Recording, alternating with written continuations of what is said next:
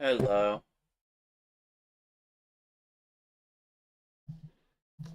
Did I plan this? No. Because I found this song because there's a guy on TikTok I follow who does what is it? He does videos about like I don't know, he's one of those people over in overseas in Australia. You might have seen them those Thailand, I think they're from Thailand, those guys over there that do that have those crazy looks and all that different shit. Well, basically, there's one of them, a part of the crew, who just he keeps recreating people's pictures from um. Matter of fact, let me find this.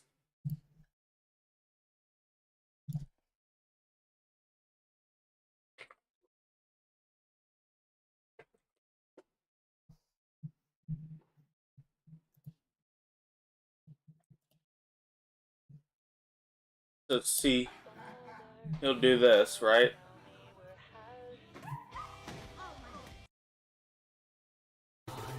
And this is what. Look at it.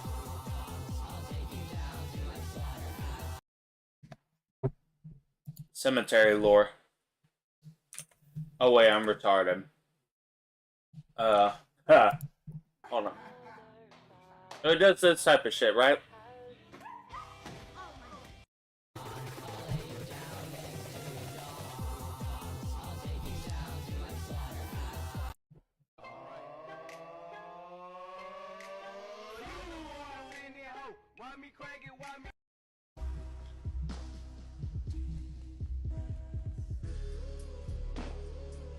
I spit hot flames, bitch, just like a dragon.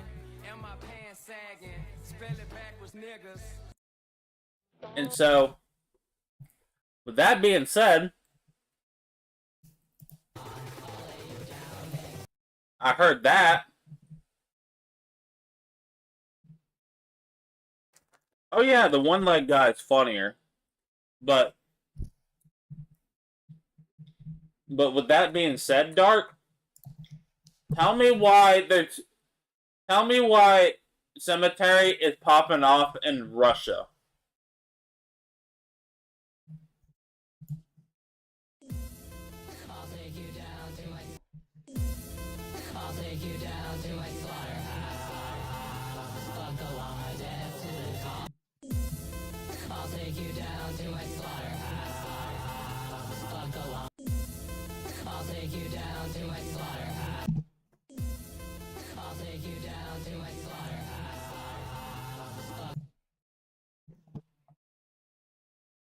And so I heard this and I'm like, yo, that I love this.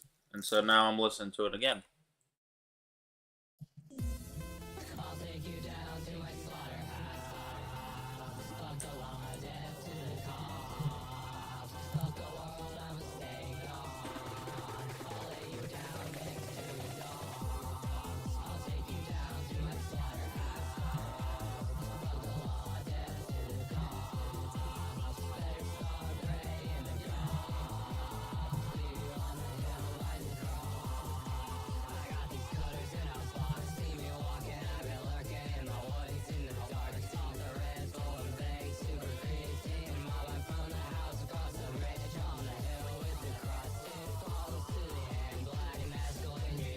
I did not.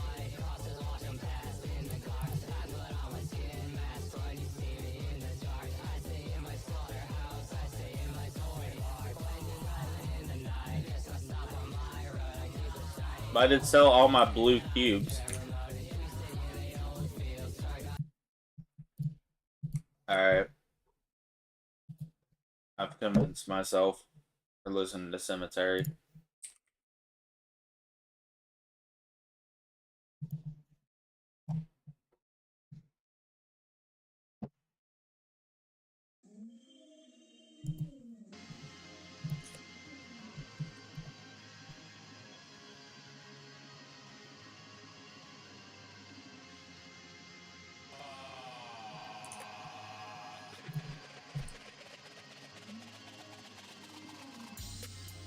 I'll take you down to my slaughterhouse.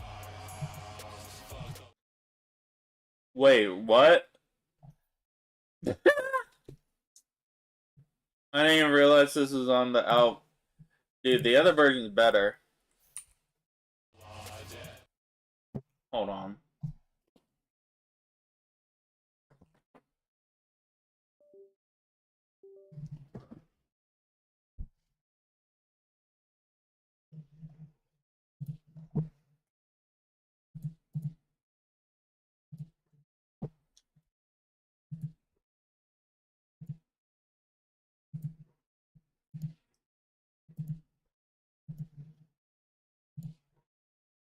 Also, I don't know if I said it or not, but hello, fan. If you're still here, probably not. Volume up.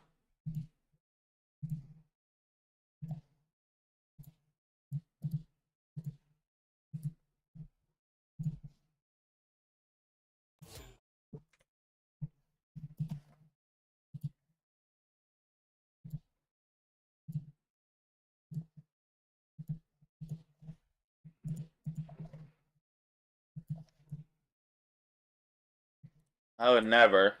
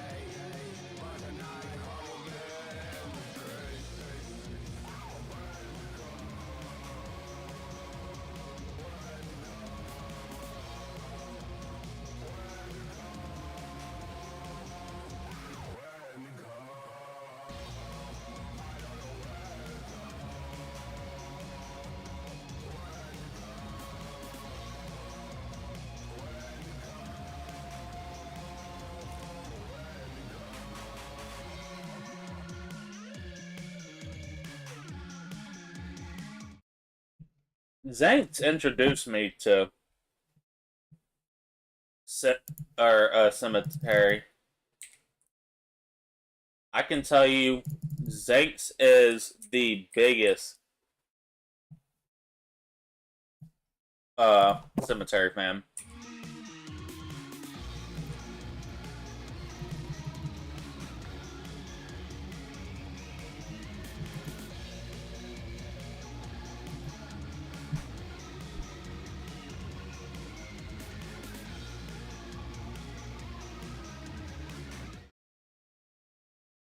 Oh Lord.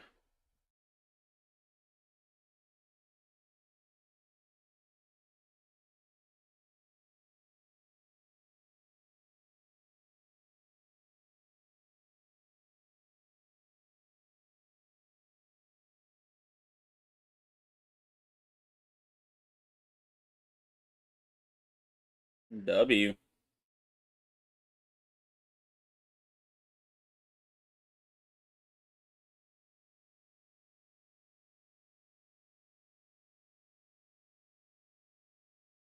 How much did those both cost?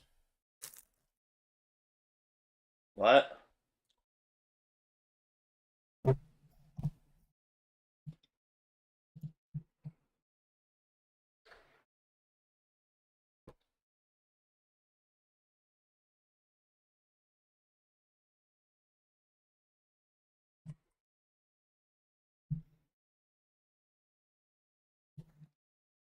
No, I just didn't look at what you sent because I genuinely just forgot you sent me something.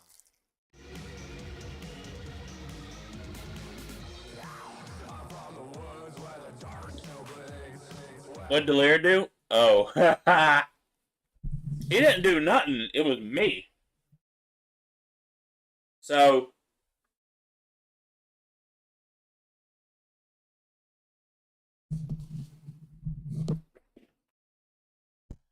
the only thing I would say is putting looting 5 on the uh Death Ripper.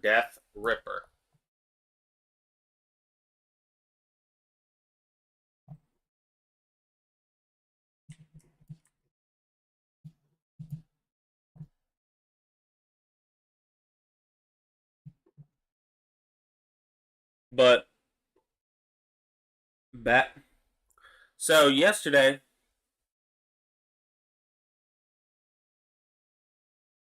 oh yeah, but dark. So there's I follow a lot of what is it, 18 plus shit on Twitter, especially a lot of artists, right?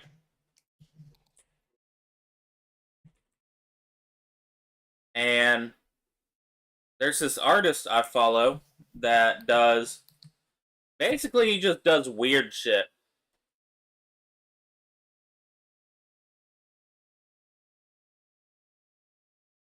Like for example, he'll take the logo for Microsoft Edge, make it a dude, and then draw gay porn of it. Like he did the Loch Ness monster. Hold on.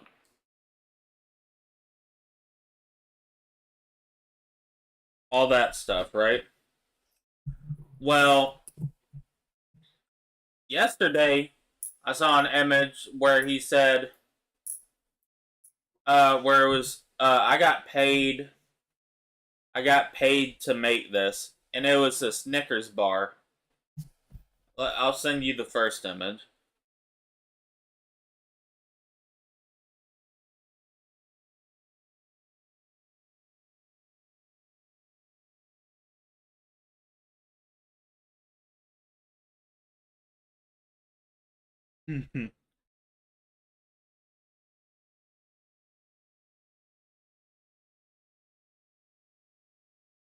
Right, so this is the first image.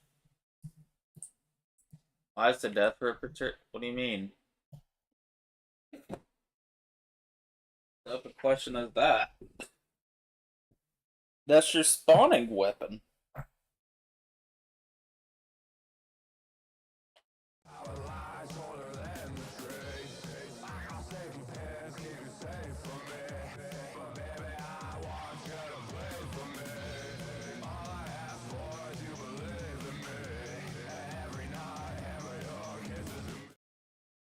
So you saw it? Okay, so the second image, so there's four images, right?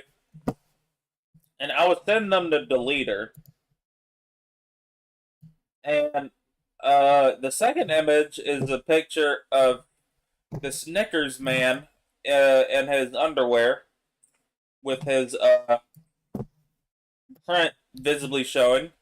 And then the last two images is one where he just puts his dick on the face of like an Anon character. And then the last one is after he finished, and now he has Snicker gooey juiciness in his mouth. Why is that relevant? Because I was trying to get in a call with Deleter yesterday on Discord, and I completely forgot that that was showing on the screen. Matter of fact, you know what? Good morning, or hello, Mara. You're gonna be my test subject. Explain to everybody what I just sent you. Congrats, you win. Yeah. Mara, tell the class. Wait. You pussy?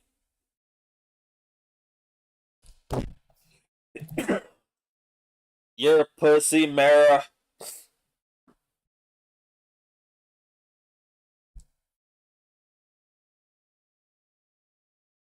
Your message cannot be sent. It may contain sensitive media, which has been blocked by someone in this conversation. You're a coward, Mara.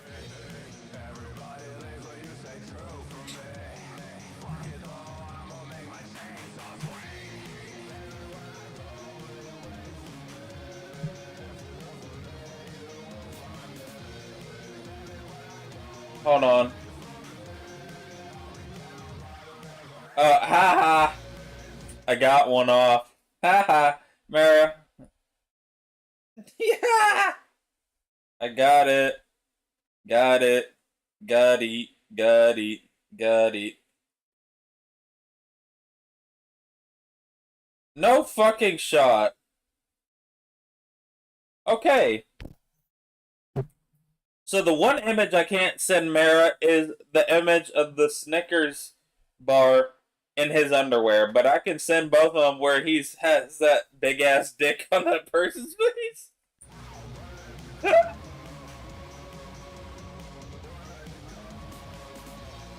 Enjoy, Mara.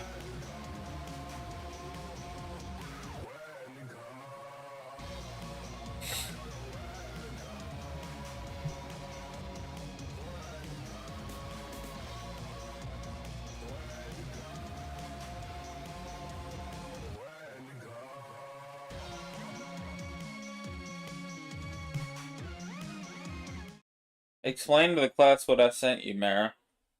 I'm just. Well, Mara, if you're disturbed, just know that last or that the image with the gooey goodness in that character's mouth. I showed that on stream accidentally. Ooh, Kobe.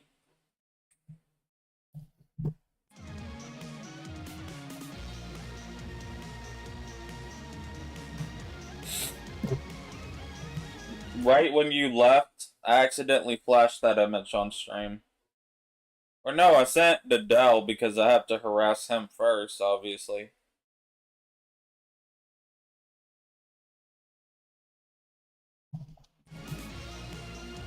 Nowhere you go.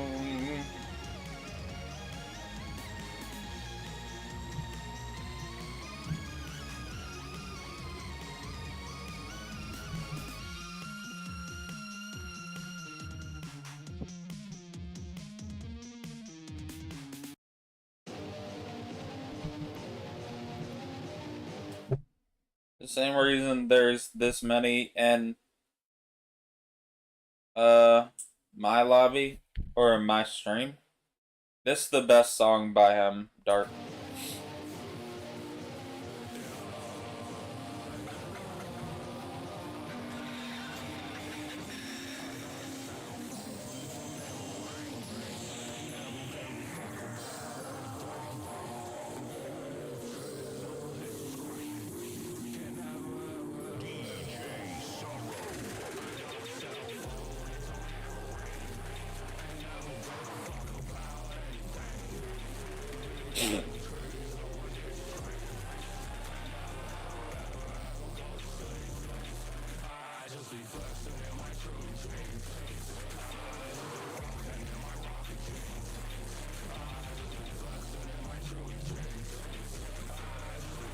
rocking in my rocking jeans.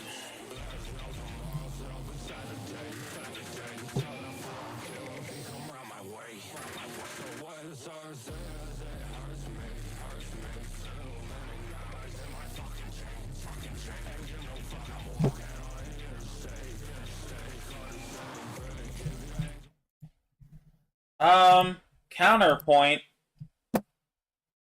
He has over 600,000 followers on Twitter, and this is not even the worst thing he's drawn. Does he have his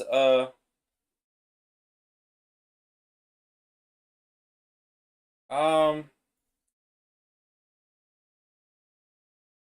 also, what's up with Discord? Like, after you send images and then like leave the app on, at least on mobile, and then whenever you're there again, it'll show that it attempted to send the same image again.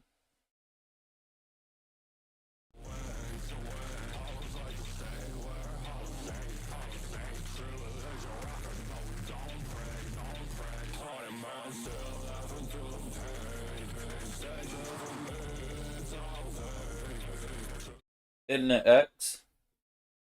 No. The only reason he called it X is because all he has is ex-wives.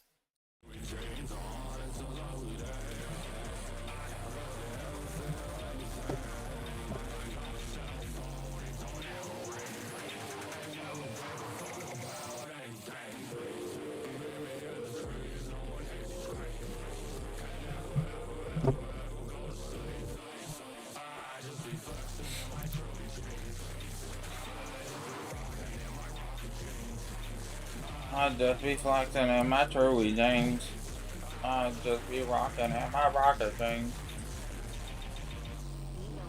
Also, Mara, if you go to Twitter, go to the search bar and type in Snickers, by the way, he's the very first thing that pops up right now.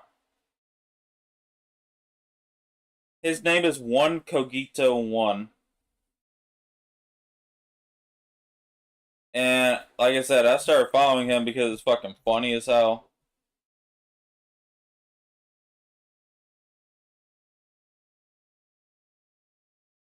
Let's see what else he's done. Capitano from Genshin.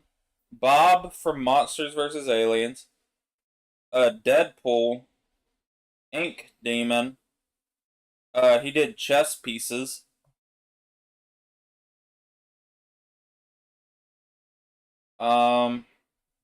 Reaper from Overwatch 2. Thelonious from Shrek. Nothing there from Lobotomy Corporation. Just Summer. AKA he drew the sun getting gangbanged. Ooh, a huge, dude, I'm about to go catch you, Dark. A huge dark dragon. Green FN. I don't know what that means. I didn't get it.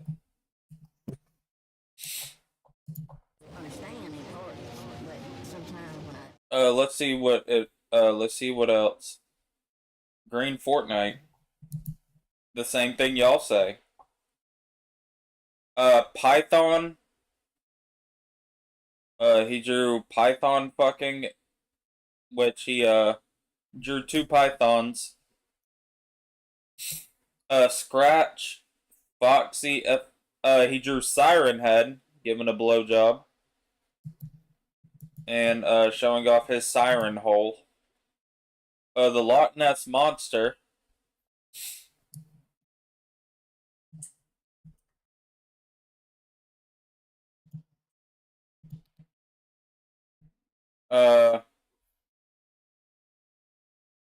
New Honkai Star Rail boss. Microsoft Edge.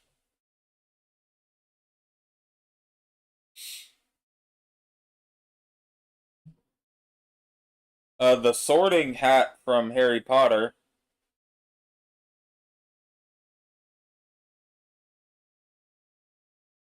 Megalodon X. Whatever. literally exclamation point and the question and a question mark.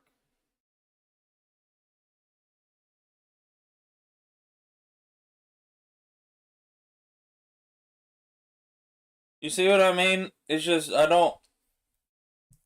And like I said, each one of these posts gets like 25,000 plus likes each. Plus he hit 600,000 on Twitter. So. Streets at night. I can smell the pain of all these people living in here. I can smell how all these people are just trapped in their lives. Good. I'm not even gonna capture this one just because it has dark in the name, and I hate dark. That's a North Carolina quote right there. I hate the darks. Kobe didn't get it.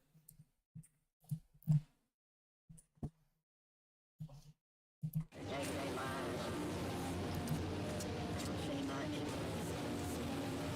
Sometimes they get lost in it. Other times they just feel lost. I can feel the pain. Like coming from these trees and these houses. I can feel that pain. It hurts me to think that I live such a balanced life. All these people gone to work on paid on Sundays, cleaned up children. Never quite understand that. Why anyone would choose to live that way.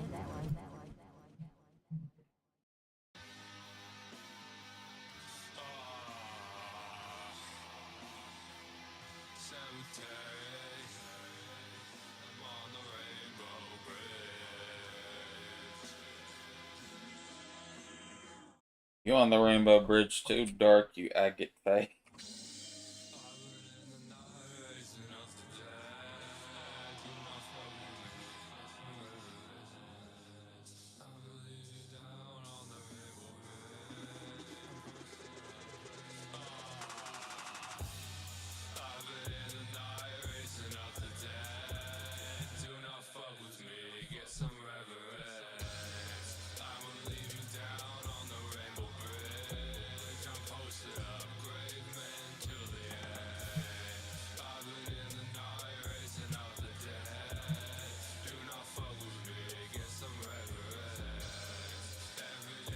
From across the field, Kobe.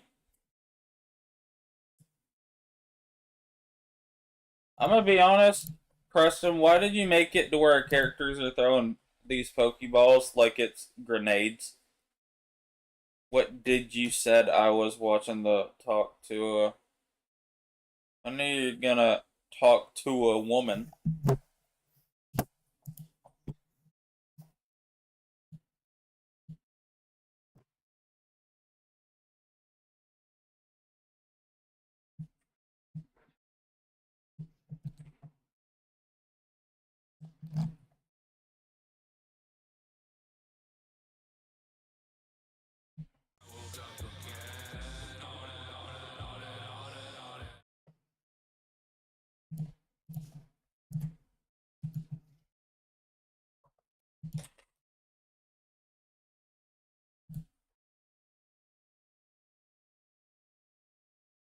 What did she say?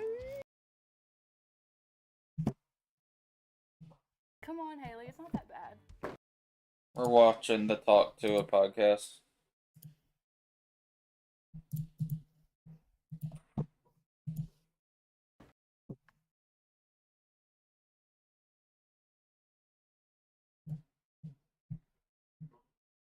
Alright, it's time to get out of Another penguin. the bed and quit writing. Haley, get up. Alright, I'm ready to talk. So I wanted to start my podcast out here in Belfast, Tennessee, where I was born at and where I've been ever since until a few weeks ago and everything changed. Yeah, this is the best that Tennessee got to offer. I'm never going there. I hate the way she looks. I hate the way you say the word N word. That's just me, I guess.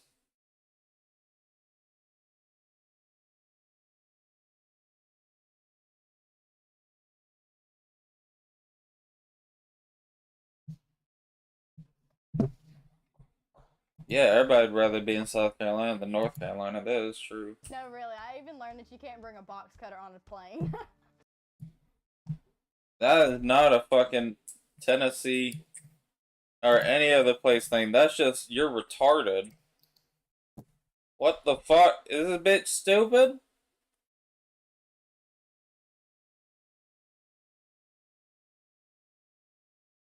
So we'll be talking about all the crazy stuff that's happened since I got into this mess. Hell, why didn't nobody say I could bring my pocket RPG? And the stuff that me and Chelsea like to do before all this happened. And I want you guys to get Please say scissor. Please say scissor. Please say scissor. Please say scissor. to know me better than Hawk Tuh.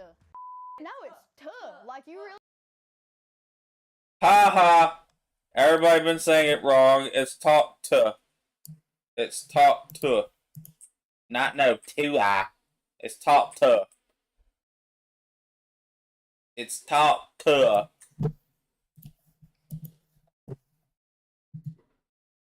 I think this is one of those.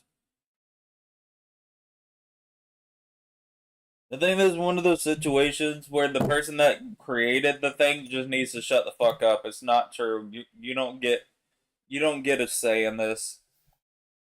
It's not top to.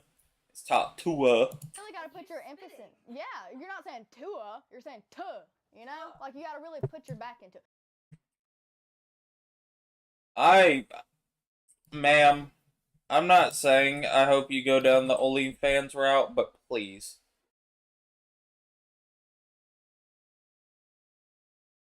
I need to see if this bitch is even telling the truth. Tuh, you know?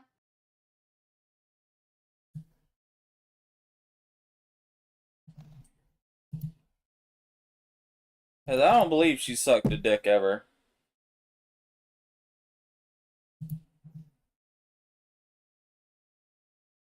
I just realized, why is she holding a Matt Rife pillow?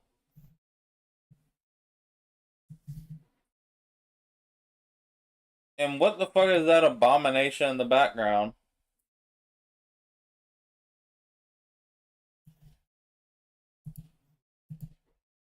Matt Rife don't even like women. My first guest is going to be somebody that's very dear to me. Miss Whitney Cummings. Make sure you Someone who is very dear to me. Nobody has ever said that about Whitney Cummings before. hit follow on Talk To It wherever you get your podcasts. We're releasing episodes every Tuesday. And for those of you watching on YouTube, be sure you like, comment, and subscribe. Subscribe to that thing. Die.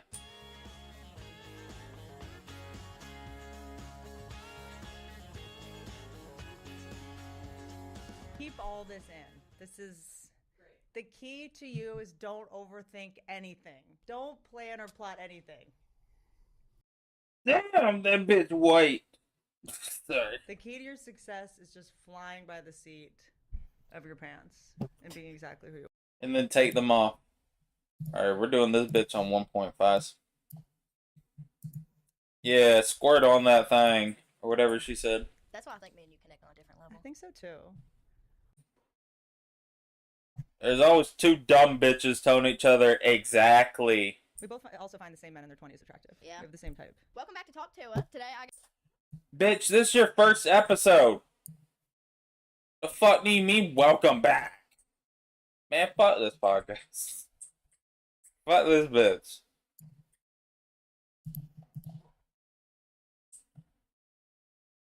got Miss Whitney Cummings. Y'all have already seen her, but she had to come back. I love her. And then Y'all have already seen her, but she had to come back. Am I missing something? Holy shit, nobody liked this podcast. Yeah. Y'all know who it is. Hell nah. Or this is like whenever a rapper passes away and people say, you fucked up the city with this one. And it's like, nah, I woke up pretty good. It's actually pretty nice, actually. I had a good breakfast.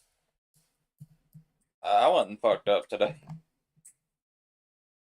The only time I can say I think like rappers that fucked up the city with like passing away was like Rich Homie Quan. That one definitely fucked up the city.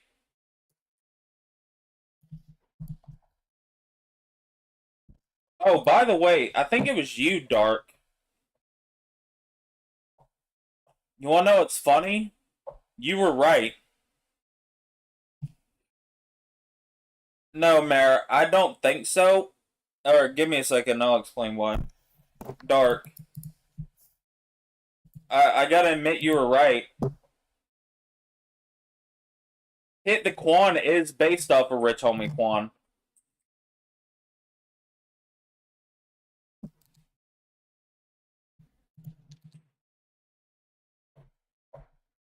He didn't make it, but that is why he's the literally hit the Quan. So let me oh,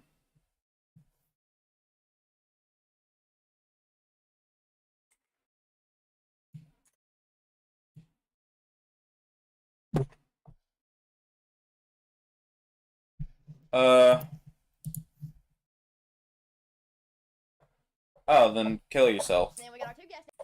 Oh, by the way, we're watching this, and streamers like Aiden Ross, XUC, and Trainwreck's mass. Sadly, his charges were dropped, and he only had to he has what is it? He has fiance gums. pay a $1,400 fine, and he got away with everything by lying to the judge, as he was released in January of 2024. Bossman Jack. Down here on the floor, we have Hartley. Hartley's a little blind, but she still gets around. I heard you can fix dog blindness if you kick him in the head. Hey, that's not funny. Well, why the fuck do you think I was showing you that? Rue? Where'd Rue go? Right here. And then we have Rue down here. Rue's a little bit feisty, but she likes a calm environment. So she's gonna be hanging out with us. And then we got Chelsea over here, and then we got Jamie, of course. Jamie's one of the women. Sure am. We need a white man for diversity. Exactly. These I days. agree. I agree. I got you a little friendship bracelet. I had to put it on so I'd keep up Did with you it. really? I'd lose it if I didn't. I did. Babe, come Like on. a big sister I never had. Oh, come on. Nope, not watching this anymore.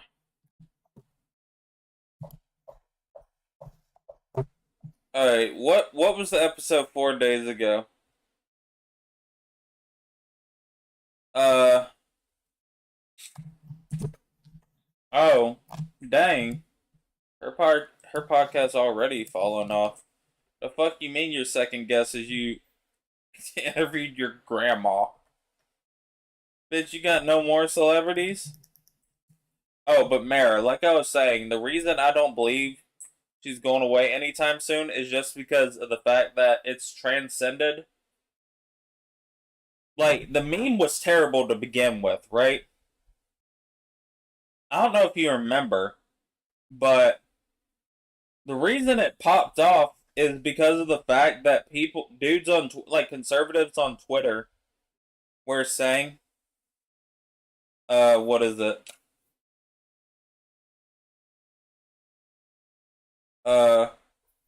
What is it? People were saying, see? Or there was a post I remember, there was a guy saying, see? Gay people were so happy about Pride Month, and then now we have Talk Tua to steal their shine and take away from Pride Month. It's like, what? Like, what are you talking about? And so, and then it became such a terrible meme that is now, like, the meme immediately,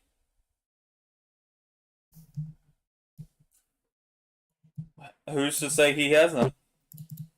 He probably went to school. He probably was 28, super senior. I'll take you down to my slaughterhouse. I'm gonna sing you song. I'll take you down to my slaughterhouse.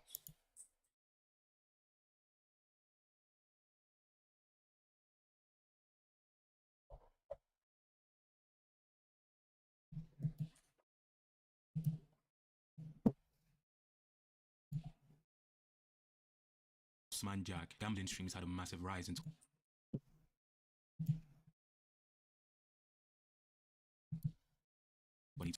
20 with streamers like Aiden Ross, XQC, and Trainwrecks gambling hundreds of thousands of dollars every stream. But this content was swiftly banned on Twitch. But with the rise of Kick, gambling is back, and this is where Bossman Jack comes in. When are we gonna just talk about the fact? I don't care what anyone says, none of their money is real. I don't care.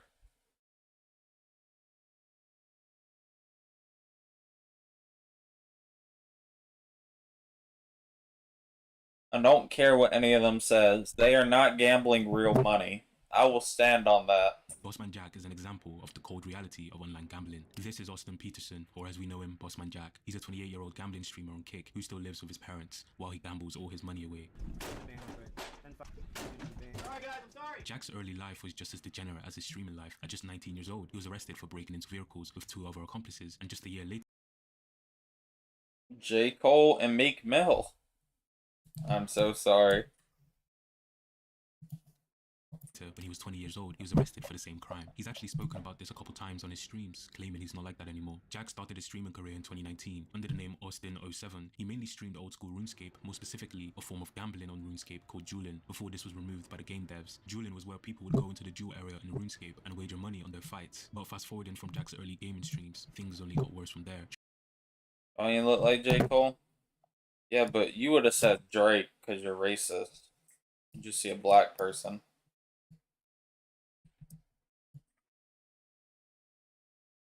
Transitioning from RuneScape to online gambling, he would use slot machines and he was actually winning in the beginning, even making enough to cover his debt. Oh my god, yo! Oh my god, oh my god, oh my god, holy fuck, oh my god, oh my god, oh my god, oh my god, oh my fucking god, yo, oh my god, I'm debt free, I'm debt free, I'm debt free, I'm debt free, it's been months! But like every gambling addict, the highs don't last for very long. Gambling would soon be banned on Twitch, so he switched to Kick under the new name Bossman Jack, marking the start of his extreme degeneracy. His luck soon ran out as he started to lose, like, a lot. He never knew when to quit. Some nights he would be up with thousands of dollars, but he would quickly lose it, then throw in a tantrum. Fuck, dude! He's lost tens of thousands of dollars in the matter of minutes, but he just keeps going. Like, bro, just pocket the 10k and end stream for the day. End stream for the month, bro. He's also Is he not affiliated with Kick or with Stake?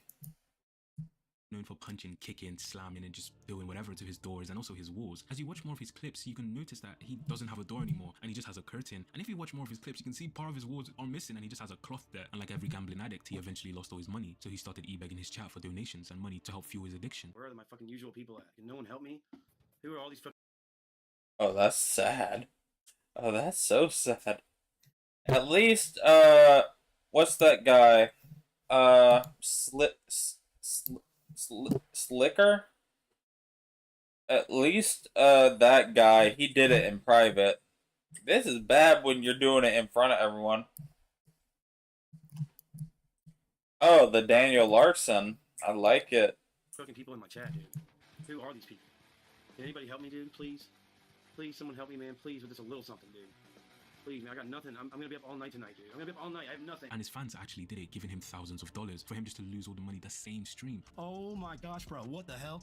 I cannot believe you just juiced me a fucking stack. So he begs again, offering to do anything for a donation. I'll shave it right now for 300 to 1,000. Dude, that would be fucking incredible. 300 to 1,000. Come on, man, I'll shave it right now. I'll shave it I'll do it right now. But one of his most infamous losses was when he was actually up $31,000, and it seemed like he was going to do the right thing and walk away. Oh my god! Oh my gosh! Oh my gosh! Oh my gosh! No way! Oh my god, dude! Oh my god, dude! No way! Oh my god, dude! Oh my Oh, here we go. gosh, dude! Oh my gosh, dude! Oh my gosh! Oh my gosh!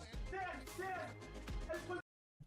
Oh, and telling his parents? Oh, man. You have to help me with this. $31,000. You have to get me into the bank tomorrow. I don't know. But nope, he just lost it all 5 minutes later. Good times, man. And now it's all gone. I lost it all. I'm an idiot. What can I say? I'm a fucking retard. I'll never learn. I just keep doing the same shit. Bossman Jack is a sad example of the harsh reality of being a gambling addict or an addict in general. The highs must feel great, but the lows are even worse. Yeah, I've never...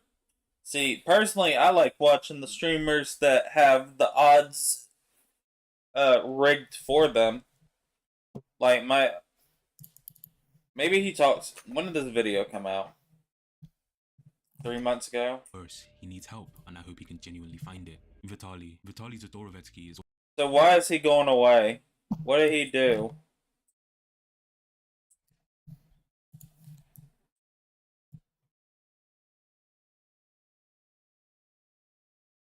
of YouTube's earliest pranksters, where the YouTube pranks were, let's say, crazy. He was known for his Russian hitman pranks, where he basically just dressed up as a Russian hitman with a briefcase and a phone attempting to scare people. His next big pranks was where he taught us incels how to pick up women, and in these videos Vitaly basically just goes up to random girls and flirts with them, sometimes actually harassing them. He's also known for many other pranks and controversies. Some of these controversies was when FouseyTube actually accused him of attempted in March 2018 during a trip to Brazil, as well as having orgies with his friends. I'm not really sure. Vitaly has also been arrested many times, with one of the reasons for his arrest being him climbing the pyramids of Gaza. Vitaly has had a colourful and controversial career on YouTube, but today we're going to be focusing more on his streaming career. Vitaly started his streaming career in Wow, that's awesome.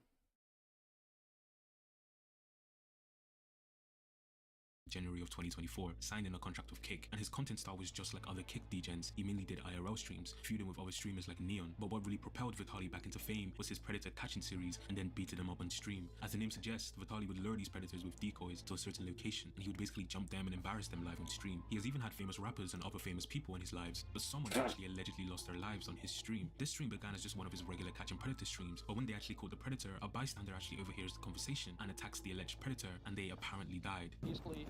Cool. Jack Dorothy is an American YouTuber and Kick. I hate the way his face looks. I don't know why. He's not white, is he?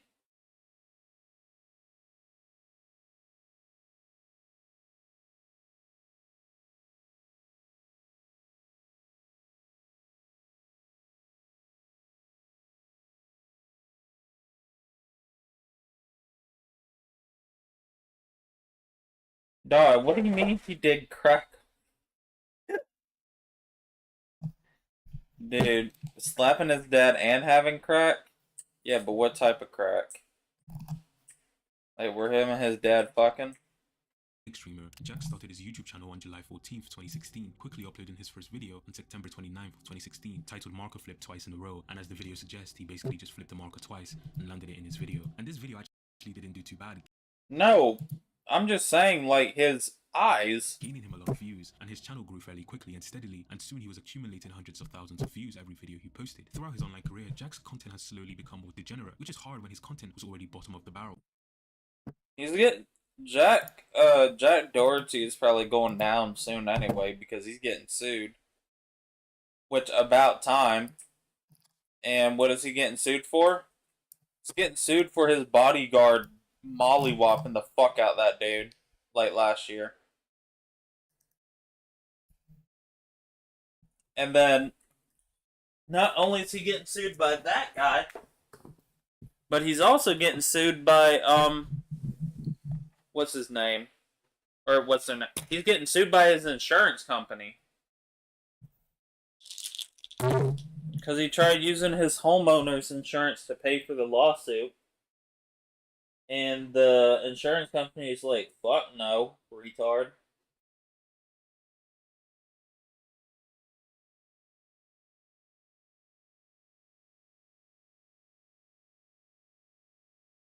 At just a young age, he was already a menace to society, harassing random people in public, to even harassing streamers through donations. Dirty, you could give me $1 million, I will never call you my dad. Well, maybe when Fortnite dies and his Twitch dies, he'll be like, damn it, I wish I took that $500.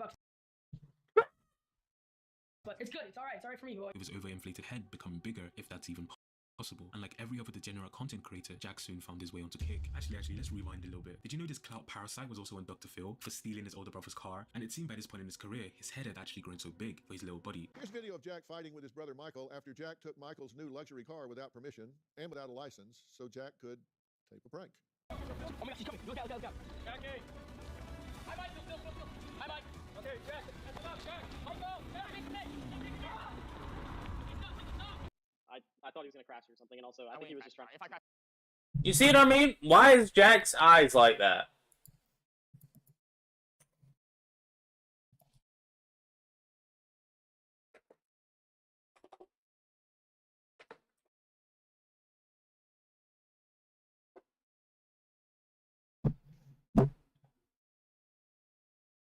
Crash powered by anyone. Let's be real. He's Irish Polish. Dude, he's gay. He speaks Pole. No worries. I'm talking to your brother and you're interrupting. Right. Yeah, go ahead, Michael. Back to Kick. In September of 2023, Jack started streaming on Kick, so you know his content was just only going to get worse from here. And again, I have no idea how this is even possible, but Jack always finds a way. In Jack, we trust. Jack is currently one of the largest streamers on Kick, and if you want an idea on how bad his content is, just think of Neon, but really rich and somehow even dumber. And poof, we have Jack Doherty on Kick. From his harassing content to his fights online, Jack really is the bottom of the barrel of streamer trash. The surface of the iceberg, VTubers. I want to preface this by saying I'm obviously not talking about all VTubers, I'm just talking about the degenerate ones. If you're unsure of this wonderful I remember didn't we watch this on stream? subgenre of streaming. These are VTubers. Cute, huh? I love them actually. There are innocent VTubers who actually make good content for some people, like, you know, the Iron Mouses of the world. And then there's this. That's right, artistic news is loud now. Yes, it is. Honestly, right now I'm more invested in the marbles race than the booba. Yeah, and honestly, I don't blame you. A literal slideshow of corn flipping on our screen. Like, what really is this? Content? This is corn on a website made for 13+ children. But to be more specific, a VTuber is an online entertainer who uses virtual avatars generated using computer graphics, real-time motion capture software. The digital trend originated in Japan in the mid-2010s, but later exploded in the West during the pandemic. VTubing started out in Japan through specialized agencies who promoted groups of these creators and also helping translate the streams and videos into more Western languages. Some of the major companies were Hololive Production, Niji Sanji, and Visho. They were also known as talent agencies with. He didn't make a flip. He just bought something from a retard. And that's what... Did you even read my message after he sent that? Business models influenced by Japanese idol agencies. Streamers were employed by an agency to portray characters developed by the company, which were then commercialized via merchandise and other promotional appearances, as well as traditional revenue streams such as monetization of the videos and streams, and also viewer donation. But when the West got their hands on the VTubing sensation, that's when the degeneracy began. Ice Poseidon, Paul Michael Joseph De Niro, or Ice Poseidon, is an American YouTuber and live streamer. He started his Twitch career streaming old school RuneScape, quickly switching to IRL live streaming. His peak prominence came in 2017, where his IRL streams became popular, and he's also known as the pioneer of the most degenerate genre of streaming. Ice Poseidon has been swatted many times while being live. Oh, and by the way, swatting is a criminal harassment act of the... No, it's not. Receiving an emergency service into sending... It's not criminal if you're not a snitch. Police or emergency service response team to another person's address. So basically calling the cops and saying a person is armed and dangerous to the public or themselves. And this has actually resulted in some people losing their lives, unfortunately. His first swatting incident was actually when he was on a plane, as he was removed from the plane due to a false bomb threat. And this actually resulted in him being banned from Twitch, with him moving to YouTube and Mixer, eventually making his way to Kick. On December 7th, 2022, Ice Poseidon joined the Kick live streaming platform, where he started his first stream on May 6, 2023. Ice Poseidon has also been arrested on stream when on September 21st, 2023. Yo, it's you on the left, Dark. He decided to invite an escort to his stream for $500 with another streamer, Sam Pepper. He lied to the escort, telling the escort he was only streaming to a couple friends, but when the escort got spooked and tried to leave, the male accomplice of the escort demanded a refund, and this actually resulted in a temporary arrest for sexual assault of Ice Poseidon, but they were later released without charges. Zerka. John Zerka is a Canadian Albanian YouTuber and former Twitch streamer, and a newly reformed Kick degenerate. He first appeared online on the 15th of January 2019 on a Twitch stream. He was invited to Rushula, a reality-style TV show where the host would invite female streamers to flirt with various males who were brought on at the same time. He initially made a name for himself as a Just Chatting content creator on Twitch, and his comedic content, and I say comedic loosely, his YouTube videos also consist of him talking about different topics such as religion, politics, debates, gender, and he has comedy. He often criticizes people such as Andrew Tate on YouTube and Twitter, which is rather ironic because he tries to portray an Andrew Tate type character on his Kick streams, and he often talks about how the earth is flat and many other conspiracy theories in his videos. He also tries to teach young men. I watch Zerka, or I have, I don't watch him, but I follow him on Twitter because he is the most schizo person I've ever seen.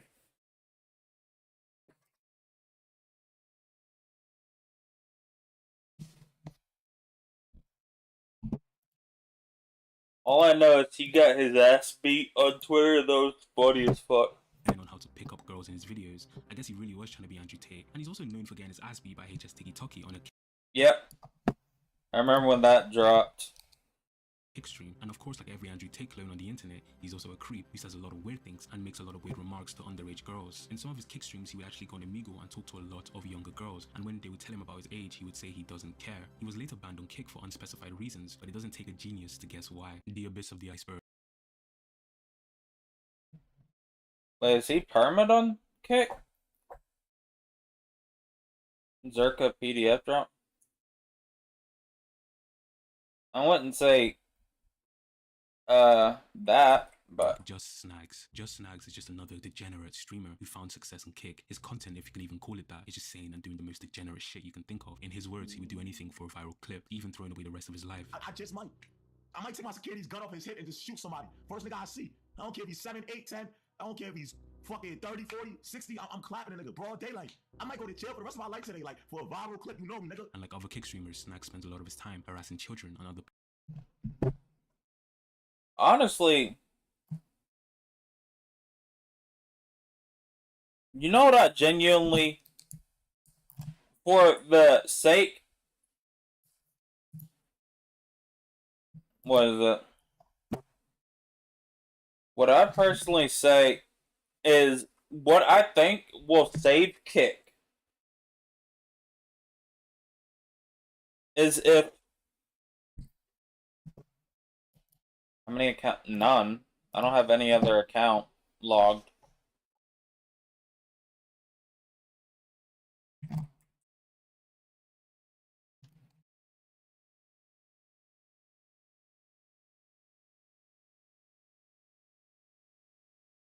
People on the app Monkey. But if Kick banned the use of going on Monkey, Omega, or Omi.tv, I feel like that would help out a lot. Which is basically like Omegle, and he also uses Omegle in one of his streams. And also how I get hella huges. I think we kind of understood last night that whenever you if you do more damage, you get more of a chance for a huge to spawn.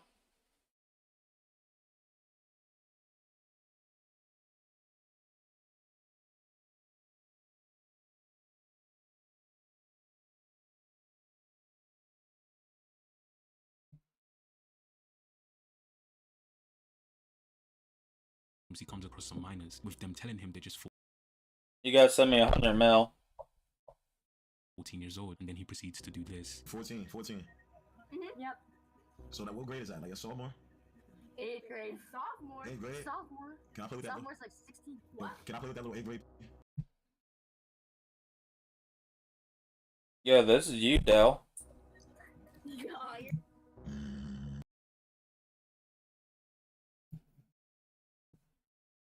Oh, hold on.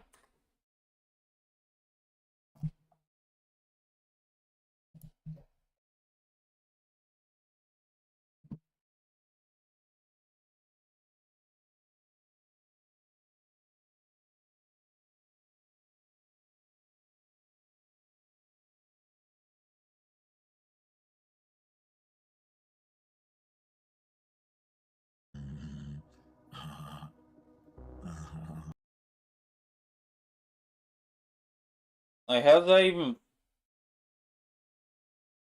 Also, Dark, I'm gonna be real. I'm on the Boss Man Jack subreddit because I was trying to see what he got arrested for, and I found his mugshot, and that shit looks funny as fuck. I can't lie.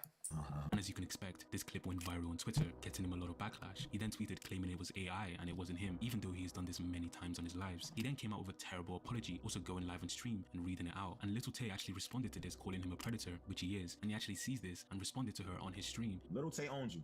Fuck that little cracker white bitch. James. I see that little bitch, I'm gonna break her fucking neck. I'm gonna step on her fucking skull. I'm gonna break her skull in half. She's sucking my dick. She wanna get some album promos, all that. What happened to you packing yourself, Little Tay? I don't even know you. All I heard was Little Tay died. I got so happy. I rolled up. I'm saying smoking Tay. And Little Tay saw his response, responding back to him, with Kick eventually banning him, but for only 1 month. And instead of apologizing, he doubled down, because in his words, he really be going viral. I'm the latest nigga at SSB. I really go viral, nigga, for the wrong reasons, nigga. Niggas know the name, but niggas always wanna bring me down. Niggas don't know me from a hole in the wall. They wanna bring my name down. Niggas wanna attach their name to mine. I heard Little Tay.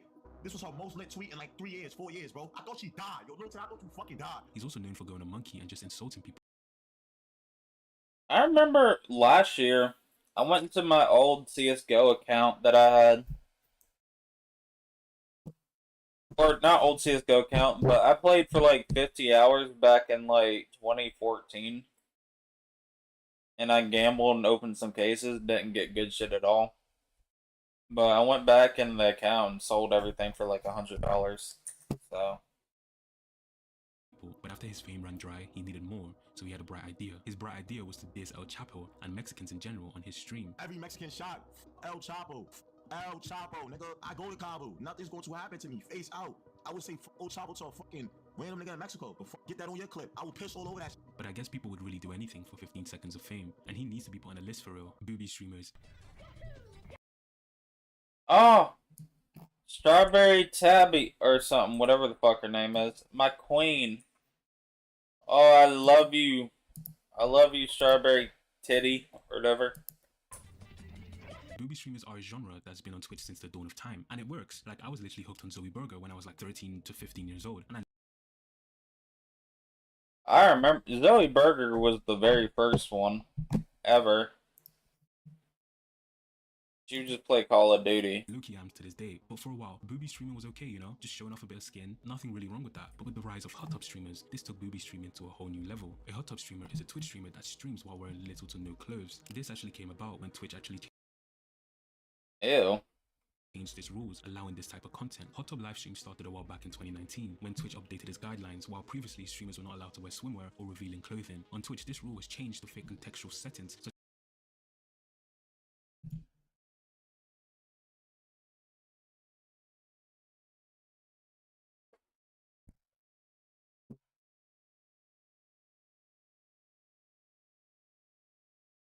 Wow, none of my goats are online.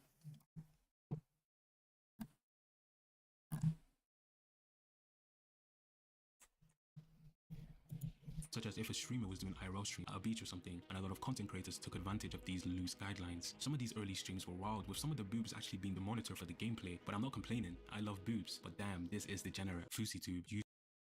At least this guy's real. I like this guy. Is it a degenerate thing to watch? Yeah. If you do that, you pretty much are a degenerate. But also the thing for me is always funny when somebody always complains about that type of shit, because, like, are you really complaining about seeing some titties?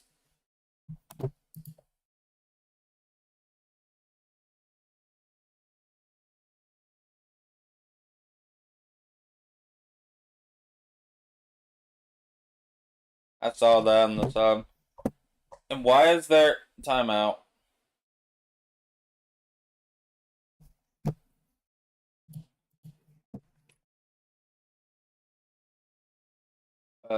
Countdown till next.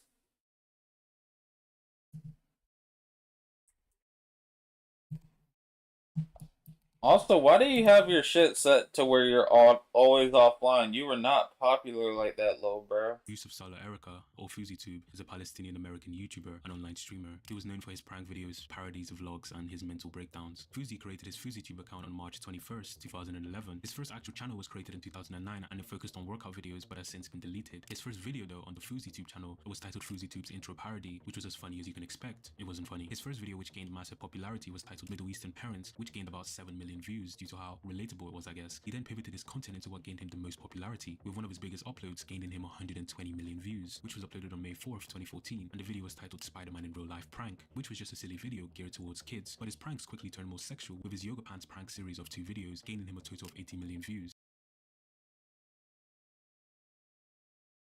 Fast forwarding through Fousey's career, and he's been in a lot of controversies and had many mental breakdowns. We can't cover all of them or we would be here forever. One of his largest controversies was actually at his Hate Dies Loves Arrive concert, where he basically just had a crazy mental breakdown on stage, and he's also had many run-ins with the law, and he's also beefed a lot of creators, with a long-lasting beef with Keemstar and his infamous boxing fight with Deji. After all this, Fousey started his streaming career in July of 2023. Which...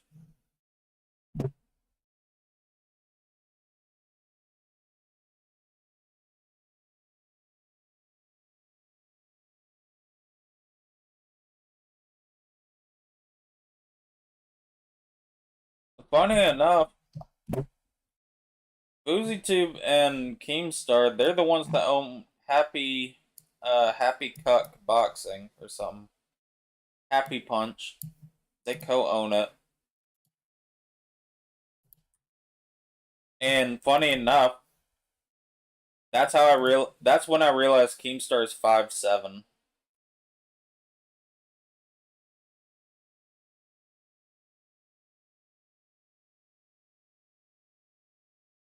where he would stream on Twitch. He quickly began a subathon where he promised to stream his entire life 24/7, resulting in him actually gaining over 30,000 subscribers in around 1 month. Fuzi had always struggled with his mental health throughout his career, having manic episodes live on stream. And on August 1st, during his subathon, Fuzi accidentally said the N-word while rapping to a J. Cole song, quickly apologizing and actually spawned in the Fuzi meme. He quickly got into actual controversy though on August 6, 2023, over an interaction he had with a woman at an airport.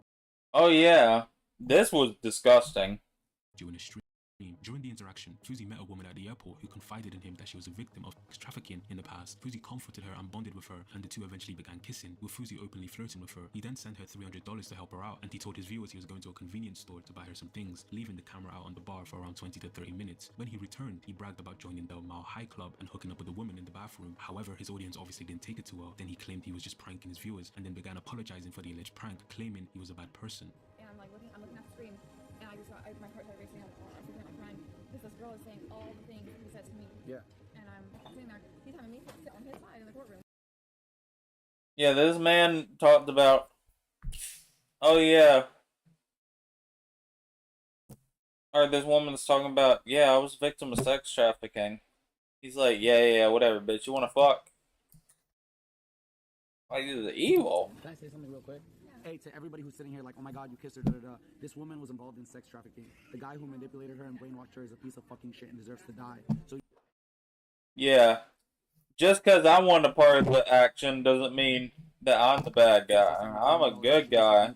Yeah, y'all just hate me because I'm bald. Jaden Savage sent you 1. Shady sent you 60. Shady sent you... No, it's not updating, but you have $1,700. I'm so happy for you, Sarah. You deserve it. You deserve it. Like, look, can I tell you something? This is the most money you've ever had? I just joined the Mile High Club. And I know it doesn't count as the Mile High Club because I was in the airport, but I still joined it.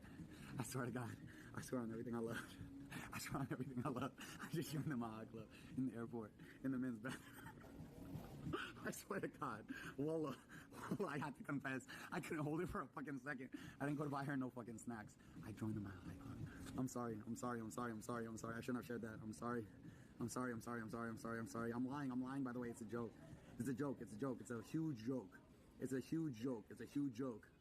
I'm typing I'm sorry in chat. It's a huge joke. It's a huge joke. You got pranked. You got pranked by Fusi too. You got pranked by Fusi too.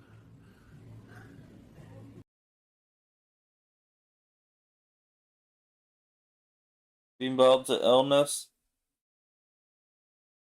I don't think it's. I disagree, Delia. I don't think being bald's an illness. I think being bald up top and having hair around the side of your head and still not cutting the side of your head, that's a mental illness. It's like big bruh, look, or big bruh. You know damn well it ain't coming back. You know it's it. That's it.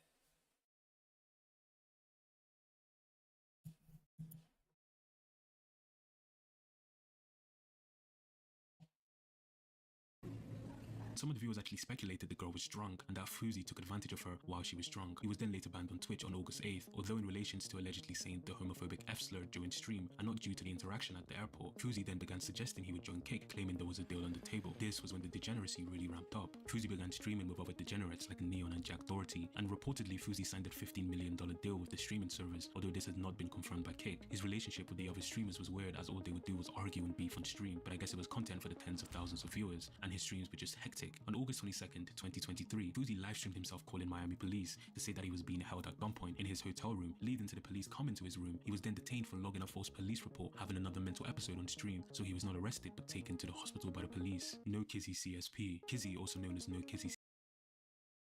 Oh yeah, I saw this kid once and that was it.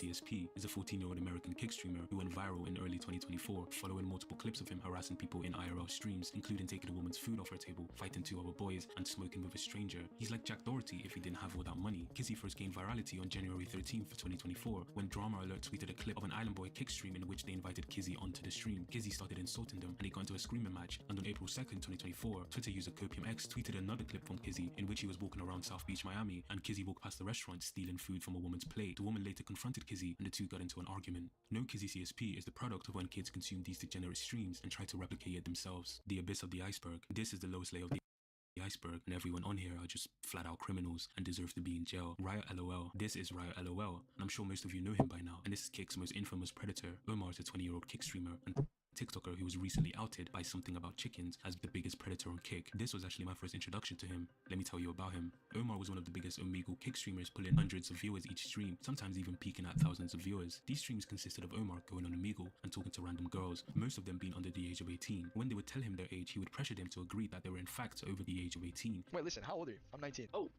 I'm 16. You said 18? Yeah. And he would attempt to raise these girls up so he can add them to his Snap roster. A grown man, by the way. Omar always started the conversations the same way, yapping about how he doesn't want a boring date and whatever, to a child bearing in mind. One of his go-to moves is he takes off his top, trying to get the girls to also take off their top as well. Hey. Hello, my name's Omar. Nice to meet you. Hi, Omar. Nice to meet you. Where are you from? Hello. Oh my. Hello. My name's Omar. Nice to meet you. Where are you from? All right, let me tell you where I'll take you on a date. Let me know if it hits. All right. I'll pick you up.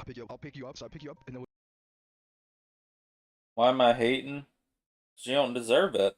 we'll get some sushi. We get sushi. All right, and then I don't really fuck with like boring dates. You know what I'm saying? They gotta be like fun, right? Not awkward, not corny. I don't like the boring dates, you know, where it just feels like unorganic and it's just like cringy and awkward. So I like to do something to break the ice. So probably like a carnival. A carnival. Bearing in mind these are minors, he then gets them to expose themselves in front of him and his probably underage audience too, then clipping it and posting it on his Discord server for his child audience to see. He is obtaining and distributing CP live on stream, and Kick allowed this for a while. His content was committing criminal acts, the worst kind, live on stream. He even joked about drugging girls and having his way with them. Don't make me use a please. Like I ran out of them. Like let's just make this easy, okay? Since I'm like famous, would you like to hop on? You know, we make a cool little movie. Yeah, absolutely not. I just ran out of reviews, okay? Like let's just make this nice and easy. Where the f is my sleepover invite? She burned it. It's okay, I was gonna slip in while you're sleeping either way. Hold on. I accidentally read you. Nah, I'm tweaking, bro. And Something About Chicken covers this so well. Following the virality of Chicken's video, Riot LOL's page was removed. His Twitter page was also deleted, along with his Instagram page, his TikTok, but it seems there's still remnants of him floating in the abyss of Twitter. Cool Slick Live. This is probably the first time I was genuinely traumatized researching into a degenerate or weirdo. Just a quick disclaimer. Harrison IRL, or Cool Slick, is a small Kick streamer known for spreading STDs and known for stream sniping popular streamers. He's a relatively small streamer, so not many people are actually aware of his degenerate antics and his criminal behavior. Before he started streaming, Harrison had already started to make his name for himself, being known as Creepy, as he had appeared on many streamers' IRL streams. He had appeared on Misgift streams after stream sniping him and begging him on Twitter for him to join him. He's a serial IRL stream sniper who also stalks streamers. And you stream snipe Pokey and Jakey Bake. Not only that, you stream snipe Jakey Bake before you stream snipe Pokey Bake. Like, dude, I don't, like, he was typing about it in your Discord. Dude, you're cringe. You said that you don't watch streams and you don't like streamers, you don't watch streamers, yet you're doing this. That's literally you, bro. You claim that you don't care at all about streamers, that you're literally doing the Naruto run, you know, down Hollywood Boulevard, and you're just fucking, like, what, you're so Harrison started streaming a year after his encounter with Misgift, starting his reign of spreading STDs in Asia. I'm not kidding, these are all tweets speaking about his degeneracy, and he is fairly known in Asia. He started his streams in Nepal, trying to pick up girls, showing us why people think he has multiple girlfriends. Harrison and two other friends would travel to Nepal, harassing underage girls and other people in public, even getting arrested after the police found out that the girls were only 15 years old. They were facing jail time of up to 10 years, but unfortunately, they were let go and deported. Oh, that's so good. Now can I get your Instagram? No Instagram! No Instagram? What do you... Only TikTok. What about Telegram? WhatsApp. What did I use here? Line. TikTok. TikTok. Let me get your WhatsApp. I can take you on a date. Yeah. What do you say? Only class 10. What? Class 10 only. Class 10? Yes. What does that mean? What is that? No. Date? Not mature. Not mature? Not mature enough to date? No. Only read class 10 now. Class 10? Not join college. No drinking. What? Not class. You're 18. You drink. You're 18, right? Only 18. I am us. After his deportation, he moved to Thailand, living with a woman there, and he started streaming more often, even streaming himself sniping Ice Poseidon. Just before the interaction, Harrison was actually on live with the woman, and it turns out the woman had HIV, with Harrison actually finding out live on stream. As you can see, he was visibly shocked by this. Oh, did you use condom with the what was her name? I forget. The girl last night? Yeah. No, I fucked her raw. I didn't use a condom. Oh my god. She has HIV. She has HIV? What the fuck? Don't take the medicine, bitch. Why the fuck didn't she tell me that? We don't know, right? I didn't know. What the fuck? That's his fault, honestly. I don't give a fuck how much like, unless we are personally dating, I'm using condoms. I don't care. Why didn't you? Why the fuck would I? Bitch, I don't trust you. Because clearly you aren't a good person and you're a sick individual because you're letting me fuck you anyway. So why would I trust you? No. Please, go take the pill. I took the pill this morning, but I'm taking PEP. That doesn't help. What? That definitely helped. Why didn't they tell me? Why didn't they tell me? What do you think?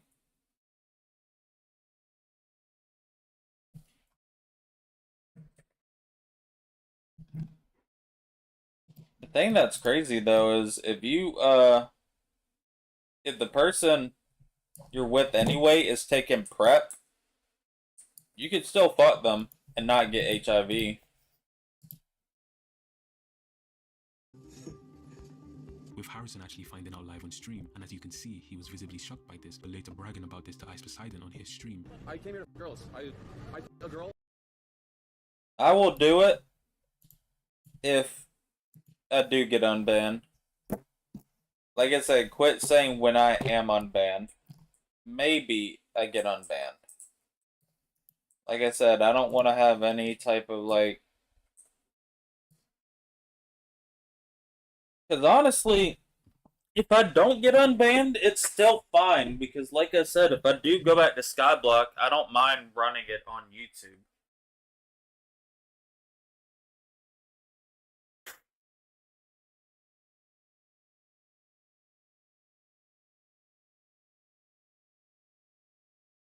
Last night, this morning, I f***ed her raw, and then I found out a couple hours later, she has HIV. Okay, you gotta get away from her, dude. Bro, why you first of all, why you fucking prostitutes raw? She wasn't a prostitute. Yo. Why you fucking any girl raw? Alright, that's fine. Fine? Yeah. Not a problem. So you have HIV. I've been exposed to HIV. His time at Thailand was, as you can expect from a creep, very creepy, so he decided to travel to other places to bring his aides with him, even finding Johnny Somali in Japan, getting into an altercation with him. And as you can expect, he's even a predator, as on June 2023, he filmed a young girl on one of his streams looking at the camera in a very inappropriate and suggestive way, but Kick liked him, I guess, verifying him on the same day of that stream. And he also got gifted 50 subs by the owner of Kick. His HIV also seemed to be a recurrent topic in his streams, like he's proud of it, but HIV isn't the only thing he's been infected with, as he's also contracted chlamydia and gonorrhea, and he streams himself on Discord to his audience, infecting poor women. Harrison also had a Discord server where his subs could get into, where he would stream himself spreading his STDs to these poor women, and all the videos and pictures were leaked by another degenerate streamer, documenting all of Harrison's victims as he shared them on his Discord server. Still going through this. Oh shit, I don't want to show this. That makes me feel bad. Come on. Oh, yuck. Okay. So hold on a minute. So I say, they have a private internet chat room. I've taken screenshots of everything. I don't know if it will help. She goes, it will help for sure. Do you know other Thai girls? And then I sent her 30 photos. I sent her 30 photos of literally everything in the Harrison files. He would get all his Kick subscribers on Discord calls where he would stream himself doing the deed, in his words, with Japanese girls. Also, the women were unaware of all this happening, and he would even provide photos for his subscribers. His subscribers loved these photos and viewers, even encouraging him to keep going and to find more victims. But Harrison didn't stop there, as he would go out on streams finding drunk girls to take home, so I guess film more content for his Kick subscribers. As you can see in this video, this woman was fully out of it, but Harrison didn't care. He actually prefers it like that, and this video is actually very disturbing. He has done this multiple times. Even some of his friends join him in this disturbing behavior, and he would even get advice from other degenerates on how to get away with this disgusting behavior. I spoke to homeless and he gave me advice. Oh, did he? When did you speak to homeless? When did you speak to homeless? Homeless is on my shit list now, but fuck you, homeless. Homeless, you are now on my shit list. I can't believe I defended you. You gave this guy advice about how to start charges for fucking child sex shit or whatever the fuck he's doing, or filming without permission sex shit. You're just as bad, homeless, man. You're a piece of shit. Homeless, sus. All these people, man. But eventually the police started to catch on to his disgusting behavior, so they started investigating him. With Harrison finding out, he quickly fled the country, but it wouldn't be too long until he was back in Asia, traveling to Japan. On his arrival to Japan, people were prepared, with a tweet warning people about him gaining upwards of 1.7 million views, causing a lot of people to be informed about this freak. Some videos even went viral on Japanese Twitter of Harrison admitting to his degeneracy. Japanese girl? Of course. I've got many Japanese girls. But the problem is, if you want to fuck a Japanese girl, you need a place to fuck a Japanese girl. If you spend money on a love hotel, you're spending a lot of money. So safe. You got American Riz.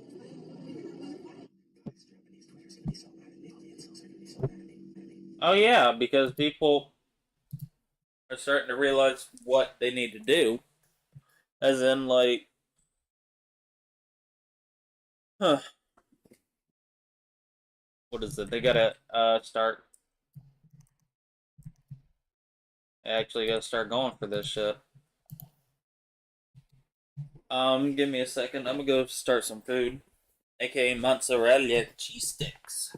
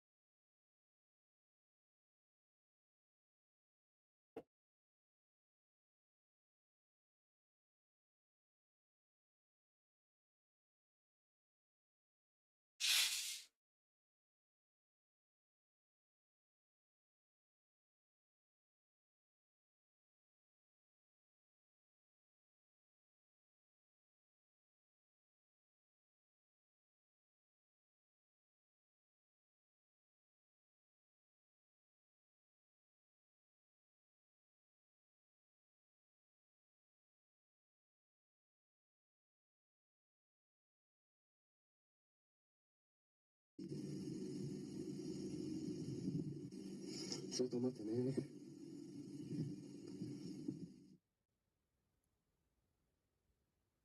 girl? Of course. I fuck many Japanese girls.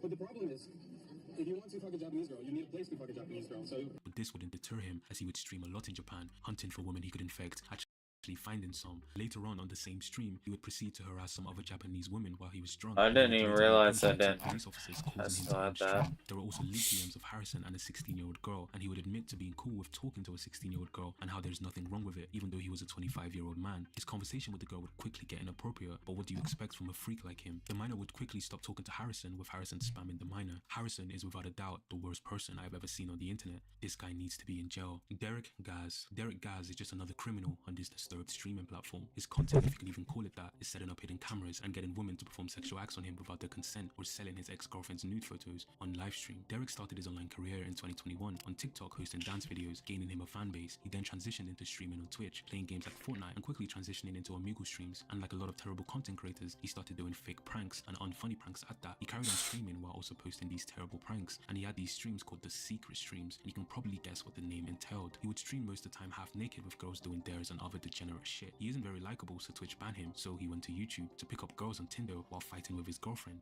Wow, I wouldn't miss that for the world. Also, like, I'm also friends with him. It's not like some random guy. I've seen, like, whatever. Bro, look at that. YouTube also had enough of this insect, so they got the bug spray and neutralized him. So where do all degenerates go when they have nowhere else to go? Kick! He would start his Kick career with a bang, with a stream titled 5 gifted subs equals a dare, but he wouldn't last too long on Kick, as he was just banned 3 days later. But he wasn't gone for long, and he was back to making his revolutionary content. But in September 2023, it was a new era for Derek. He moved to LA to chase clout. To follow his dreams of being a degenerate, and he achieved them, begging Summer Rae for a follow back on Instagram, and of course trying to be for the goats of Kick, Neon and Jack Doherty, and also the Island Boys. So inspirational. Back to his creepy behavior, Derek would have these streams where he would go through his Snapchat, going through photos girls would send him, nude photos by the way, exposing them for his kid audience, and he didn't get banned. My name's Andy. Derek, can you see this? That's it. Yeah, I heard. Oh, what the fuck? Yo, wait. Did you send it? I just turned gifted. You send it to me right now. All of that. All right, turned gifted. Can you wait, buddy? There's more. Once you send it, enter the code right now. Wait. Chat message me. Tell me whatever you want. Just kidding. All right. Just type in the code right now. One. It's gonna take me a while. Wait, yo, actually, before I choose the rest, bro, I'm not saying. You better not sell my shit, motherfucker. Who? You know who? Like, look, wait, this might be gross to you, but look, wait. I promise you I'm gonna be girl. Send it right now.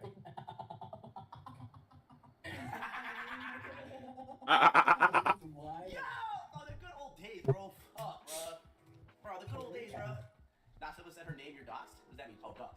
He decided to take this to the next level, matching with girls on Tinder, inviting them over, and secretly filming everything that would happen on their dates. Now, this is content, guys. These were known as his secret streams, and these were creepy, and even making a girl so uncomfortable she tries to book an Uber home, and she had no clue of the camera, by the way.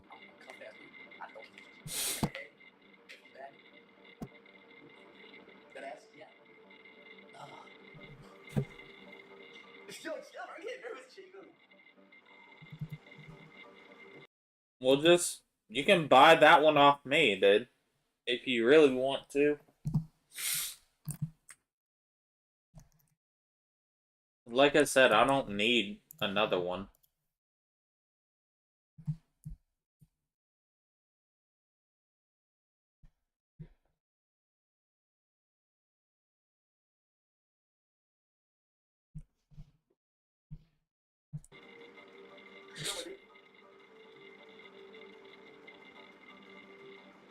And he has also done this to multiple girls on the platform without getting banned. Thank you guys so much for watching to the end of the video.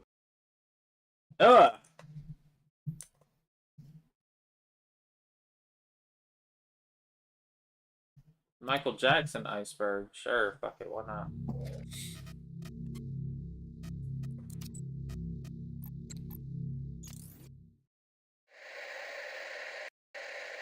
This month, I've gone from where is he to here he is again.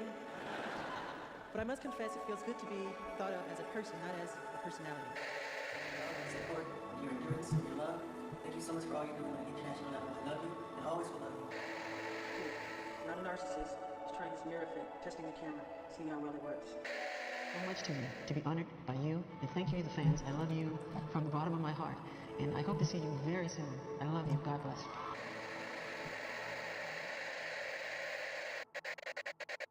Alright, look, it's not really a big surprise when I tell you that Michael Jackson is one of, if not the greatest artist to ever live. From his time being with the Jackson 5 to his solo music to his passing in 2009, from his record-breaking records to basically inventing music videos, he was considered by many to be one of the greatest artists within the past 50 years.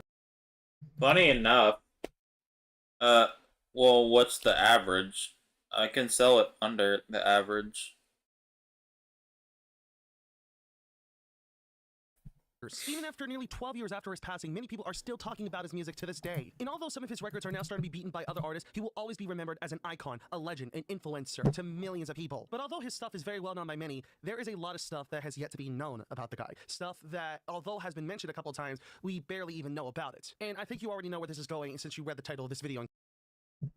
You can get it. You can buy it for rap. I remember when MJ died, and the only reason I remember that when MJ died is for the single fact that,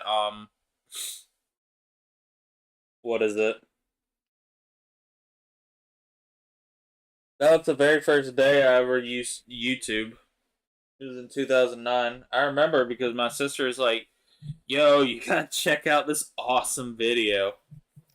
And it was just, funny enough, or morbidly enough, the song was Fat by Weird Al Yankovic, the parody song to Bad.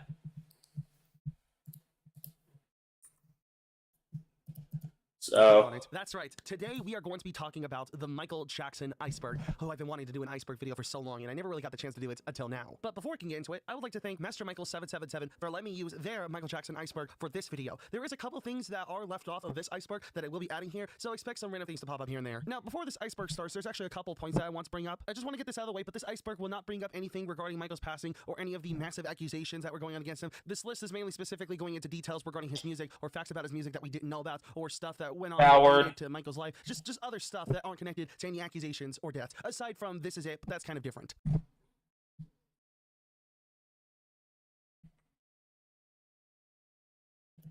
Alright, before I ask this, just know they hated Jesus too, okay?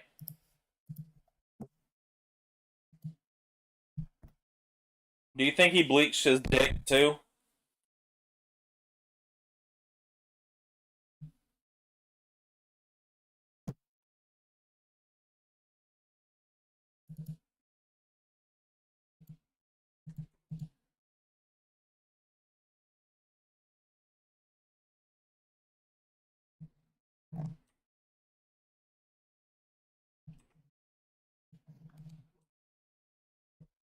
And so, with all that said, let's begin. Well then, just send me however much what the last one sold for. Then, I don't know.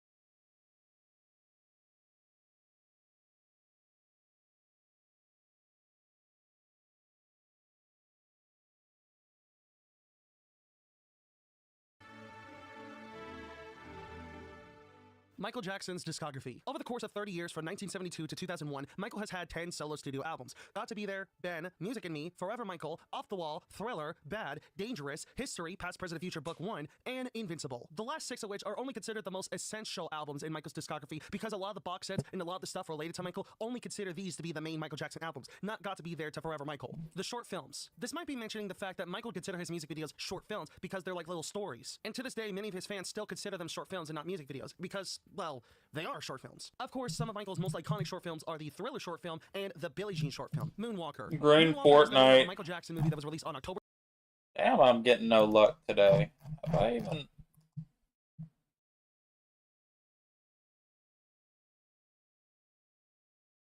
Hey, man. 29th, 1988. The movie, which also contained short films from other songs from the album Bad, Speed Demon, Smooth Criminal, and Leave Me Alone. Moonwalker also had a bunch of different video game tie-ins for it released afterwards in 1989, with the most iconic of which being the Sega Genesis version, which I will get to later. The live performances. One of the many things that people know about Michael is that fucker can dance. What better way for him to display that than to perform it live? His live performances are still considered by many to this day to be some of the greatest moments related to Michael, and I don't think we'll ever see anything like it. This is it. Around the time of Michael's passing, he was planning and rehearsing for a set of comeback tours titled This Is It, because they were going to be Michael's final live performances. And of course, tragically, after rehearsals had wrapped up, Michael had passed away, and they didn't want to let any of it go to waste, so in a span of 4 months, in October of 2009, they had created the This Is It movie and This Is It soundtrack album.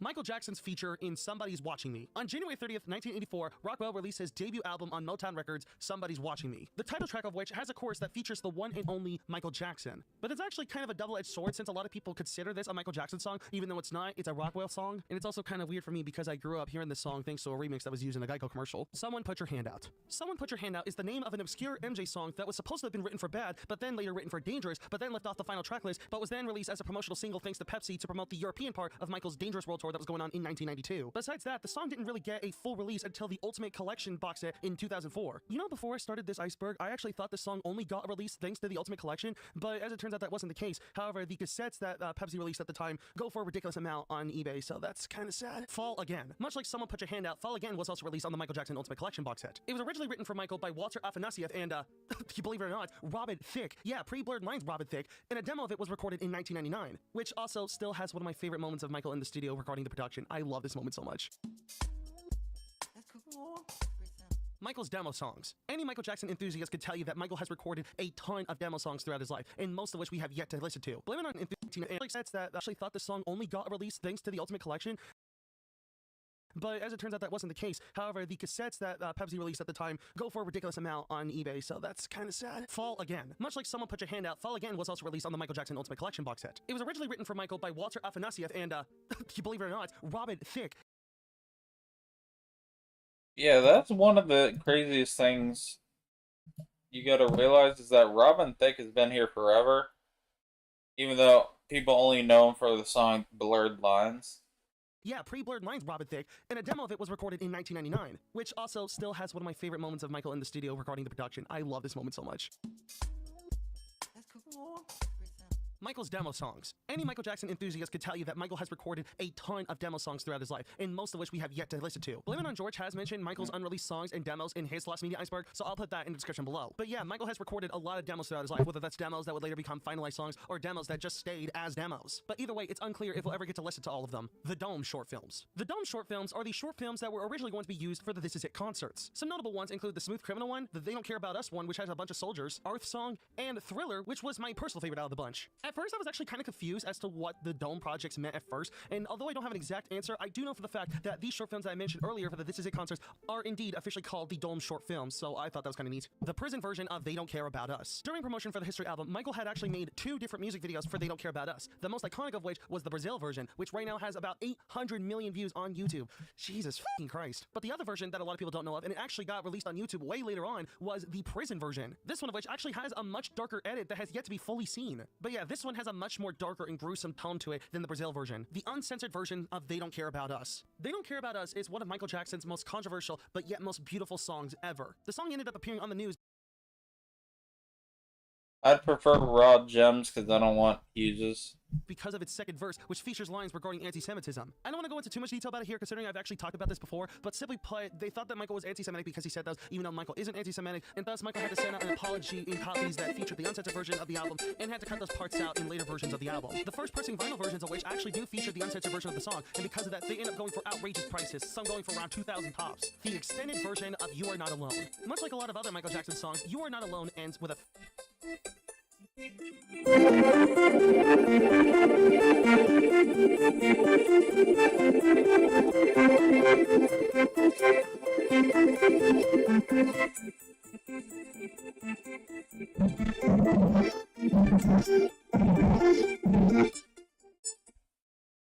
Oh, that's my alarm saying that my mozzarella sticks are done. Be right back.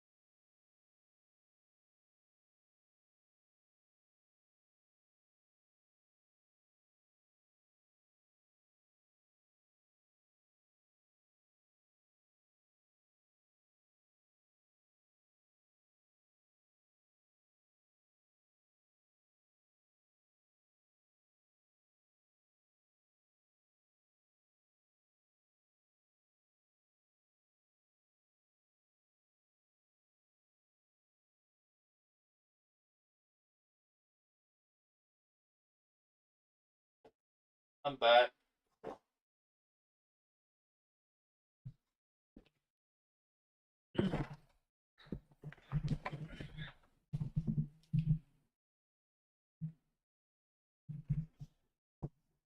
Yeah, of course it is, and that's a character off of Phineas and Ferb.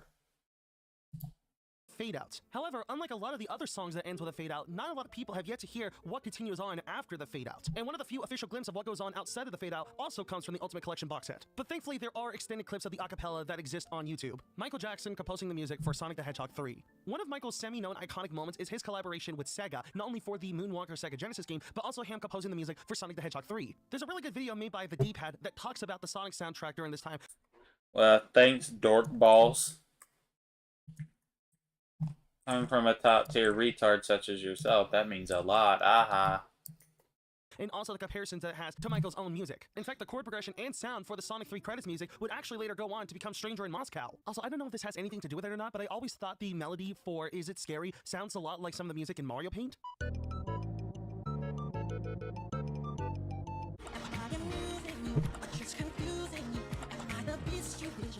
I don't know if that was intentional or not, but I thought it was a really neat connection considering that he also never really liked composing the music for Sonic 3 or Moonwalker as well. Michael Jackson in The Simpsons. The Season 3 episode Stark Raving Dad features a character that's said to be Michael Jackson that's actually played by Michael himself, though he, just like in Sonic 3, goes uncredited. In fact, Michael himself had actually made a song for that episode called Happy Birthday Lisa, but in the final version of the episode, it's sung by a completely different person that slightly sounds like Michael. However, tragically due to the Leaving Neverland documentary, Disney Plus had ended up removing Stark Raving Dad from their catalog. Captain EO and The Wiz. I'm gonna put these two in the same spot here, considering that these were Michael's first movies. The Wiz is a musical adventure film that was said to be an all-black rendition of The Wizard of Oz. The movie starred Diana Ross as Dorothy, Nipsey Russell as the Tin Man, Ted Ross as the Lion, and of course, Michael Jackson as the Scarecrow. Damn, fat ass. Sorry. This movie was actually made a year before Michael would release his album Off the Wall, so that's pretty cool. And about 8 years later, on September 12, 1986, Michael would release his own movie, Captain EO. Believe it or not, this movie was actually written by George Lucas, and it aired in Disney theme parks. Oh, that's such a weird coincidence, actually, Lucas and Disney. But anyway, the movie had aired at a few select Disney theme parks between 1986 and 1998, but later on, in 2010, after Michael passed away, they reopened it. This movie would also give us a sneak peek of Michael's then brand new song, Another Part of Me, which would later go on to the album Bad a year later. The This Is It costumes. One of the things that sadly went unused when it came to This Is It was the costumes that were made for it. The costumes had already been designed, and some of them were actually worn by Michael himself. One of which I thought was really cool was the Billie Jean costume, in which they took the jacket and pants and put LED lights in them that would match with the beat of the song. I thought that was really cool, and apparently according to the interview of the designer, Michael himself had also loved it. It's actually kind of tragic that we never got to see Michael perform in these costumes. Okay, who cares? We get one of those retards on the Las Vegas Strip. Go to them. They probably love Michael Jackson more than Michael Jackson loved anybody, or even himself. Well, he probably didn't love himself anyway. I shouldn't say that.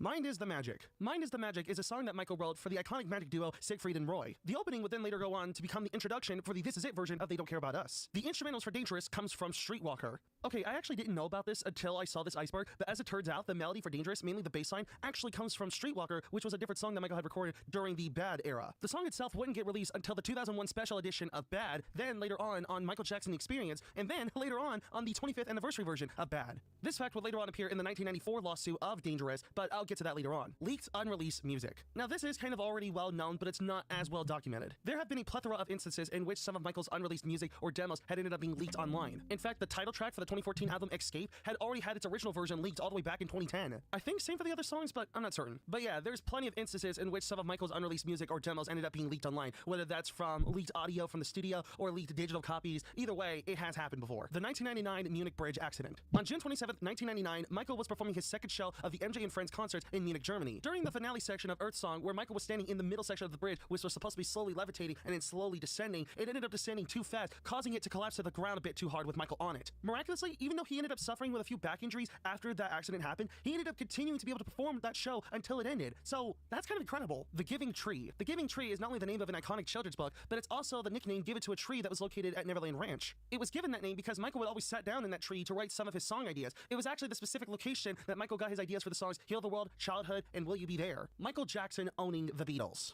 On August 14th, 1985, Michael Jackson bought the publishing rights to the vast majority of the Beatles' catalog for about $47 million.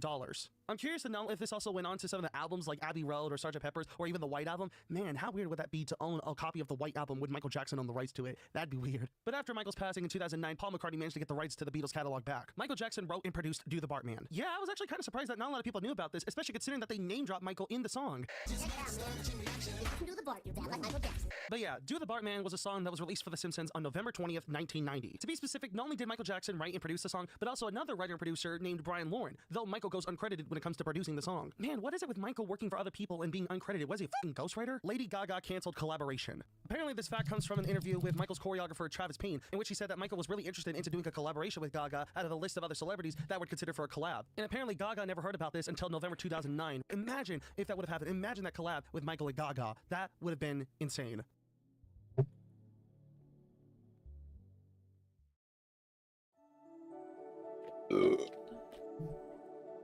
1994 plagiarism lawsuit. Now, for those that are new to this channel, a few years ago, I actually did a video regarding some of the controversial moments regarding Michael's music, and one of them that I skipped was actually related to this lawsuit.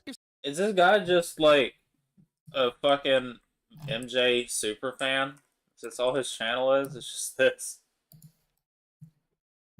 Some of you didn't know, in 1994, Michael Jackson was accused of plagiarizing Crystal Cartier's song Dangerous for his song, which is also called Dangerous. The only connection that they had between the two was that they repeated the word dangerous throughout the chorus, and it was thankfully thanks to that the court found Michael innocent. Dangerous. Ooh, dangerous. Dangerous. Dangerous. It's so funny too because they said that Michael had basically heard the song and stole it. However, the song never even got f***ing popular, and Michael never even heard it, but they went and thinking that it was going to be the next He's So Fine versus My Sweet Lord. The will.i.am tracks. I don't know if this was referencing the songs that will.i.am had worked on with Michael, or it's referencing the Thriller 25 remixes that featured will.i.am. I think it's referencing the former, so let's focus on that more. Sometime after the Invincible era, Michael was actually back into the studio, and this time with Black Eyed Peas member will.i.am.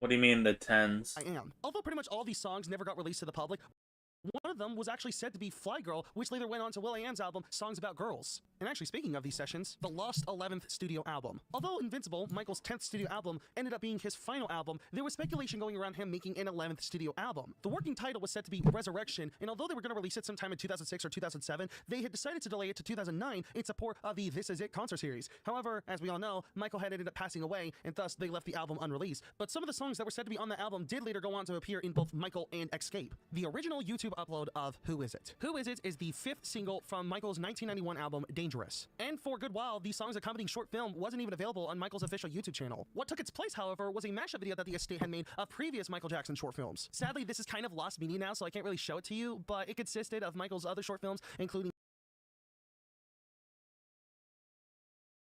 What books? Jam and I think Ghost. However, it was shortly taken down when the official short film for Who Is It was uploaded in 2016. Sadly, you're just gonna have to take my word for it, but I promise you, it was real. It's just lost media now. 2001 alternative footage. A lot of MJ fans like to seek for anything related to the 2001 Madison Square Garden performance. After all, it ended up being Michael's final live performance aside from This Is It. But what many people don't know is that the airing that played on television regarding the Madison Square Garden is actually 2 different cuts of the best parts at those shows. Thankfully, some people have recorded amateur recordings of what happened at the shows that we never got to see, like a different ending to You Rock My World with all the stars on stage, and a completely different version of The Way You Make Me Feel that featured Britney Spears. Second History Tour Thriller jacket. I think a lot of you might already know this, but one of the most iconic moments from the Michael Jackson History World Tour from 1996 to 1997 was the performance of Thriller. It's still to this day one of the most iconic performances in Michael Jackson history. See what I did there? However, the jacket that Michael wears in that specific performance that everybody knows is light green, light yellow, like what he used in the Dangerous Tour. Well, as it turns out, Michael has actually worn the red jacket before in the History Tours, and thus it's considered the second History Tour jacket. Michael can actually be seen wearing this jacket in the History Tour concert in Bucharest, Romania in 1996. Songs that feature... So what are you saying? This might not be a good flip because people started listing books in the tens. What do you mean in the tens now? Freddie Mercury or Freddie Mercury songs that feature Michael Jackson. Michael... You mean people having 10 plus of the book? Freddie had actually worked on 2 specific songs in particular, State of Shock and There Must Be More to Life Than This. State of Shock later went on to become a Jackson's track and featured Mick Jagger on it, and There Must Be More to Life Than This later went on to just become a solo Freddie Mercury song. Sadly, I don't think any of these songs ever got an official Good riddance. Bye.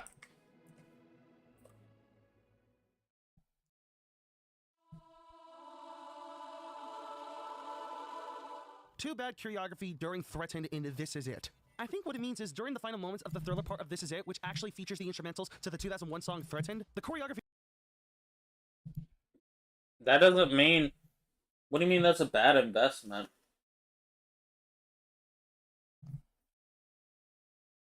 That is in that part is said to be from Michael Jackson's movie Ghost that was featured in the part that used the song Too Bad. Michael Jackson owning Eminem's music. Yeah, this kind of happened. Let's start at the beginning. On September 28th, 2004, Eminem dropped the song Just Lose It, which was the first single from his album Encore. The song and its tie-in music video both feature jabs at Michael. 3 years later, in 2007, Jackson's company ATV, or Sony/ATV, purchased the publishing company Famous Music for $370 million. And just by pure coincidence, some of Eminem's back catalog was indeed published by Famous Music. So whenever that song ended up playing on the radio or playing on TV, Jackson got paid for it. That's incredible. Casio track in This Is It. Okay, so this has a pretty long and complex history, so I'm going to try to explain it as brief as possible. Eddie Casio is a musician that Michael has known and I think worked with before, but he's more infamous nowadays in the MJ fan community because of the songs that appeared in the 2010 Michael album that featured fake vocals that were sung by Jason Malachi. And there were a lot of other songs that he and Malachi had worked on before in the past. One of them was a song called No, it literally went up because of this event.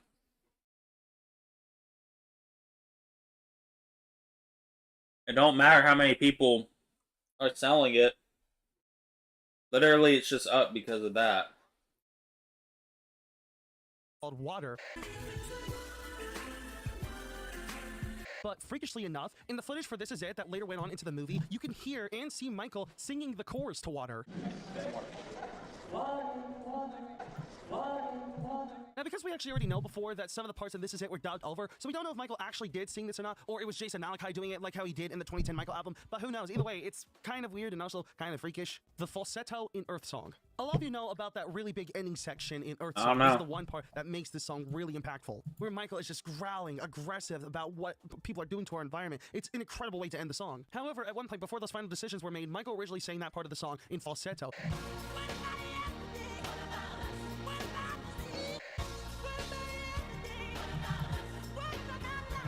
In fact, they actually took those falsetto versions and dubbed them over for This Is It. Either that or Michael sang them that way. I'm pretty sure it's either way. And this falsetto version was going to appear in a special 2001 deluxe set of Dangerous. However, that never came into fruition. She Was Lovin' Me rock version. She Was Lovin' Me was a demo song that was recorded by Michael that later on became the song Chicago on Escape. Both that version of the song and the original version that's on the deluxe set of Escape have a more popish or R&B tone to it. However, there also exists a rock version of it that, according to this YouTube upload, was done by Michael's nephew and Tito's son, Terrell Jackson. Michael Jackson wanting to own the rights to Spider-Man. Yeah, this was going to happen apparently. According to a 2009 interview with Stan Lee, Michael was wanting to own the rights to Spider-Man. He actually called him and asked him that he wanted to own the right to the character or possibly wanting to play the part of Spider-Man. He didn't think Marvel would allow him to do so, so Jackson on the spot said that he would buy Marvel. But man, imagine that. Instead of Tom Holland, we got fucking Michael Jackson. Ghost is a sequel to Thriller. Much like Thriller, Ghost tells its story in a spooky fashion. However, it's more focused on just dealing with a backstabbing person or person that wants to tear everything apart. It doesn't have much actual connections to actual Ghost, much like how Thriller doesn't actually have any connections with anything horror related. It's just a tale about a person dealing with their body changing. So because of these connections, some people might believe that Ghost is a direct sequel to Thriller, and that I can honestly understand.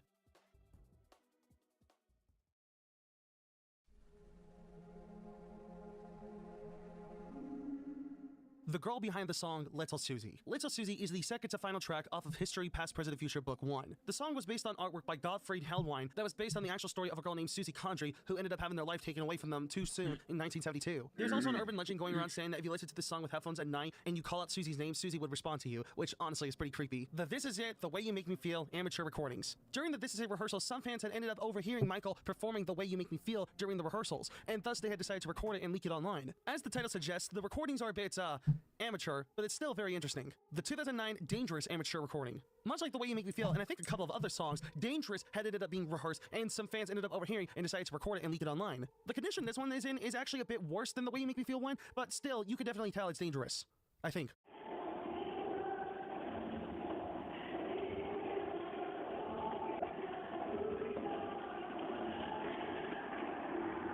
Memorial clothing. Although, obviously, photos of Michael were never taken when he was wearing this, this was indeed the final outfit Michael ever wore as, well, he was buried in it. It was designed by Michael Bush, who had worked with Michael for the past 25 years up to this point, and it was based on Michael's favorite jacket and pants at the request of the Jackson family. LaToya also says that Michael was buried wearing the white glove, sunglasses, and gold belt, which is something that you could see on the clothing that Bush had designed. The original recording of Another Day. Another Day was a song that appeared on the 2010 posthumous Michael album. And while the version that appears on that album is pretty iconic, not a lot of people actually got to hear what the original recording sounded like. In fact, same can be said for a lot of Michael's demos, demos. Like, tell me, think of somebody that you know of that actually got to hear the original demo to The Girl Is Mine. Trust me, I don't think you'll find one. The first History Tour Thriller jacket. So while everybody already knows about the light green, light yellow jacket, and everybody already knows about the red jacket, there's actually another jacket that had been used that almost nobody knows about. Only one recording of the Thriller performance exists with this jacket, and it was in Amsterdam, 1996. The jacket is red and has these neat little white outlines surrounding it. I have to say, it actually looks pretty cool. I'm kind of surprised this hasn't been used more often. The Decade Greatest Hits compilation. Decade was an unreleased Greatest Hits compilation that would have been released sometime in 1989. But unlike the 11th studio album mentioned earlier, we actually have a lot of info as to what Decade would have been about. Much like the name implies, Decade was going to be focusing on the decade between 1979 and 1989. It would have featured 4 brand new songs. Yes, these were new at the time.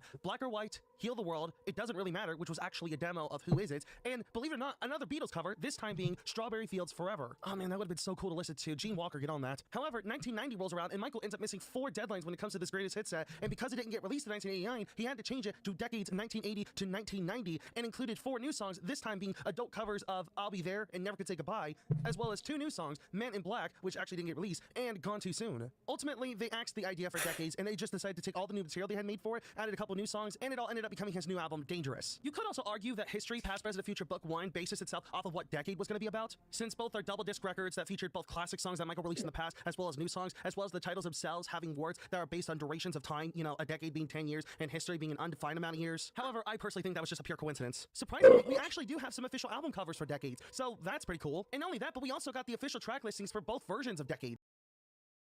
I love, like, I know nothing about Michael Jackson, have no care for him, but I just, maybe it's because I'm autistic. I love listening to other autistic people be hyper fixated on something retarded.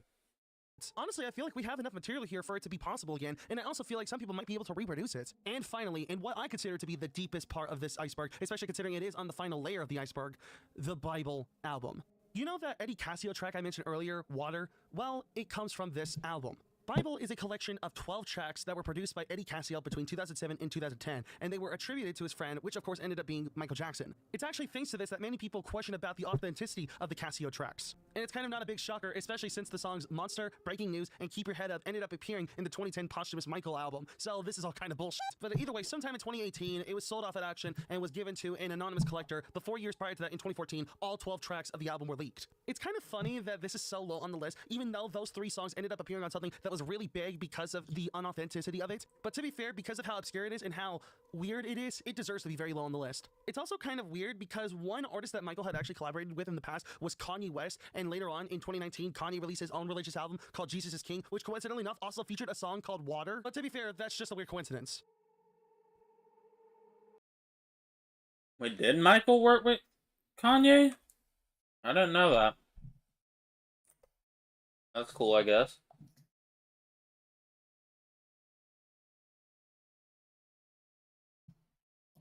Okay, urban legend. Every culture, family, or individual has their own urban legends that they like to tell around the campfire or as a bedtime story. Although, these stories have a scary or creepy twist to them that instills fear into the listener. The point of these stories are to scare kids into acting right, or sometimes it just makes someone paranoid. Anyways, this iceberg will dive into every notable urban legend, ranging from stories that you might hear somewhat often to stories that have deeply disturbing backstories. So, without further ado, let's get into the urban legend iceberg. Starting off with Tier 1 and starting with the Gray Alien. The Gray Alien urban legend is a well-known and enduring myth in popular culture. These beings are typically described as extraterrestrial creatures with gray skin, large heads, almond-shaped black eyes, and thin bodies. The legend often involves claims of alien abductions and encounters, where people report being taken aboard UFOs and being subjected to various experiments or examinations by these gray aliens. The legend became popular in the 20th century, fueled by UFO sightings, conspiracy theories, and media depictions. The Roswell UFO incident in 1947 also contributed to this fascination with the gray aliens, as some claimed that a crashed UFO and alien bodies were found by the US military. Loch Ness Monster. The Loch Ness Monster urban legend centers around the belief in a mysterious creature inhabiting Loch Ness, a deep, freshwater lake in Scotland, described as a long-necked, humped creature resembling a dinosaur. This elusive monster is said to lurk beneath the lake's dark waters. Reports of sightings date back to as early as the 20th century, but it was a 1934 photograph known as the Surgeon's Photograph that gained widespread attention. While later revealed to be a hoax, it contributed significantly to the legend's popularity. Over the years, numerous expeditions, sonar scans, and investigations have sought to prove or debunk the existence of the Loch Ness Monster. While many sightings have been reported, no conclusive evidence have ever been found. Area 51. The Area 51 legend revolves around a highly secretive U.S. military facility located in the Nevada desert, known as Area 51. This place has been shrouded in mystery and conspiracy theories for decades. This legend suggests that Area 51 is the site of extraterrestrial encounters in the storage of alien technology. It's often linked to the Roswell UFO incident of 1947, as I mentioned earlier, with some claiming that recovered alien spacecraft and beings are hidden at Area 51. Additionally, stories of reverse engineering advanced technology, underground bases, and secret government experiments have fueled this legend.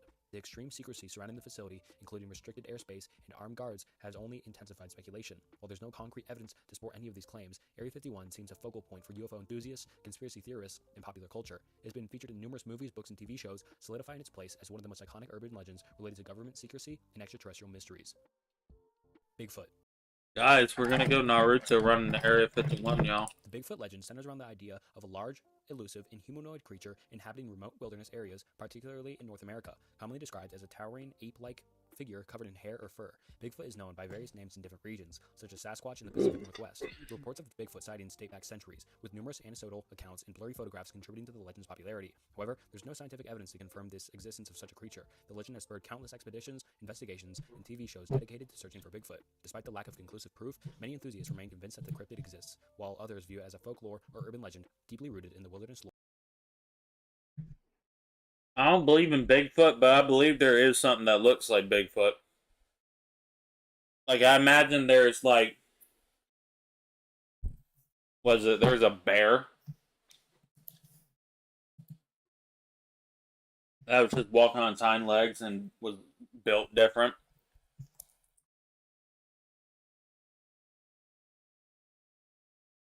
And these guys are stupid, so they're like, yeah, that's Bigfoot. Lore of North America. Boogeyman. The boogeyman is a legendary figure in various cultures, often used to frighten children into good behavior. The concept varies across different regions, but it generally represents a malevolent, supernatural being or monster that lurks in the shadows and preys on the misbehaving or disobedient children. The boogeyman is a timeless and universal part of folklore, known by different names in different cultures. In the United States, it's sometimes referred to as just the boogeyman. In many stories, the boogeyman is used by parents or caregivers to instill fear in children, warning them that if they don't behave or go to sleep, the boogeyman will come for them.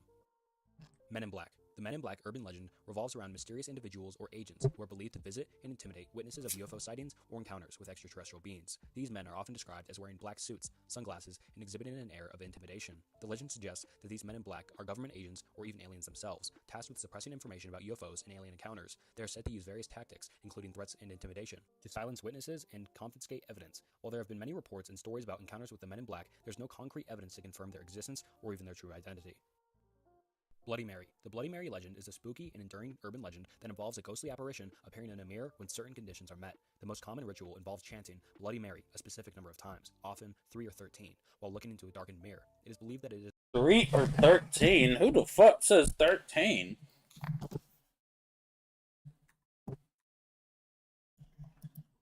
a ritual that, if it's performed correctly, the ghost of Bloody Mary, a woman who may survive a tragic or gruesome death, will appear in the mirror. The legend has variations, with some versions suggesting that Bloody Mary may harm or haunt the person who summons her. It has been a popular game or dare among children and teenagers at sleepovers and parties, often designed to induce fear and suspense.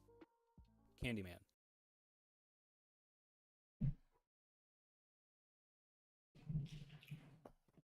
Bloody Mary better not come to my house. I'm gonna get that mouth working.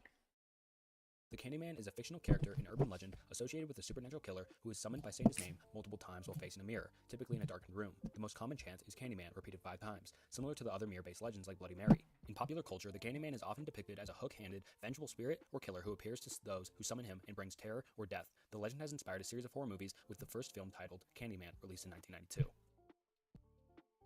Alright, now on to part 2, starting off with the spider bite. The spider bite urban legend often revolves a person who wakes up with a mysterious and painful spider bite on their body, typically on a limb or somewhere easily accessible. As the story unfolds, the person's condition worsens, and they seek medical attention. Upon examination, the doctor informs them that a highly venomous spider laid eggs under their skin when it bit them, and surgery is required to remove the spider eggs. In some versions of the legend, the eggs have hatched, leading to even more dramatic and horrifying consequences.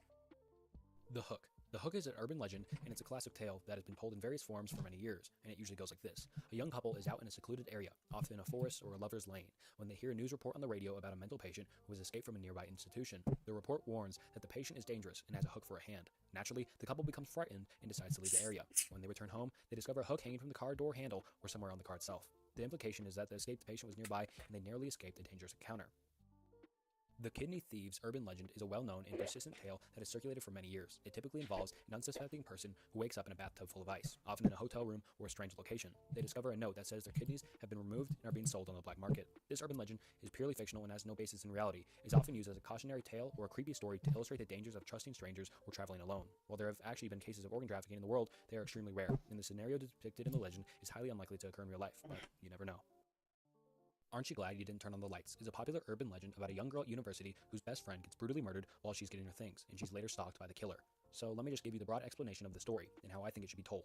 Two roommates in college were in the same science class. The teacher had just reminded them about the midterm the next day when one roommate, let's just call her Julie, got asked to this big bash by the hottest guy in school. The other roommate, Meg, had pretty much no interest in going, and being a good student, she took notes on what the midterm was about. After the entire period of flirting with her date, Julie was totally unprepared for her test, while Meg was completely prepared for a major study date with her books. At the end of the day, Julie spent hours getting ready for the party while Meg kept studying. Julie tried to get Meg to go, but she was insistent that she would study and pass the test. The girls were rather close, and Julie didn't like leaving Meg alone to be bored while she was out having a blast. Julie finally gave up, using the excuse that she would cram in homeroom the next day.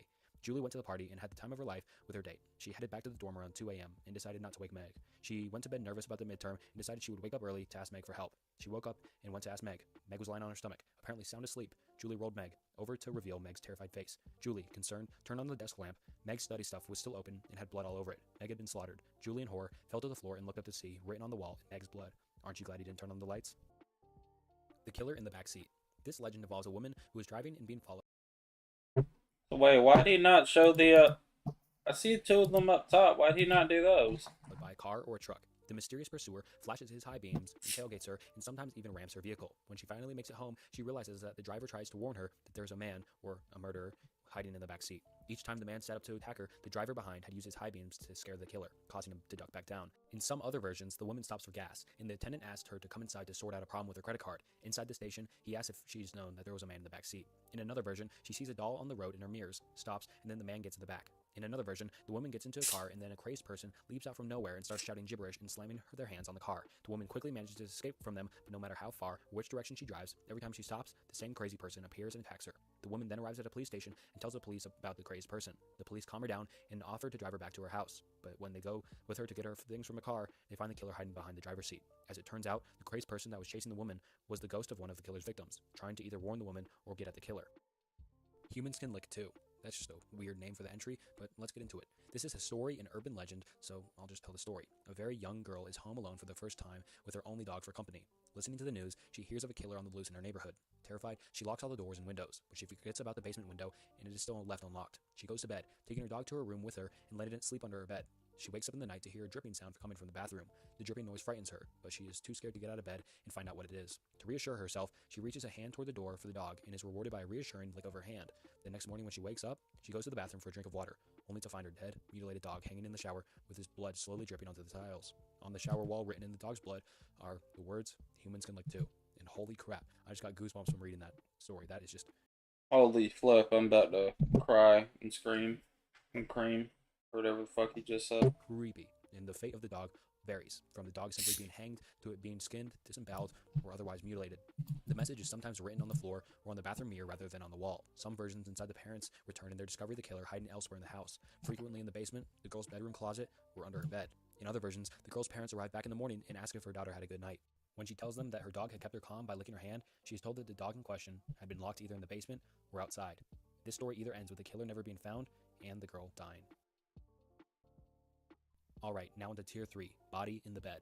The legend goes that a couple checked into a hotel to discover a foul smell in the room. At night, they decided to call a member of staff to complain and discover that the smell is coming from the bed. The member of staff looks under the bed to find that the couple had been sleeping on top of a rotting body of a girl that's stuffed inside of a box. And what makes this story even creepier is that this has happened more than once in cities like Las Vegas, Kansas City, Missouri, Atlantic City, New Jersey, Florida, and California. So this isn't just a made-up urban legend, but has happened a lot more than once. Body in the water tank. The case of Alyssa Lamb's death remains one of the most perplexing and unsettling mysteries in recent years. Alyssa Lamb, a 20-year-old Canadian student, was on a solo trip to Los Angeles in January 2013 when she checked into the Cecil Hotel, a historic but notorious establishment. Not me, because that just sounds retarded. This one's scary because this one's real. known for its troubled history and association with crime and dark events. The intrigue surrounding Alyssa Lamb's death began when she disappeared under mysterious circumstances. Her parents reported her missing after not hearing from her for several days. The hotel staff and other guests claimed that they had seen her acting strangely in the days leading up to her disappearance. This behavior was captured in a chilling elevator surveillance video that showed Alyssa pushing multiple buttons, peering out as if she was hiding from someone, and making erratic hand gestures. The footage is haunting and has fueled countless theories and speculations. The search for Alyssa Lamb came to a tragic end on February 19, 2013, when her lifeless body was discovered in one of the hotel's rooftop water tanks. To add to the disturbing nature of her death, hotel guests had been using the water from the tank for drinking, bathing, and other purposes while she had been missing. An autopsy report later determined that Alyssa Lamb's death was due to accidental drowning, which I don't know how that makes sense, but however, this finding did not quell the public's curiosity and suspicions. Many questioned and theories emerged in the wake of her death. Some believed that she may have been the victim of foul play, while others speculated about paranormal or supernatural causes. The Cecil Hotel's history of violent deaths and its connection to infamous criminals like Richard Ramirez only added to the aura of mystery surrounding the case. The internet played a significant role in the widespread attention of the case received. Web sleuths, armchair detectives, and amateur investigators dissected every detail, analyzed the surveillance footage frame by frame, and proposed various theories, from mental health issues to sinister conspiracies. The case also inspired popular documentaries and books, further fueling public interest. Despite the intense scrutiny, Alyssa Lamb's death was officially ruled as an accidental drowning, with her bipolar disorder being a contributing factor. The eerie elevator video, which initially fueled speculation about foul play or paranormal events, was explained as a manifestation of her mental health struggles. Bipolar disorder can lead to manic or depressive episodes, and her behavior in the elevator may have been a manifestation of her psychological state during that time. The Man Under the Car is a classic urban legend that has been circulated in various forums for years. This story typically involves a person who is driving alone at night and notices an unusual noise coming from their car. When they stop to investigate, they discover a mysterious figure hiding underneath the vehicle. The details of the story can vary, but it often includes elements of fear, suspense, and the unexpected. In some versions, the person under the car is a criminal or a dangerous individual. In others, it turns out to be a well-intentioned person trying to warn the driver of a dangerous situation. Urban legends like the Man Under the Car often serve as cautionary tales, reminding people to be cautious when traveling alone at night or in unfamiliar places. While these stories are typically fictional and meant to entertain or spook listeners, they tap into common fears and anxieties about personal safety and the unknown. Halloween Hanging. This eerie tale tends to take various forms and adaptations, but its core elements often revolve around a chilling discovery made by unsuspecting individuals on Halloween night. In one version of the legend, a group of teenagers decides to venture into a desolate, supposedly haunted area late at night, where they've heard whispers of strange occurrences. As they explore, they stumble upon an unsettling scene, a lifeless body suspended from a tree by a hangman's noose, eerily swaying in the wind. The shock and terror of this discovery haunt them for the rest of their lives. Another variant involves a family returning home after a night of trick-or-treating, only to find a gruesome sight in their own backyard or basement, a ghastly figure hanging lifelessly from a makeshift gallows. The family members are left traumatized, with questions about who would have committed such a horrible act. The Halloween hanging legend is only accompanied by warnings to stay away from certain locations on Halloween night, particularly those with dark histories or sinister reputations. It plays on our primal fear of the unknown and the sense of vulnerability associated with being out in the dark during the spooky holiday.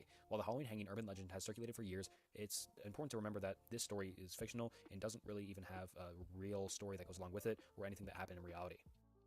Cropsey is an urban legend and unsettling piece of folklore, particularly well known in parts of the United States, especially on the East Coast. It is often associated with Staten Island, New York, and has inspired numerous documentaries, books, and horror movies. The Cropsey legend typically centers around an escaped mental patient or an eerie, disfigured man who lurks in the shadows, preying on children and unsuspecting victims. According to the legend, Cropsey kidnaps children, often from local neighborhoods or campsites, and takes them to be an abandoned or remote location where terrible things are said to happen. The legend has been used as a cautionary tale to children and scare them into behaving, with parents warning them about a sinister Cropsey who would come for them if they didn't listen or stay close to home. In reality, the Cropsey legend has been linked to a real-life series of child disappearances and murders in the 1970s and 1980s on Staten Island. A man named Andre Ron, who has a history of mental illness, was convicted in connection with some of these cases. The legend and the actual crimes became intertwined, further fueling the fear and fascination surrounding Cropsey.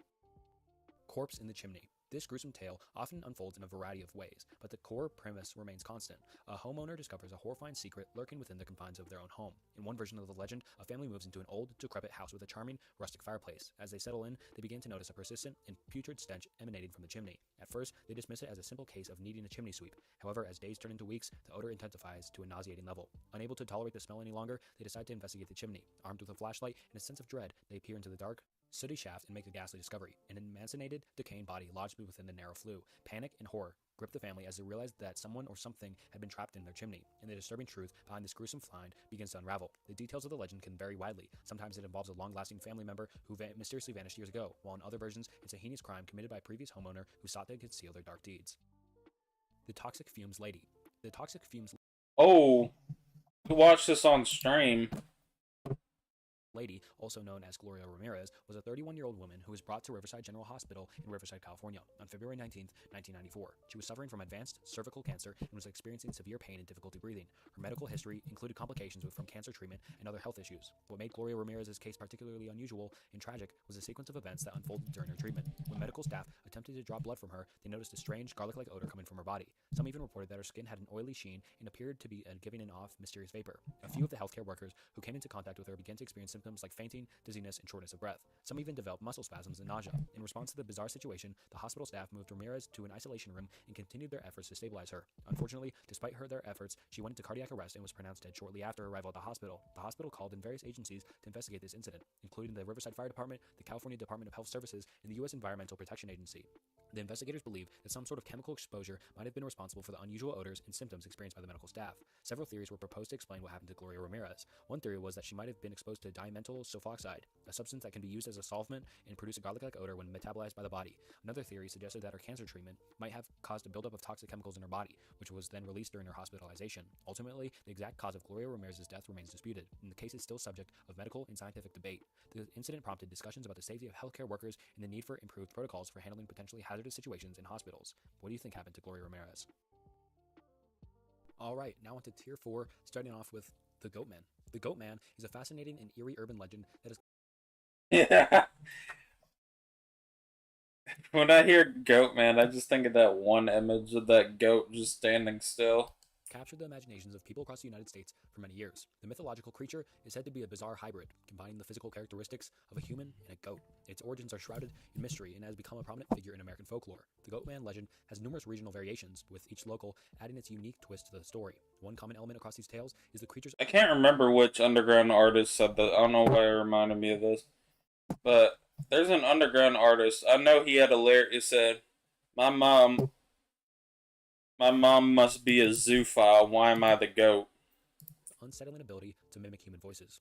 It's believed that the Goatman uses this skill to lure unsuspecting victims into its clutches. In some versions of the legend, the Goatman dwells in rural areas, deep forests, or near abandoned places. Its presence is often associated with feelings of dread and unease, making it a popular subject for campfire tales and spooky stories told in the dead of night. One particularly famous version of the Goatman legend comes from Maryland, where it is said to reside in the forest of Prince George's County. According to this local variation, the Goatman was originally a scientist experimenting with the crossing of human and goat DNA. Something went terribly wrong during this experiment, though, resulting in the creation of the grotesque Goatman. This tragic origin story layers a tragedy to the creature's mythos. Despite the many stories and sightings reported over the years, there is no concrete evidence to support this existence of the Goatman, and it remains firmly rooted in the realm of urban legends and folklore.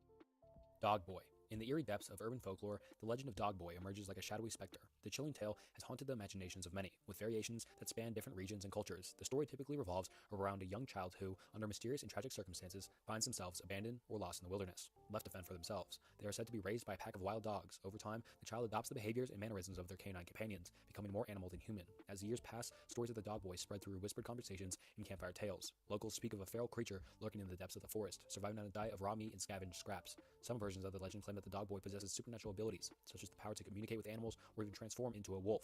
Encounters with the Dog Boy are described as terrifying experiences, with witnesses recounting unsettling encounters in the wilderness. Tales of eerie howls echoing through the night and sightings of a wild wolf-like figure add to the mystique of the urban legend. Despite its spine-tingling allure, it's essential to remember that the Dog Boy legend, like many urban legends, is just a work of fiction, and no substantial evidence has proved its existence, but maybe there is a Dog Boy out there. The Mothman urban legend is unique to say the least. Hold on, I found this epic guy on Twitter. So first off, I've said it before,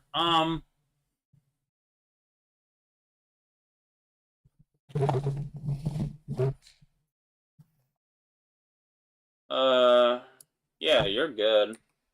Like I said, I don't need the money right now. Whenever you get it, though.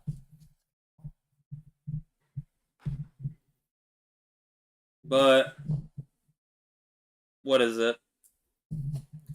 I found this guy on Twitter.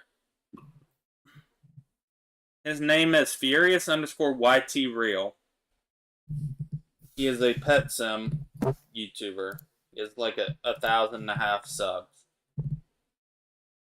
So Sizzle Jelly Queen, we all know him. So if you're a partner in the game, you get eggs every update. And if if I do get unbanned on Twitch, I'm gonna be able to apply for partner in the game because you only need 1,000 followers on Twitch.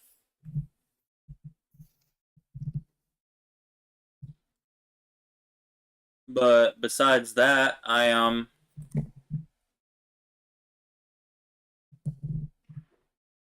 what is it? So he opened 200 eggs and didn't get a single huge. And I see his post that Big Games is apparently scared to implement rigged partner luck this update. Good, it ruins the game. What? And so a guy that's also a partner commented and said, if it's any consolation, I've opened 2,500 eggs in no Titanic, so. And the guy said, I don't know, I wish the eggs would be disabled. He said, why? The other guy said, billions in free rap. Cry me a fucking river.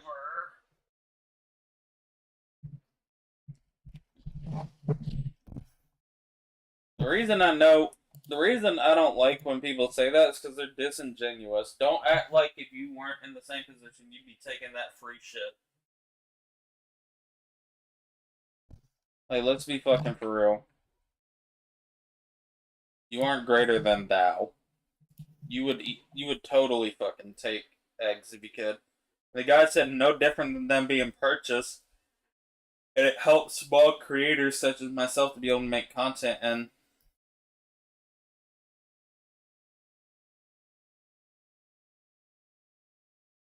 oh, and the only other two comments is fuck up retard and shut up retard bastard.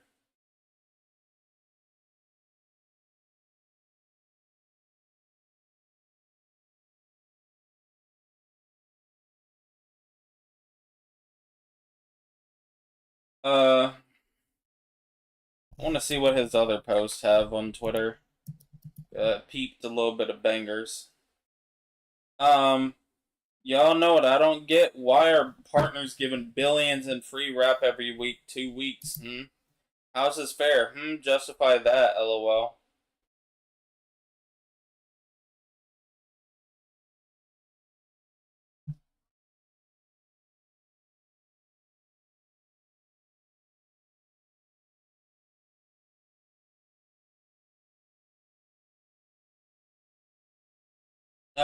This week's clan battle is pay to win. Sorry, players, but the pet cubes and ultra pet cubes are in the forever pack, meaning that the money whales get a ton more pet cubes, ultra cubes to make the battle unfair again. No? Is this kid retarded? It's legitimately one of the least pay to win ones, because who fucking cares?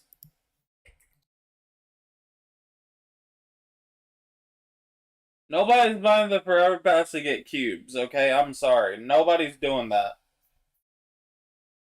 Oh, let me see the comments from people. I mean, you can also buy them in the trading plot. Exactly.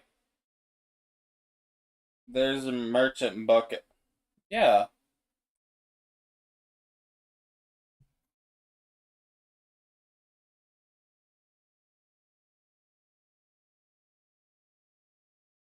LMAO, the crier blocked me, El Bozo.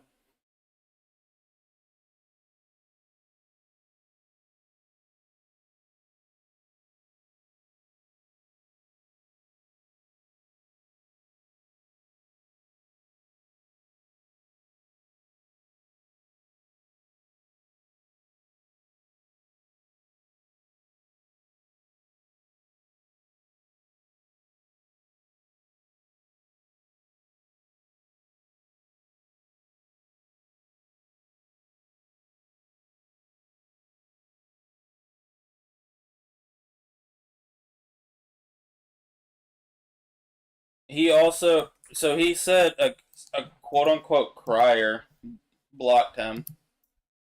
And I said, dog, you've literally been crying in the Pet Sim Twitter group for like the past day.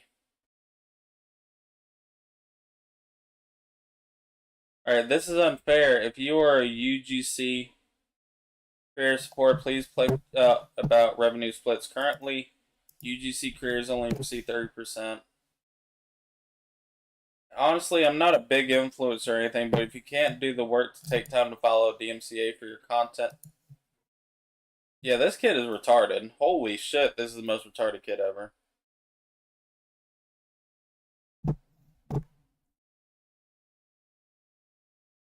What the fuck?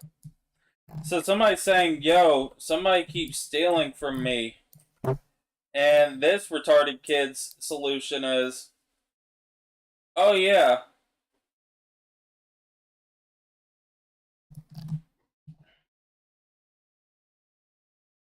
Oh yeah. Clearly they didn't file anything, and it's so easy to file a DMCA too.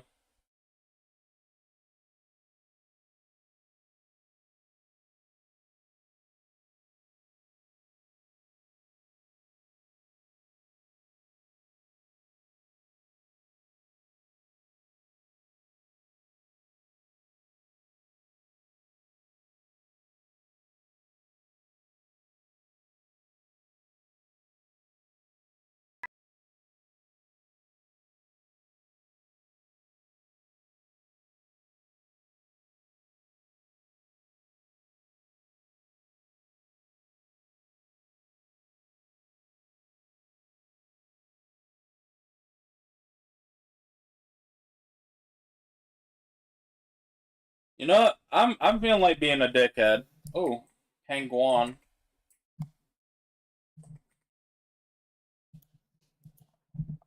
Yeah, I got it. First one today. Let's go.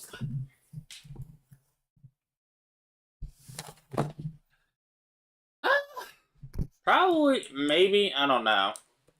I gotta really see how much my, what is it? I really gotta see how much my,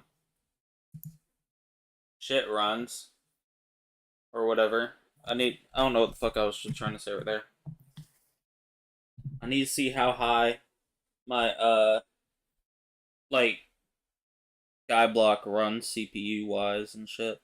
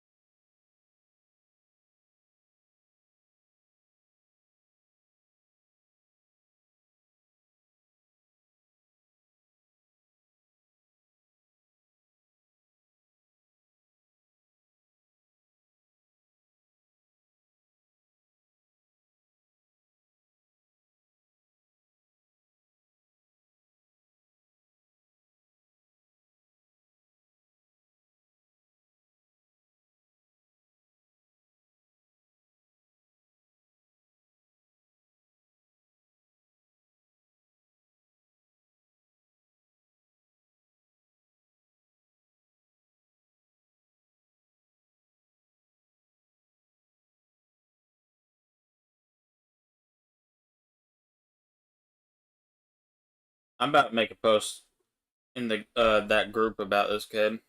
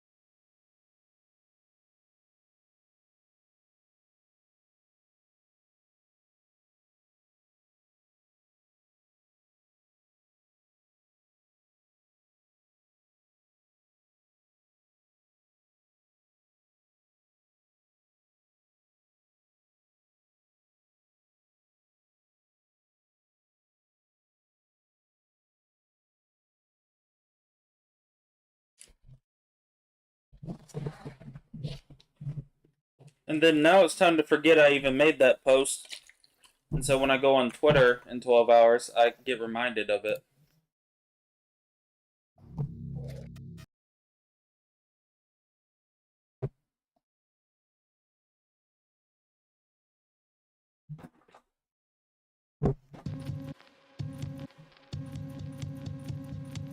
In 1988, NWA released a song titled Fuck the Police, and it still might be the most subversive, radical, and controversial song in hip-hop history. Yo, Dre, what up? I got something to say.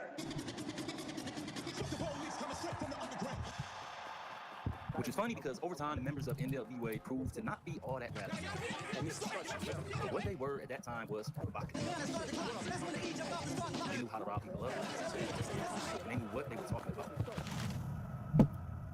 It's true. Hey, send up my shit like on the. Hey, send up my like Craig on the. Yeah, send up my shit like Craig on the. Hey, that's extortion, nigga. Okay. Shit, yeah, okay. Keep that thing alone. So you can't see it right now. You can't see it at all, actually.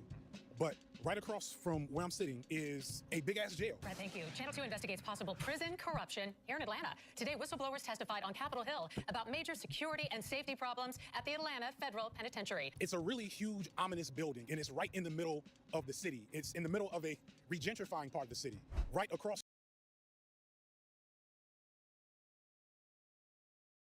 You're good. I don't mind. Like I said, I'm not in need of the money in the moment, so.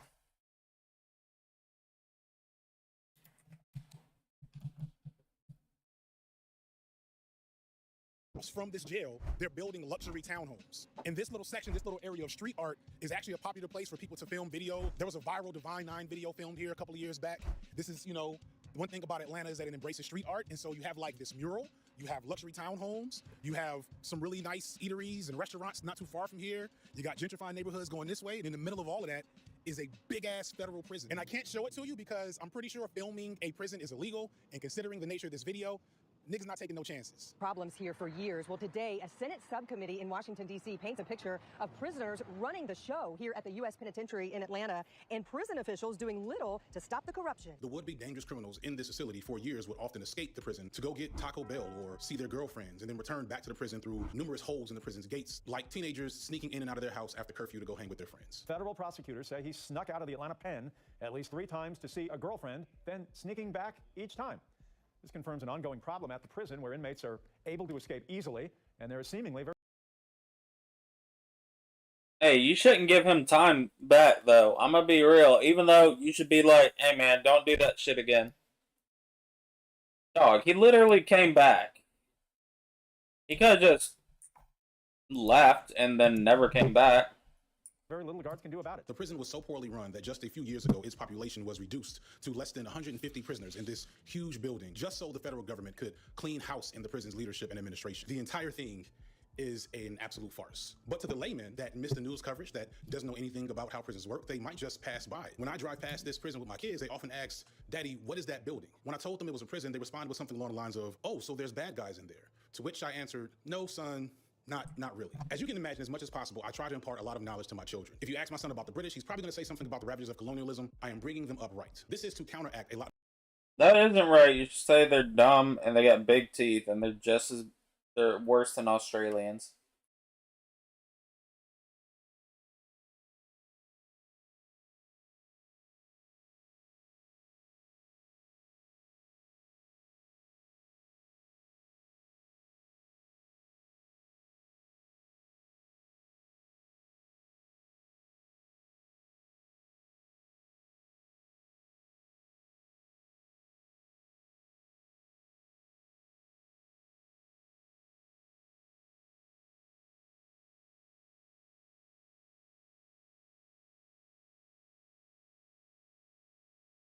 Of myth making that is ingrained in the education systems and media that our children consume.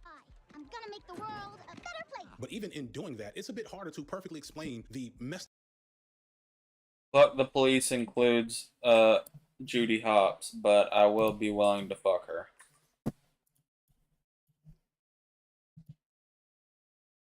Rehab actually worked? Yes. Rehab absolutely works. The issue is, it depends on the person if they want it to work. Rehab can actually absolutely work, but if you decide not to take it seriously, no, it doesn't work.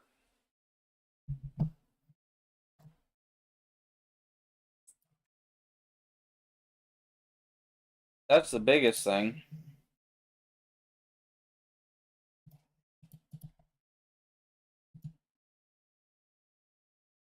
Up nature of crime, justice, and prisons to a child. And it doesn't help that these children are already developing a perspective of what America's justice system is based on common opinions about them that they see on TV. Cops, Central Organization of Police Specialists, fighting crime in a future time, protecting Empire City from Big Boss and his gang of crooks. So much of our culture is shaped by ideologies that look at issues of justice simplistically. Things are either right or wrong, good or bad, legal or illegal. Sometimes it seems laws are made to keep us from movement.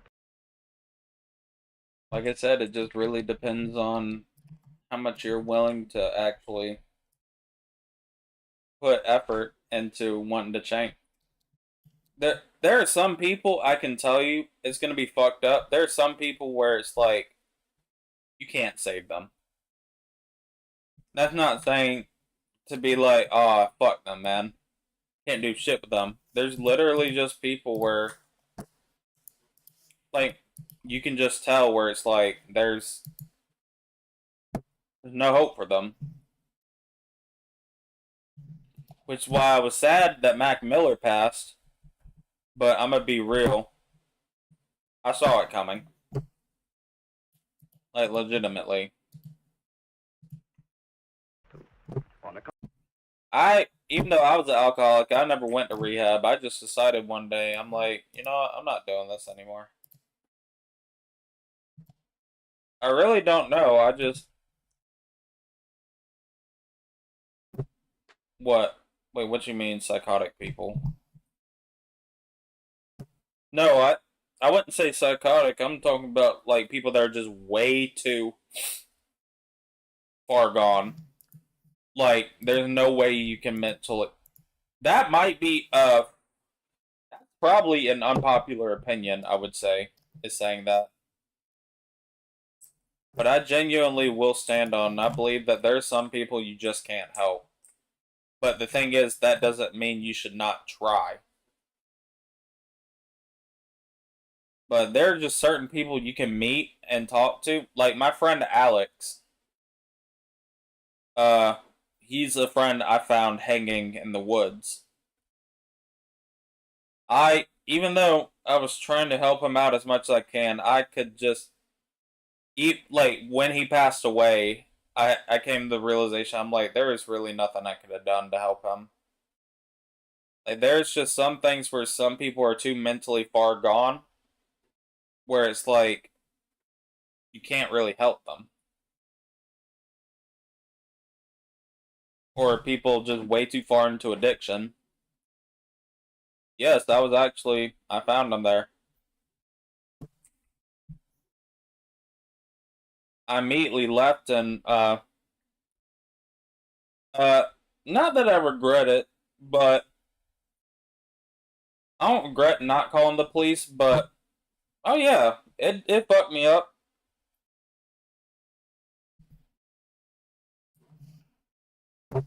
At that moment, but I've dealt with so much shit in my life that I'm just really like, oh well. Like I said, am I sad he's gone? Yeah. But in a sense, I'm actually happy. That makes sense.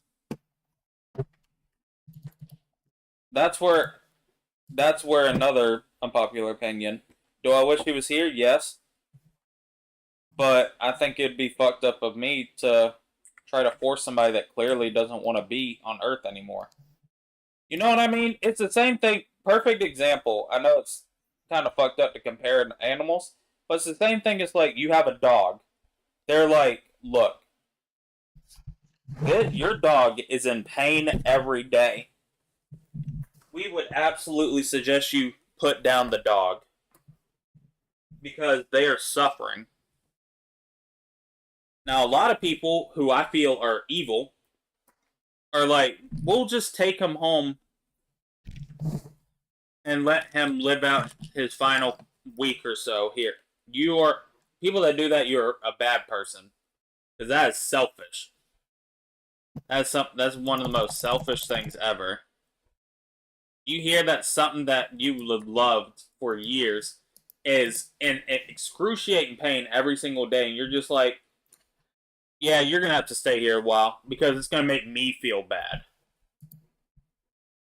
So while I wish he was here, I know I'm happy to know he's not in pain anymore. You know what I mean?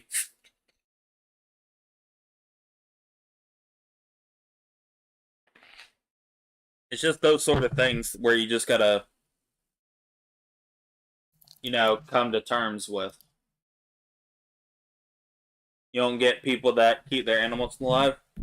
I don't need it. It's the same thing with me. Literally, you might not know this, but I had a dog since 2016 until like 2022. I had a dog for 6 years. Her name's Zoe.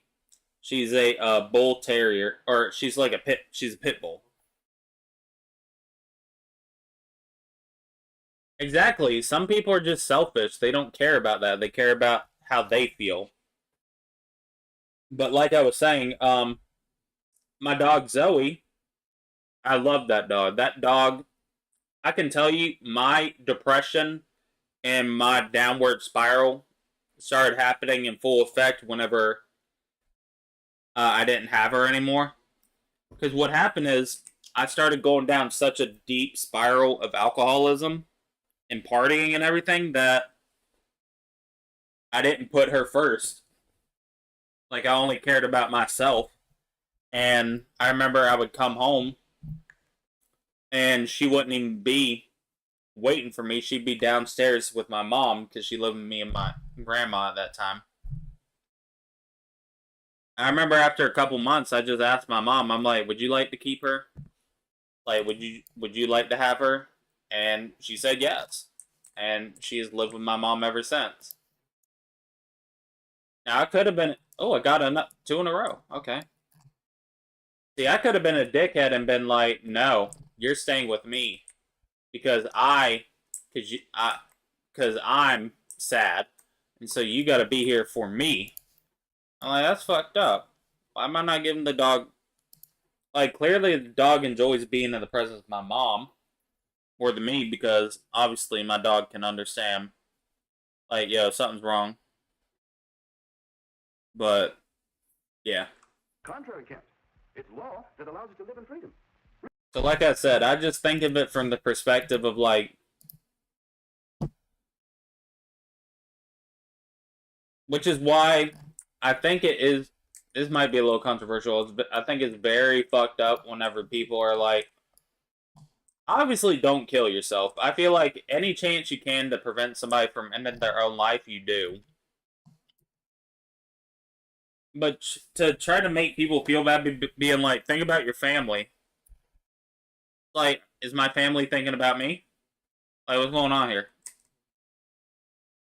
Real freedom. Common opinion says that people that do wrong things deserve punishment, and punishment is always good if it fits the crime. This is a core feature in our society. It is in my son's school environment. Hell, it's even to an extent in our home environment. Everything from Batman to Paw Patrol contribute to a message about crime and policing and justice in ways that hide the reality of how those systems actually work. The concept of crime and punishment is incredibly complex, yet the average person who has minimal connection to it looks at it with no more complexity than my 10-year-old son. And that's a problem. Because as we look at the nature of crime, justice, and prisons, we see not just human atrocities and injustice.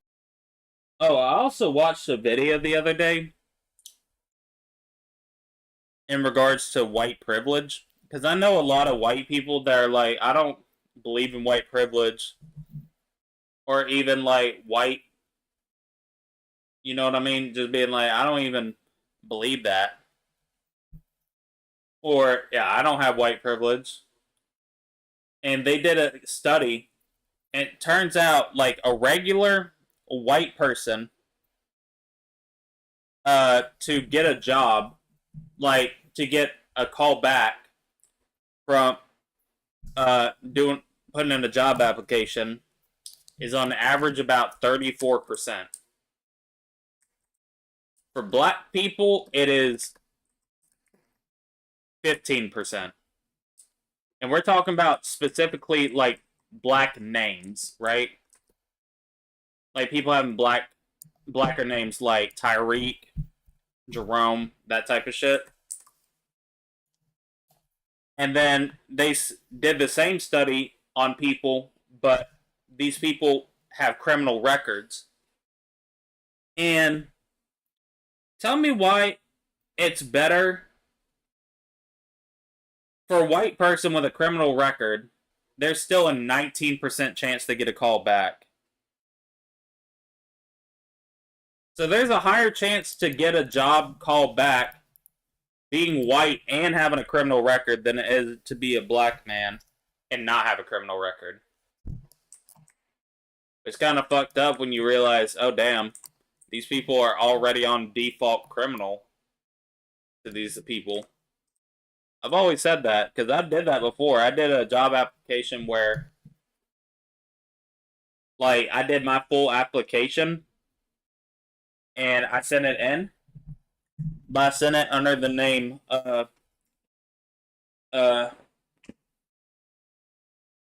Jamal, and got denied. I put in the same application under my name, and I got a call back. Justice being done to people with little to no regard, but we also see a core aspect of systemic oppression operating in plain sight with almost everyone's approval and consent. So today I want to contribute to fixing that. I'm going to bite off some really small chunks of this issue and present it to you not as the end-all be-all solution or explanation of what's wrong with police and prison, but as a primer on why all of us need to be looking at prisons with the concept of justice differently. And to help that, as I often do, I got the support of actual experts with a variety of angles and knowledge on the subject. I think why people want these simple answers a lot of times is because it's easier versus having to actually do the work and work through the trauma and the harm that happens within our communities. This is the only place where the only person I can demonstrate this level of authority with. People often do that with kids. Shout out to South Carolina yesterday as well. With them executing a man on death row who just recently, like the day before his execution, his co-conspirator said he lied about everything he said about the other guy.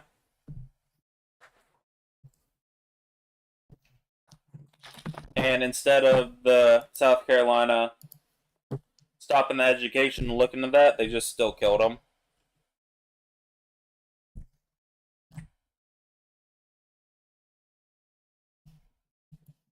That's why I don't believe in, or that's why I don't like capital. Actually, I'm half and half. Because I want to be full, nah, fuck the death penalty.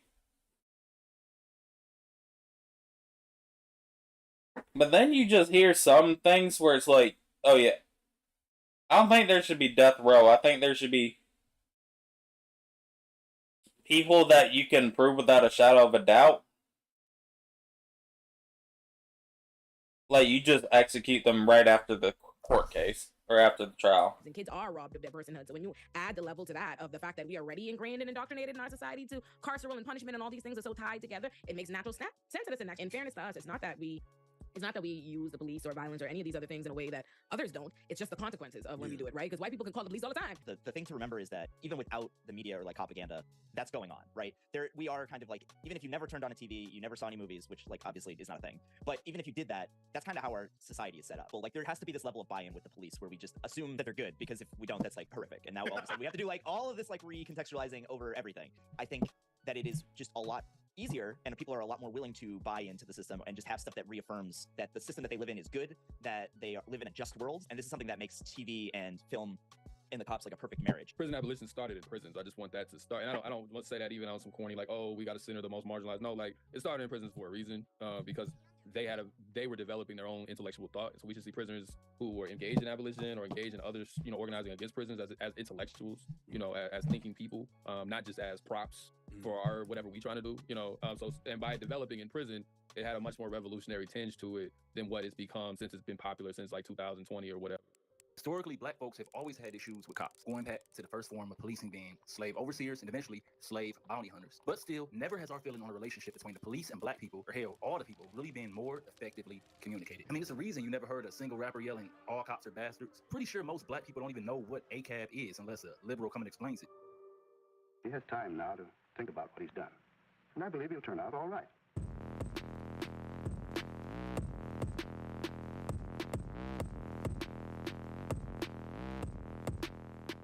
So before getting into the heavier, explicit details about these things and the core arguments and the By the way, this guy is dope. I love this guy. FT Signifier.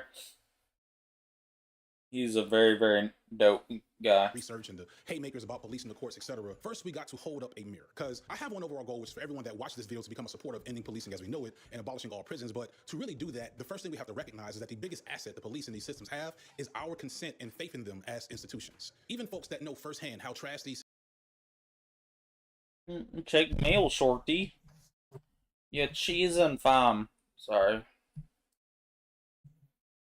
systems are will think that it's going too far to say we're going to abolish prisons. The idea of having no justice system, no law and order, that's ridiculous and even dangerous. We need the police to protect and serve, and we need prisons to put away Yeah, if you guys don't like the police, just wait until you get your house robbed and you call them to come help you, and they come around 8 hours later just to twiddle their thumbs.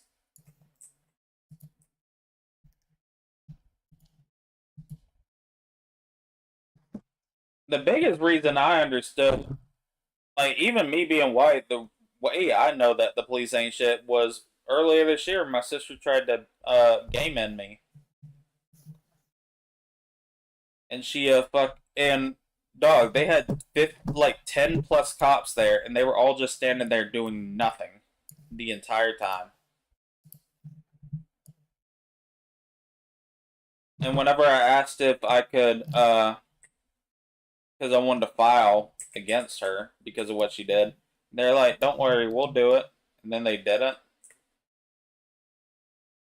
dangerous people so that they can't hurt anyone. That'd be suicide. But yes, they're needed. I push for them to be here. There's too many criminals out here, man. Are you kidding me? I wouldn't feel safe. No, we need control in the city. So I think the police are necessary. We'll get to most of that bullshit a little later. I'm not saying that we won't ever need a form. It takes a minute for it to arrive in my inbox, and since I just switched worlds, I gotta wait 30 seconds anyway, so I'll check after that. Crime will never happen in a world with no police, or that we won't have to figure out what to do about said crime, and more importantly, victims of crime. Nobody who is serious about abolition believes these things. But I do want to challenge why we fear this mythical, lawless reality so much in the first place, and why we think the police in our current court system is responsible for the level of safety or justice we currently have. I want you watching this right now to consider just how much actual experience you have with the police and the criminal justice system. Because of the way the algorithm works and what I know about my audience, the chances are if you're watching this video on YouTube, you're watching as a person of relative privilege, probably a relatively decent level of education, which means you probably have not had much engagement with the criminal justice system at any level. If you're black, there's a higher likelihood you've been profiled by police before, pulled over, maybe even detained. But have you ever been arrested? Have you ever been convicted? Do you have people in your family or close to you that have done time? Have you seen the long-term effects of prison on those individuals when they finally come home? Have you ever been victim of a crime and realized how difficult it is? Oh shit, you are way too young. I know you definitely don't know about this guy. Do you know about this guy?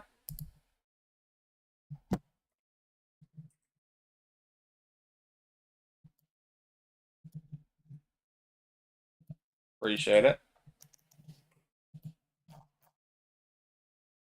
Brock Turner.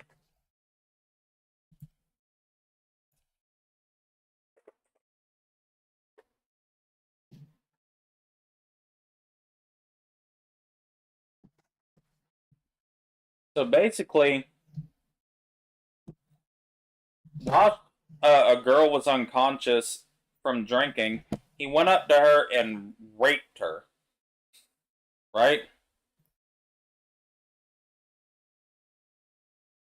And apparently it's so bad, one of the people that actually grabbed him from doing it actually cried talking about it, right?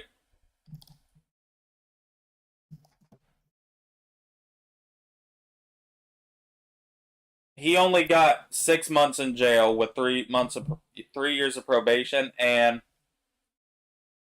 he got released after 3 months for good behavior. You know, which is good. Just knowing that, oh, you can rape people, but as long as you're a good boy in prison, that's it. That's all you need.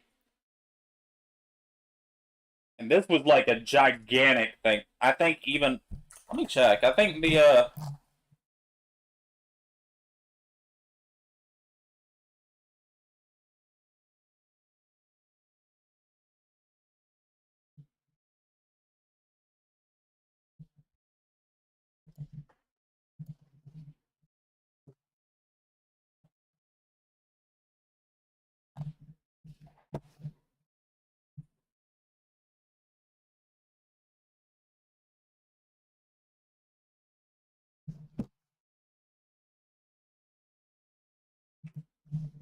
Oh, nah.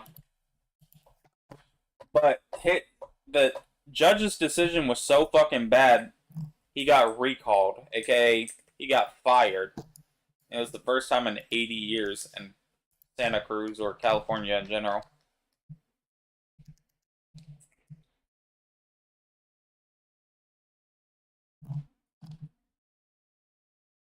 They probably do, but I'm gonna be real.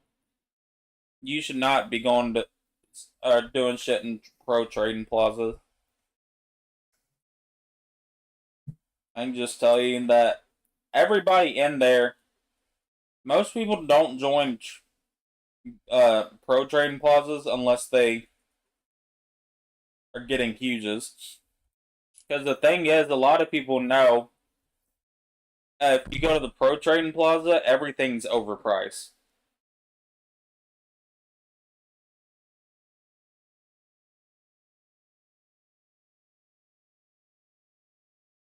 To actually get justice? Ever experienced the overall indifference of the police to your well-being after you called them to come protect and serve? A number of victims who report sexual assault are treated insensitively, are not believed, are blamed for their assaults, and are traumatized by their experience with police. I started to feel like a victim because of my interactions with the police. They didn't believe me. They made me feel ashamed for questioning them. They made me feel like I was making something up. Have you ever been systematized or even been in court custody or had a child in defects? I ask these questions because if you're watching this, it's highly likely you have little to no experience with these things. He's now aging out of Georgia's foster care. Christian considers it a legal system that failed him, with the chaos from moving to foster home to one day this year, somewhere truly unexpected. This Department of Family and Children's Services office is where he was living. It didn't make sense to me why this was happening to me. When I came in, I saw a lot of blankets on the floor, a lot of things on the floor. There was not a lot of food in there. DFACS, the agency tasked with protecting kids, housed foster youth in its county offices for months on end. We're staying here because they don't have nowhere for us to go. The majority of us who lend power to the system don't really know what the system feels like in real life. I think when we are passively consuming escapist content over and over again, it tends to become our main contact point, especially for like white people or people who don't have a lot of interaction with the police. The main way you interact with the police is through these cop shows. That is their main contact point. So like they think about the police, they think about crime. Good Like, shit. I saw this on Law and Order once, and you know that might not be realistic, but that's like what I got. Going back to my sons. You going to they're lucky bed? enough that their main engagement with the police are from security officers in their schools. Oh.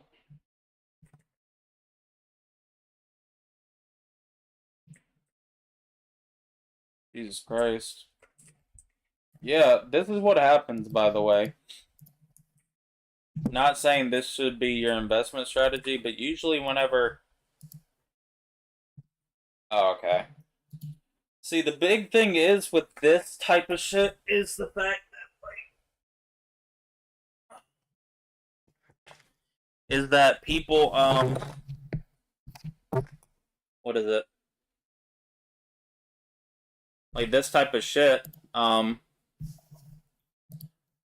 it always happens where like an event will happen and you need to destroy a chest as a part of that event, and then everybody starts buying corruption books, chest breakers, that sort of shit.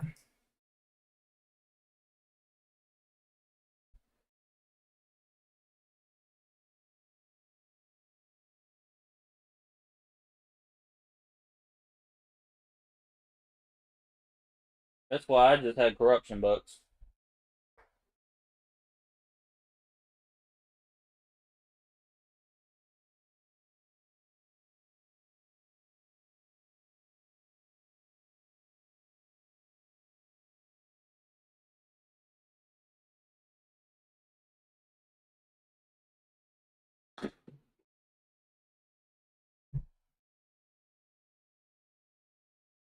No. Jack, because all the good players have already had one of these.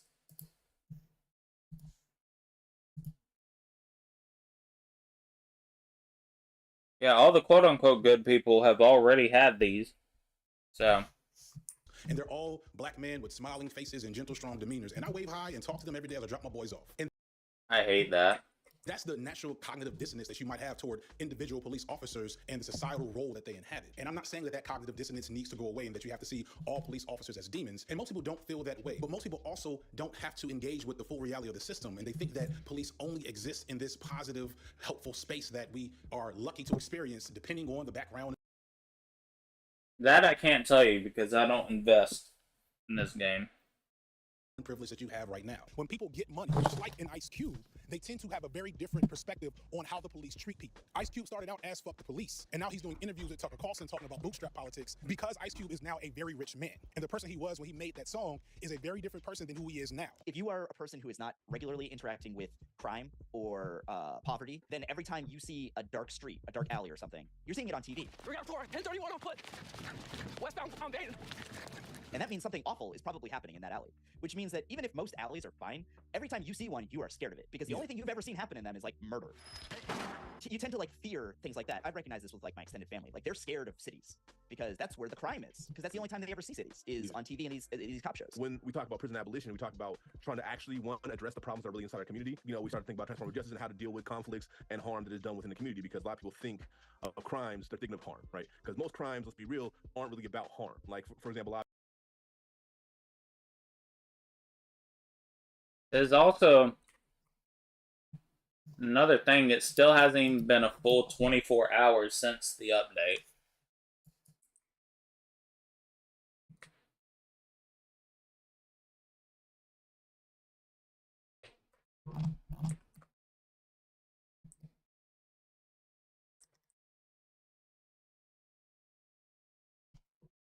People are arrested for drug crimes, which isn't about like you harming someone. Nobody's going out to harm somebody when they're using drugs. Nobody's going out to harm somebody even when they're selling drugs. Now you argue people using drugs are harming themselves and then selling people as whatever, like adds to that. But that also I would argue generally people are using drugs because of the trauma that they have faced in their community that already is existing from all the way back to slavery and just passing down this trauma over and over again, and getting reinforced by the system itself. I think the thing that people need to understand about abolition, and I always put it this way, is that abolition is a vision for the future. You know, it is abolitionists are aware. We are aware of the fact that they're not going to just, open up all the prisons and close the courts and get rid of all the police tomorrow or today. And we recognize that we also don't have the infrastructures in place to do that, right? The idea is that investing in criminalization of people and putting more money and resources into under-resourced communities and people so that you could police them and incarcerate them and saddle them with debts and criminal records and all of these things don't actually address crime. This isn't just about, that I just care about the criminals, which is a whole other conversation, but it's about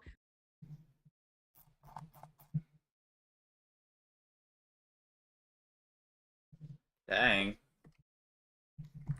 caring about yourself and trying to stop crime and recognizing that, well, a system that has created a profit system on incarcerating people it literally is in the business of regurgitating and Damn, these are going down low. Blah. That's all. Am I buying what? The huges I'm buying, or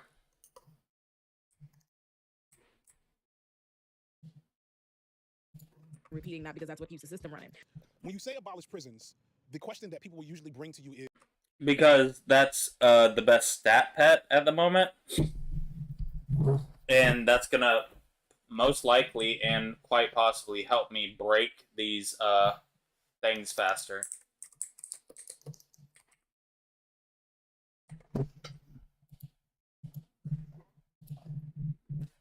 And also because, because I'm not hatching for it on all my other accounts, and I'm definitely not.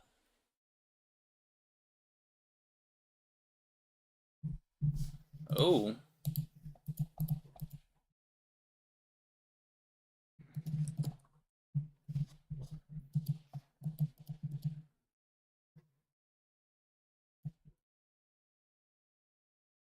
Now.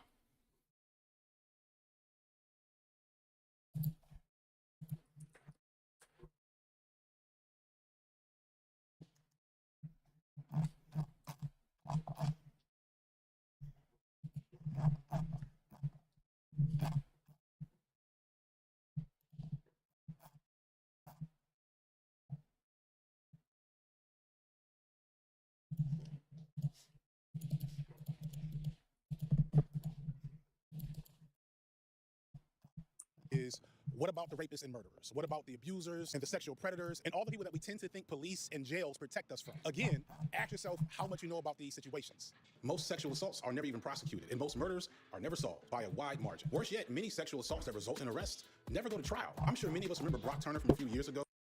That situation where this person was convicted of rape and did not see any jail time is not as rare as you think. According to one study, less than 60% of convicted sex offenders ever spend time in a prison. One study in Idaho tracking Pedialyte drinkers found that only 28% of those convicted of child sexual assault actually went to jail. We are already living in the world that people are telling us to fear without the police. So why are we, so invested in this myth that it does work? Why is it so important for us to see those who really suffer under the system as deserving of that suffering if it means that this myth can be maintained? There's a lot of answers as to why that's the case. I could fill up 5 more videos, but for the sake of time, we're going to focus on one major factor, which is how we view crime and criminals in this country, and conversely, how we view the police, and how these views make the horrors of this system seem justified, maybe even normal. So let's go back in time. Coming out of the civil rights movement of the 1950s and 60s and the Supreme Court era of the 70s, relatively significant actions were taken to address racism in the United States. However, these actions were almost always met with overt resentment and resistance from white Americans. It is very appropriate that from this cradle of the Confederacy, this very part of the great Anglo-Saxon Southland, that today we sound the drum for freedom. And I say segregation now, segregation tomorrow, and segregation forever. Wow. But the thing is, the stat pet increases the damage all your other huges does. That's the thing.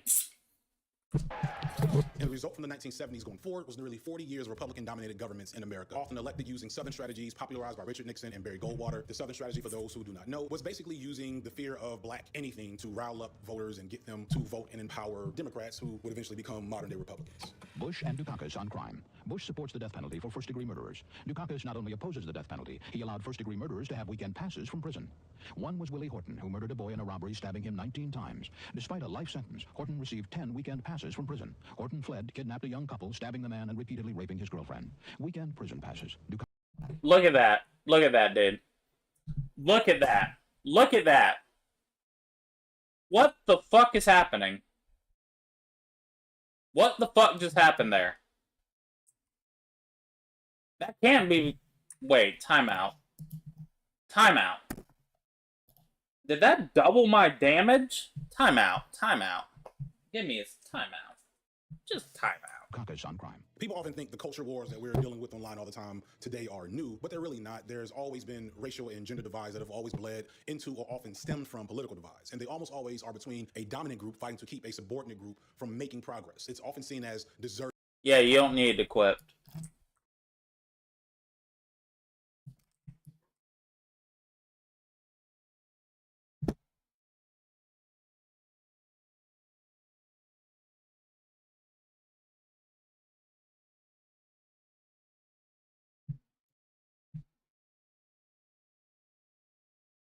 Oh my fucking god.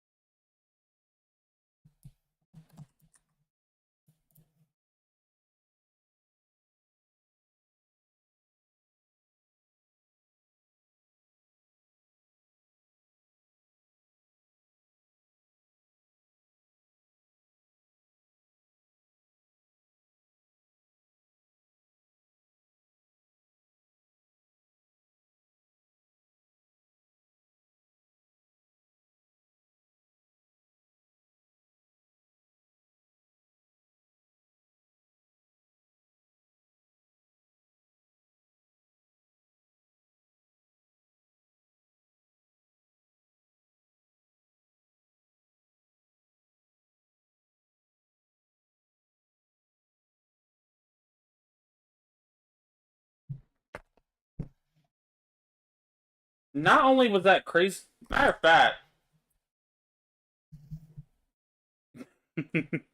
Wait, hold on.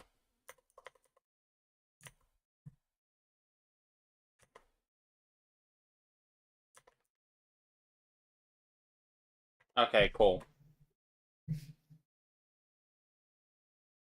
Let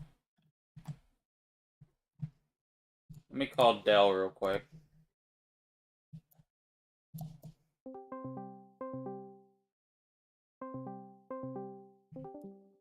Bro, Dell.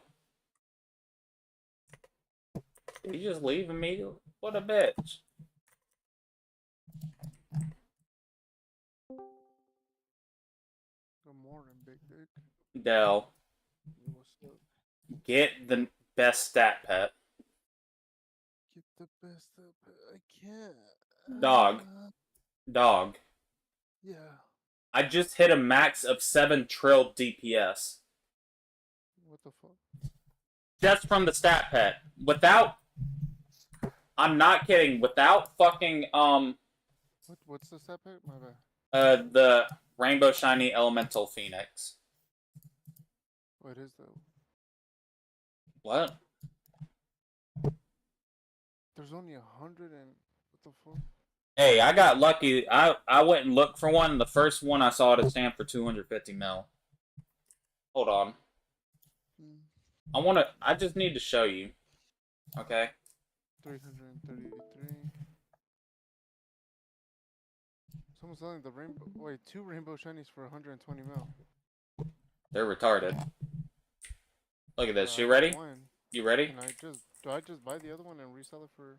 Probably. Nah, Look at this. I don't even... Dog, look at this. Look at how much DPS I'm doing without... Look, 1.3 trillion. Without any corruption. Wait till I get a fucking corruption. Oh, here we go. Watch this.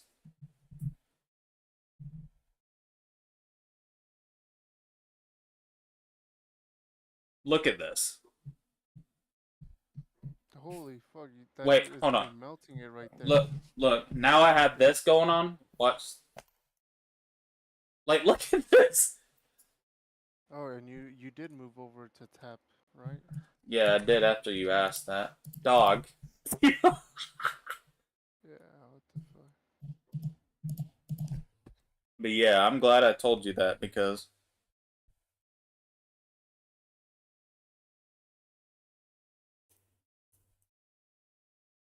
Just like the thing with those is like you're gonna have to buy one every week, a new stat pack. Who cares?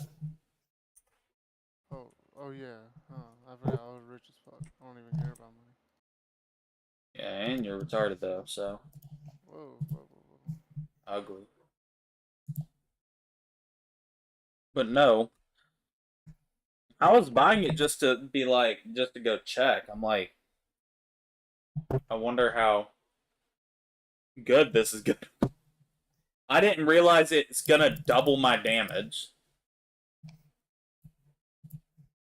What the fuck? Alright, let's... I got here at the very end. Whoops. I unfriended you, by the way. Yeah, I know. I don't know why. You know why. I don't know why. If I'm gonna be lobby hopping, I don't want to keep getting the same fucking lobby as you. It's the same thing as the hacker event. That's why I unfriended everybody then.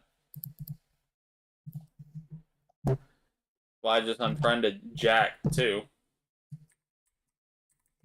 Alright, good. We got a hasty flag down. Bet. Let's see how much we can get.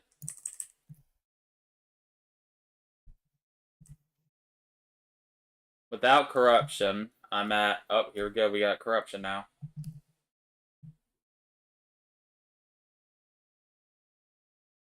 $4.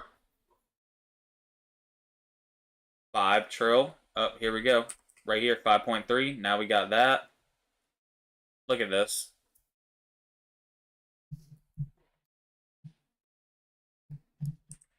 Like... What the fuck? Dog, I didn't think it was gonna be that much. Oh. Kobe in the helicopter. I didn't get it.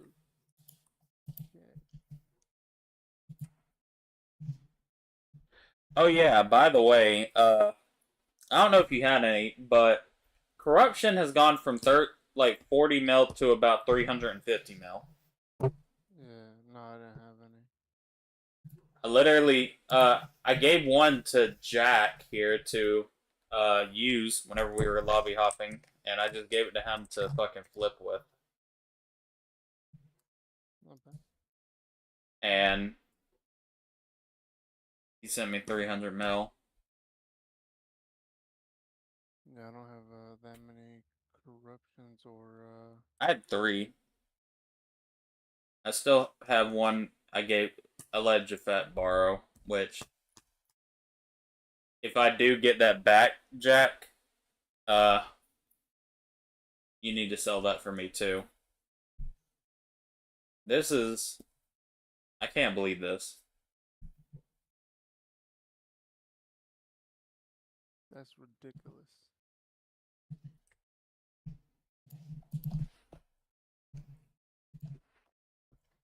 Yeah, once somebody, not me, makes a video on it, it's gonna go even higher. There's not that many pro players that make good videos like that. You charge it 0.0034. Good.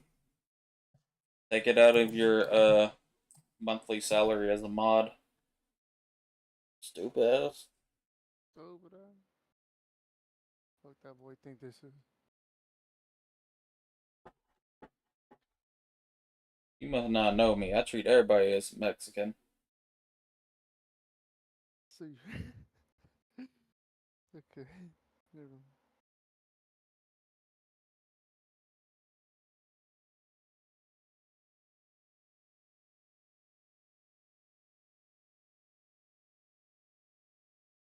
I treat everybody with disrespect.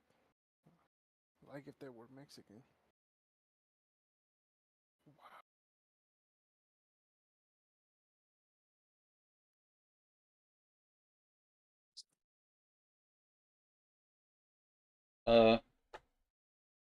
Matter of fact, hold on, real quick. Holy shit, you're Mexican? I'm sorry to hear that. Hold on, real quick. Where's my stream? I need to rewind it a little bit real quick and find. So when did I buy this? Alright, shit DPS.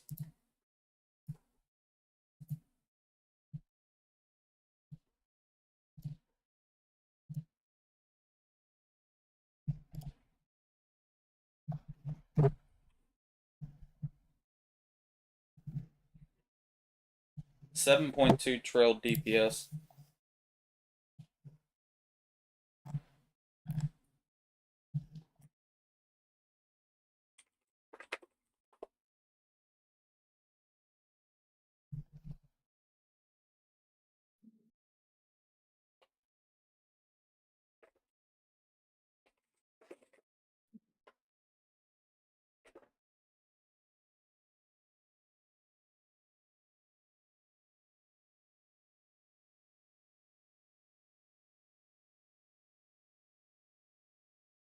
$7.2 trillion is insane.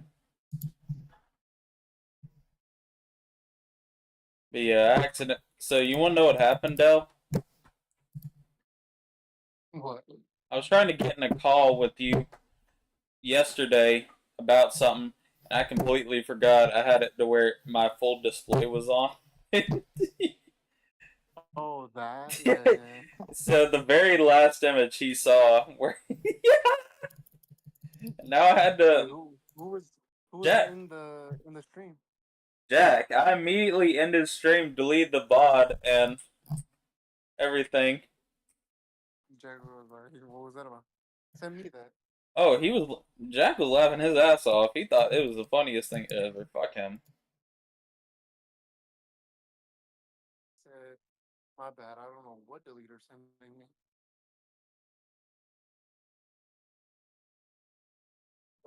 Stupid Mexican. Do not have any. No giveaway. Irving versus. Whoops.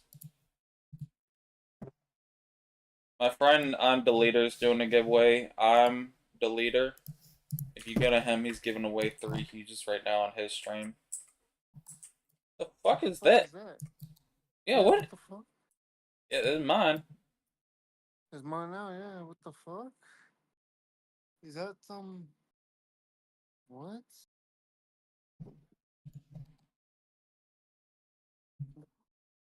It's either a glitch. No, wait, what? You know what it is? What? You know how randomly it spawns an egg in the world, or it can?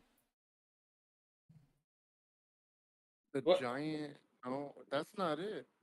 Yeah, whatever. All I know is whatever retard put down this fucking magnet flag, I hope they kill themselves.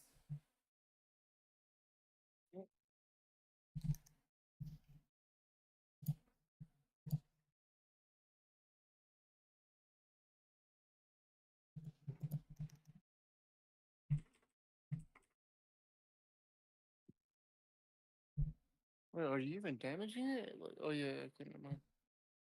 I don't know what the fuck this is, though. You, fuck, dude. I want to come up with some idea, but like the amount of diamonds it's either gonna produce Oh, wait. or You're from Goop. Oh my god. Finally!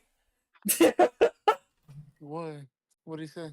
No, I'm just. No other robot. Anytime I can tell you, like. Hold on. This doesn't even scratch the surface. I literally have this. Hold on. I literally have this list. Oh, whoops. So you came in and said hi or hello, and I'm like, oh, we're getting another one to the list. So the list of what bands? I have a list on the notepad called retards who ask for shit on stream. So anytime somebody comes in and asks for shit, they get put on the list. Deserve it. And then they get swatted randomly. Oh yeah, I was also gonna ask that. Are you what ability No. were you using? No, time out. The fuck you mean? You can't just segue off of saying swatting someone and being like, oh, speaking of that. The fuck are you? Speaking of swatting, that fucking black thing right there. What ultimate are you using? Oh. The only one that actually works. Fucking Pet Surge. All the other ones don't work. And if they do, they don't deal that much damage. Please free Titanic. Shit. Have you heard of credit card scam? I don't even got a Titanic. I just got a full rainbow shiny team. That's all I got right now. Yeah, broke as fuck. Alright. Struggling to be honest. Remember when you bought like 10 bill? Like yesterday and then 20 bill? Dude, stupid ass. Hold on. Tony bought that to see if he would send it. Like that Yeah. was testing him. Yeah. Is it you like those people that talk to child predators? I was just seeing if they'd answer. Stupid ass. I was fucking around seeing if they'd answer. Yeah. I know we just signed a deal, but Oh, by the yeah. Yeah, I could join Goop with this team, but they don't want to fucking put me on the team. Did one of them message? Am I losing my mind? I think one of them.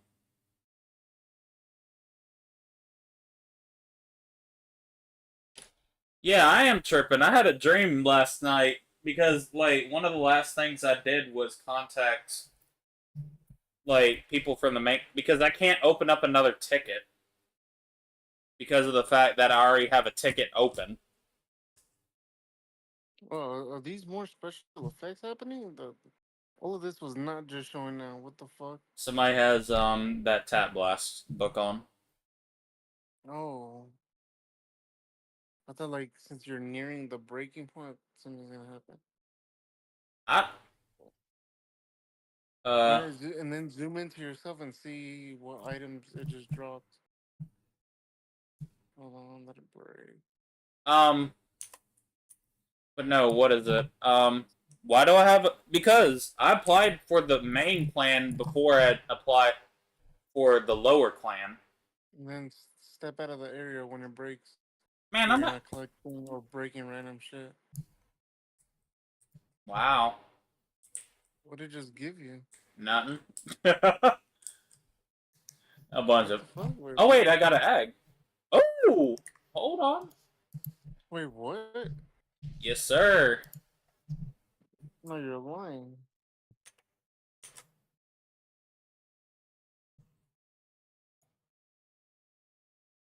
Wait, what? Wait, no, you just got that egg from that? Yeah. Ah. Now I'm gonna kill you. They're giving away Titanic, man. I'm gonna kill you. You go Why? watch. I tried to exit out this or the stream. Hold on.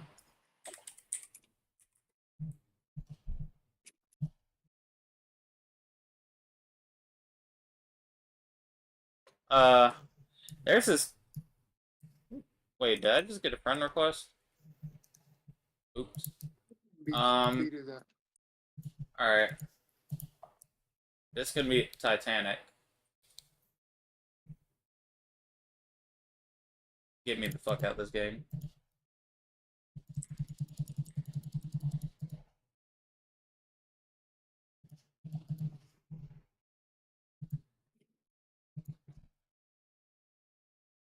Did you get a huge from your hype eggs at least? The fuck you think? I'll just smack you.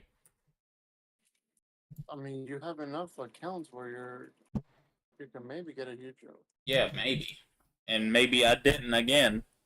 You choose, motherfucker. I'll make love to you, make you my bitch. Thought it goes back to your country. What? What? What? I didn't say nothing. Wait, I'm not joining y'all. I gotta wait in line. Hell no.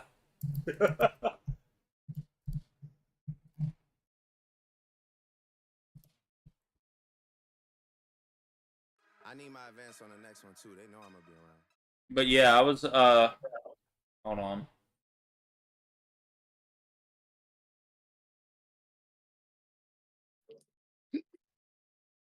This land is my land.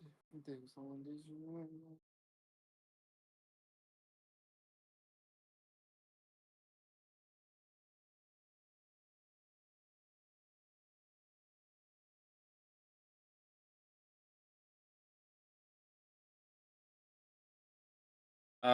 Hold on.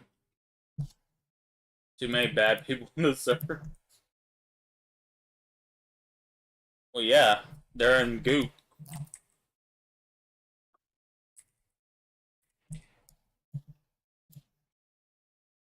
I want to join the main clan so fucking bad.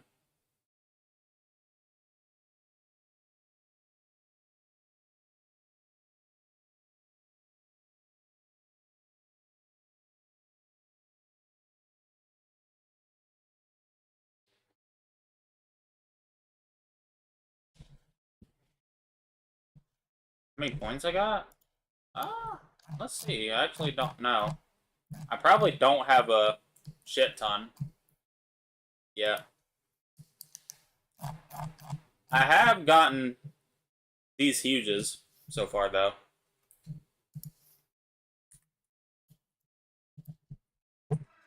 Yeah. I need it. Metro Boomin want some more. Cause I got a really big team, and they need some really big rings. They need some really nice things. Better be coming with no strings. Better be coming with no strings. We need some really nice things. We need some really big rings. Hey, but what you think about the update? W? Actually entertaining? What? What do you think about the update? This one's actually entertaining? I think this update's the best update they've ever come out with so far. How did I get that many huges? Because I have 6 alt accounts. If they fix the private server thing where all your alt accounts can join the same private server, then, you know, it'd be a little... No, I wouldn't do that. I would strategically, what I would do. See, look, nearly 6. What I would do, though, is I would go to my... I would have all 6 of my alts open, and for each one, I would individually join after I defeated the chest, so I wouldn't have to keep going to public lobbies. Because ever since fucking hacker world, they fixed it to where, what is it? You can't join your private server and just have a chest available again.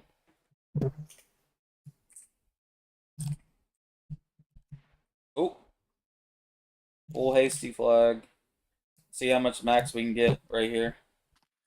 The one macro I still want to do is that glitch griffin. You know what I'm talking about? Yeah. I kind of want to do that. Yeah, I wanna do that one just cause that pet's rare, and I did not know you can get a rainbow shiny. You get shiny in general? Yeah. Oh. Yeah, but you also got to get lucky and get one that has like a high percentage for it. Yeah, but that's what I was saying. Like, if I had a macro, I'll just do it overnight, over and over for. Shit, that huge game cheat. Literally 3 hours after the update came out, the huge games cheat. They came out with the fucking what is it? They With came. the catch? Yeah, they came out with the auto catch. Only reason I know that is because they posted about it on Twitter. Speaking of which, I made a post in the Pet Simulator Twitter group because there's a kid in there that he don't quit complaining. Because I saw his original post, so basically, did you? Good shit. So basically, I saw his post. So Sizzle Jelly Queen rolled 200 partner items and got 0 huges. So he made a post in the community saying, "Big Game's apparently scared to implement rigged partner luck this update. Good, it ruins the game." And so I'm like, all right, let's see what else he has said. And I saw he said, "Y'all know what I don't get? Why are partners given billions in free rep every week, 2 weeks? What else did he say after that? How is that fair? Justify that, LOL." I'm like, okay, what else you got? This one killed me. Because every other week I'd probably agree, but he said, "This week's clan battle is pay to win.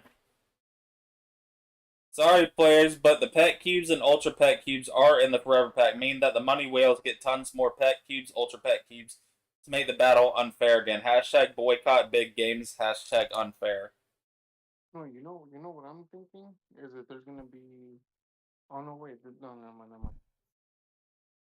One thing you gotta realize, though, Dell, is there's not gonna be an update. Or, this is not an event world. This is a part of the game. Yeah, that's why I was about to say something, but.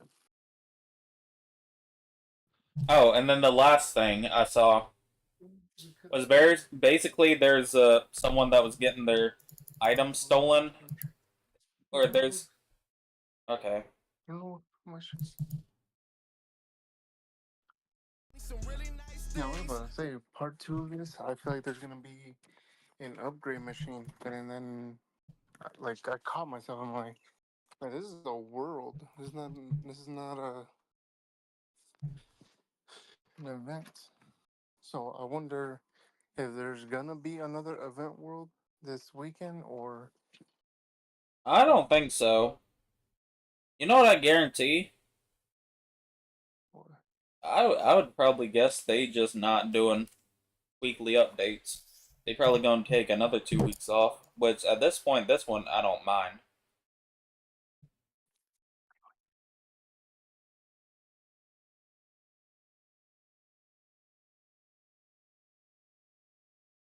Oh, I hit 6. Man, what I'm thinking is gonna be best if they do bi-weekly updates. So then we have a chance to do an update, keep going, progressing, get the rainbow shiny of the best pet, and then later on we fucking what is it called? That's retarded. When's the last time a new huge came out and you got that rainbow shiny huge? No, not rainbow shiny huge. I'm talking about rainbow shiny stat pet. Oh, who cares? Because I'm telling you, like, if we gotta keep on buying the Rainbow Shiny Step Pets to do a clan war, do something, why don't we get an update every other week or some shit? What I think they'll do, though, to be honest, is they're probably just gonna add more little Pokemon things, though.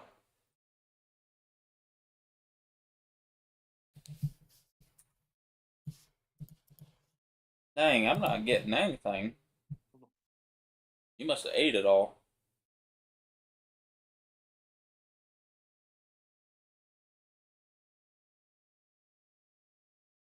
I didn't know in the very beginning there's like a little shop, and you can just purchase the Pokeballs.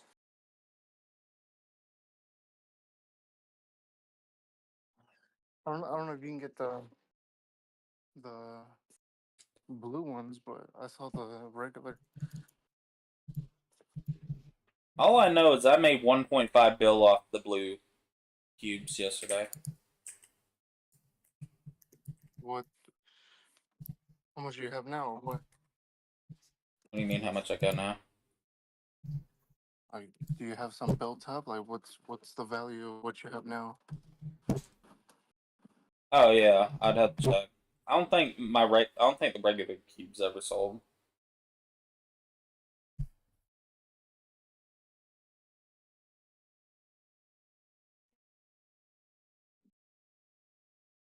I think if you put down an exotic flag, the regular ones, you get a shit ton of them.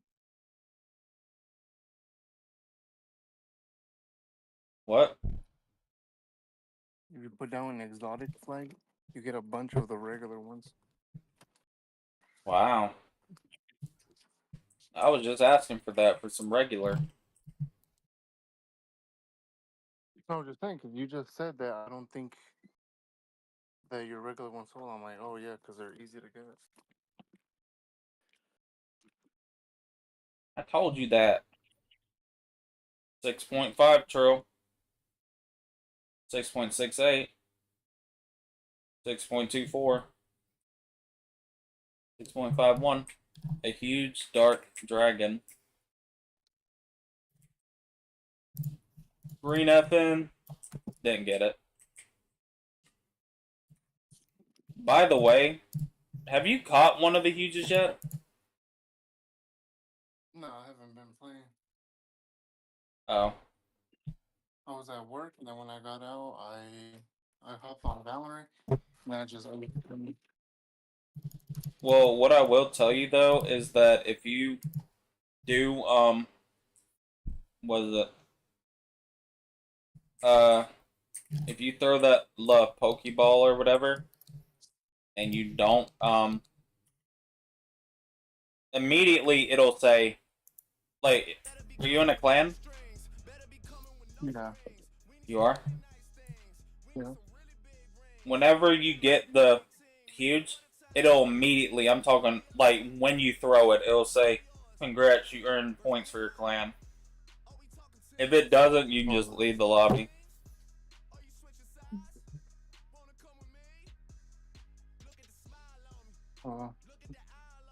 Was there AFK in the last area? I don't know if the diamonds are good. I don't know if it's just the huges I was using.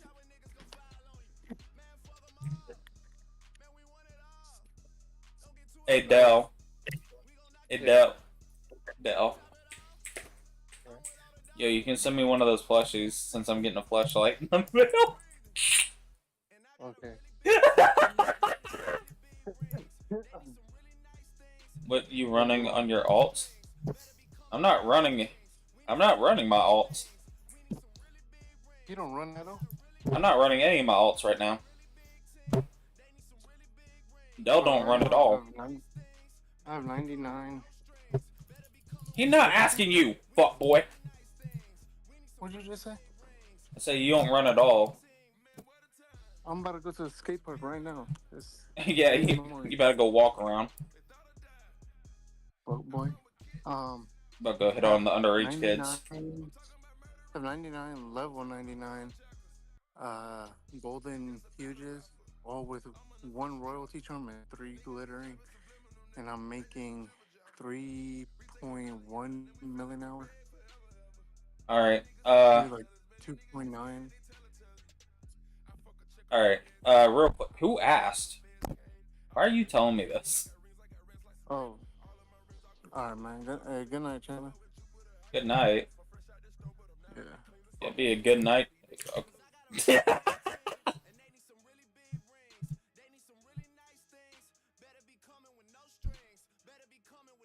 Why he hang up on me, man?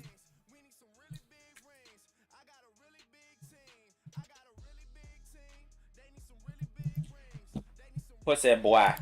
But what am I running on my alts? Literally the same thing I run on my main. Because all my accounts have the same shit. I'll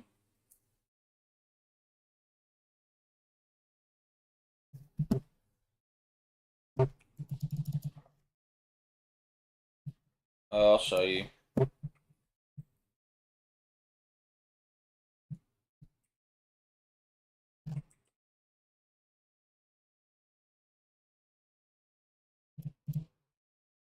This.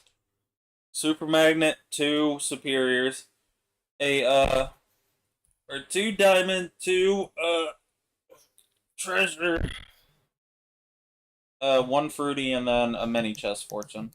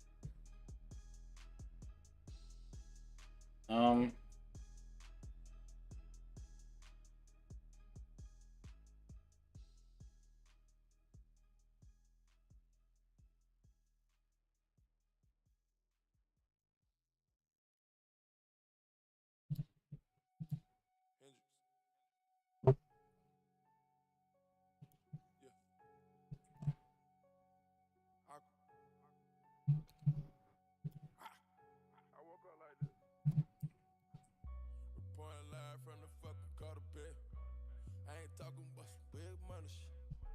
I ain't talking number big money shit. I ain't talking number big money, bitch.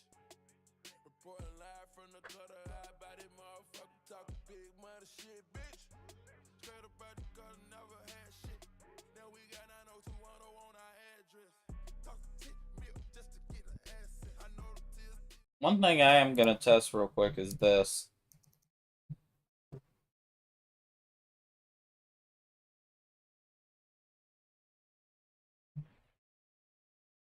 Next, I'm gonna test it for a couple times to see what happens. Because I need to see if it actually gives more.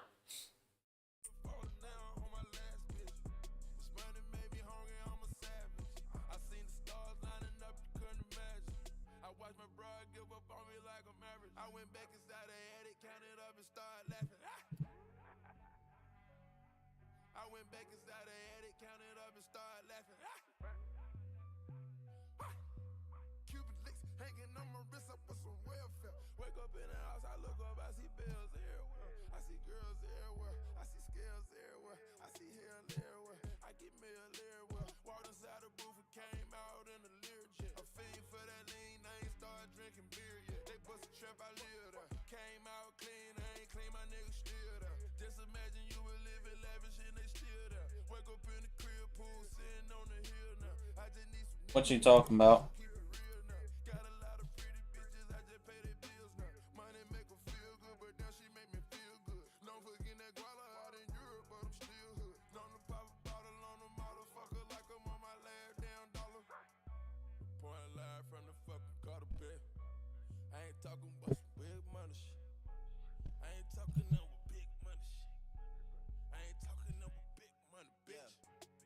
Reporting live from the gutter, I will buy this motherfucker. It's not even a discussion. Woo!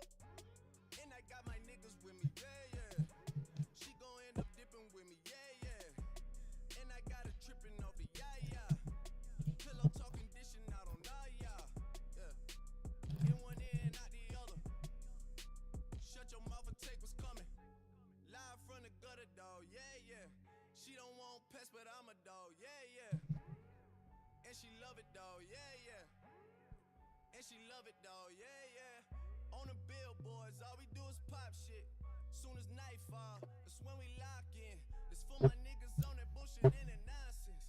This for my dogs that go karuche with the chopsticks. Woo! And we gon' miss you.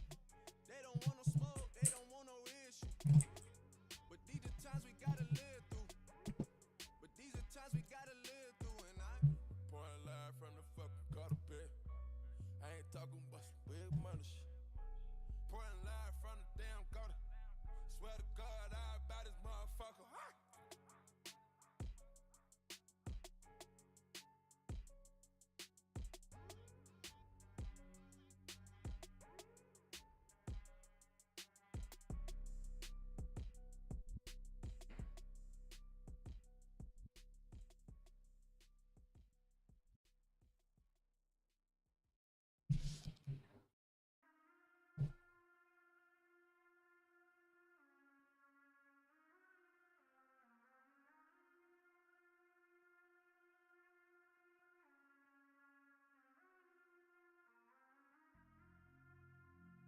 I'm at the stage of my life where I feel like I can conquer anything and everything. Da da da da diamonds on me dance. Sipping on Dom Perignon for no reason. Popping tags up a echelon for no reason.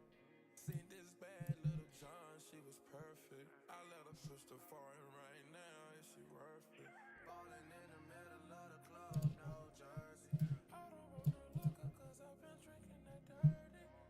Bring that ace by the case, my niggas with me. Bring some ice for my cup, my drink with me. Diamond, diamond, diamond, diamonds on me dancing. Diamond, diamond, diamond, diamonds on me dancing. Diamond, diamond, diamond, diamonds on me dancing. Diamond, diamond, diamond, diamonds on me dancing. And you know what I need from you when I get home. You better not be on the phone, talking up a storm like you usually do. Talking to your friends like you usually do. Telling them I never spend time with you. It's hard to find a time we've been sipping on Dom. Yeah, and I'm selling them to my clan. Cause like I said, I'm just gonna keep like if need be, I'll settle down and try to catch regular shit for a while if my clan oh so dearly needs me to. If not, I'm gonna just keep going through and you know.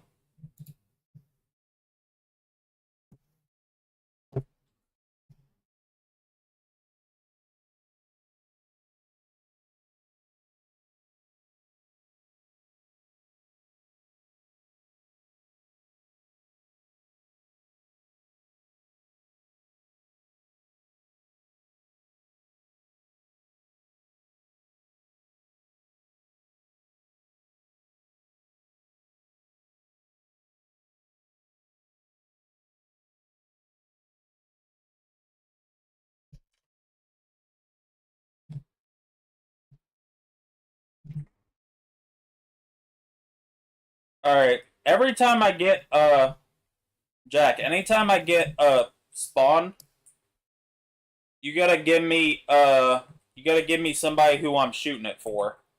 Like this one's for Kobe, this one's for Aunt Jemima. So like I'll start. This one is for Diddy's release. Up, he ain't getting out, sorry. Popping tags up a echelon for no reason. Seen this bad little John, she was perfect. I let her push the foreign right now, is she worth it? Ballin' in the middle of the club, no jersey. I don't want no liquor cause I've been drinking that dirty. Bring that ace by the case, my niggas with me. Bring some ice for my cup, my drink with me. Diamond, diamond, diamond, diamonds on me. Diamond, diamond, diamond, diamonds on me dancing. Diamond, diamond, diamond, diamonds on me dancing. Diamond, diamond, diamond, diamonds on me dancing. For me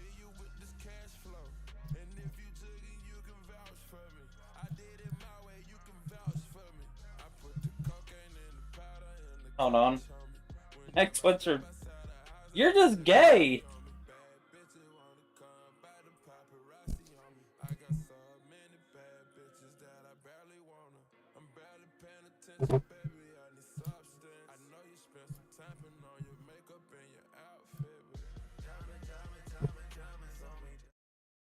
See, personally, I'd rather get fucked by Future because he has 9 children. Clearly, that dick must be good for them to want to have kids with him.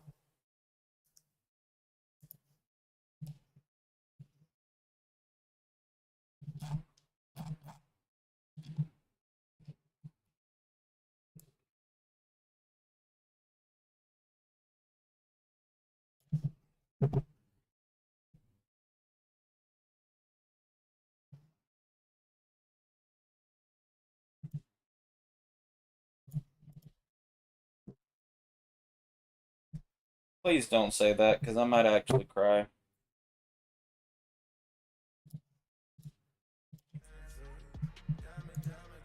Diamond on me dancing. Diamond, diamond, diamond, diamonds on me dancing.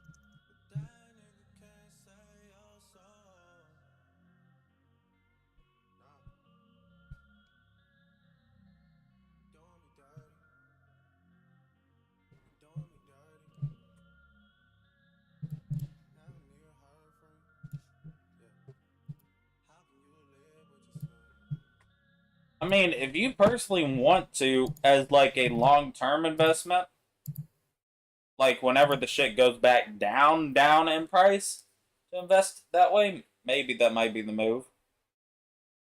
Oh, hold on. I should also do this. Lock, strap, menu. Fast flags.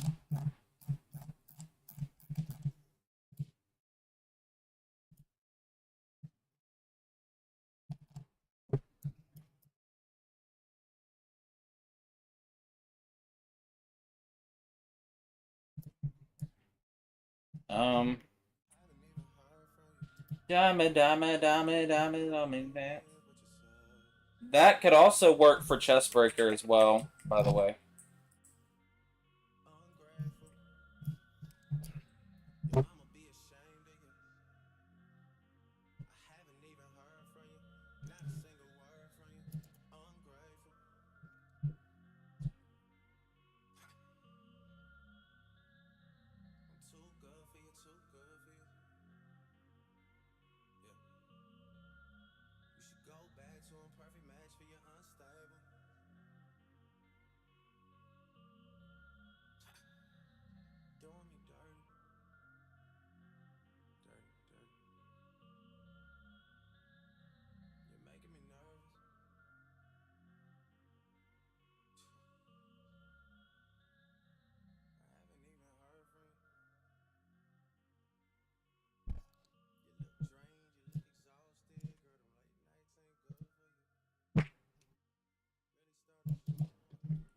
We don't know. That's the thing. Because I mean, clearly there's been chests every couple update.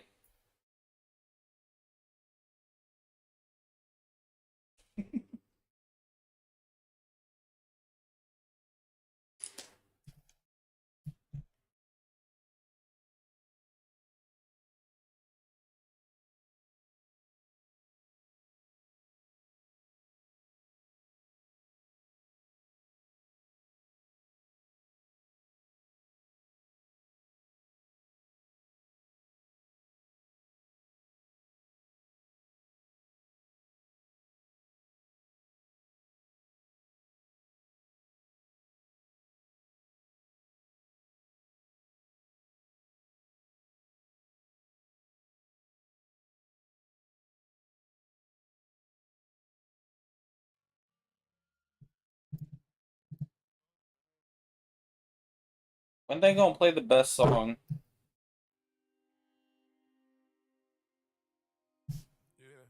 Two more songs, and my favorite song on this album is gonna be pulling up. Oh. Hold on.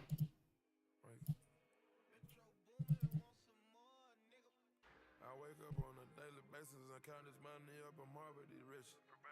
I go so hard with these riches. I fell in love with this Doty. I fell in love with the Rollie. I wake up, pray every morning. These demons, they calling my soul. I say fuck all of you hoes. I'm balling out of control. I'm balling out of control. If I can give everything back to you, all this passion I got, all I ever needed. For me to move on and succeed. For me to move on and succeed. Jealousy, envy, and greed.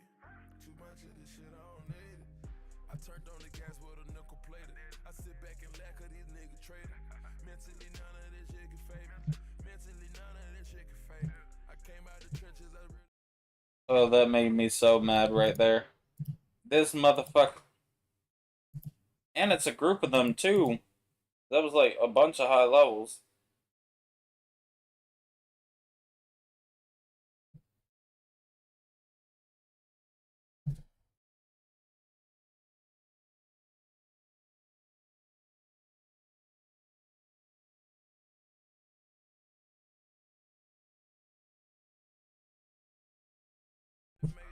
I came out the gutter, I really made it. I stack up this butter, I gotta save it. Stack up the cheddar, you gotta save it. Shoot out the carbon. You should go to bed now. They looking for hubby. I'm looking for paper and in the city. I got a bitch located in every city. Gotta have them sticks on us in every city. Take the private, it's ugly out here, we getting it. Spend like 700,000 on both the business. I got love for the city, I just can get it. I wake up on a daily basis, I count the money, man, I'm already rich. I go so hard with these riches. I fell in love with the Doty. I fell in love with the Rollie. Wake up and pray every morning. Demons, they calling my soul. What the fuck all of you hoes? I'm balling out of control. I'm balling out of control. I'm balling out of control. I'm balling out of control. Hold on. If I got it, then tell me I got it then. I'm balling out of control. Keep on receiving the scholarship. Mail coming to the house. Nigga, please watch your mouth. I'm the one without a doubt. Yeah. And I rock Kentucky blue on these hoes. Drafted, I'm getting chewed by these hoes. Usually they just leave when we done. I don't want share no room with these hoes. Metro gon' make it boom on these hoes. And me, I just stick and move on these hoes. We got that purple rain for the pain. My niggas, we ain't changed, yeah. I wake up on a daily basis and count this money up and marvel these riches. I go so hard with these riches. I fell in love with this Doty. I fell in love with the Rollie. I wake up, pray every morning. These demons, they calling my soul. I say fuck all of you hoes. I'm balling out of control. I'm balling out of control. I'm balling out of control. I'm balling out of control. Alright, let me see. Wait, no! I'm gonna kill myself.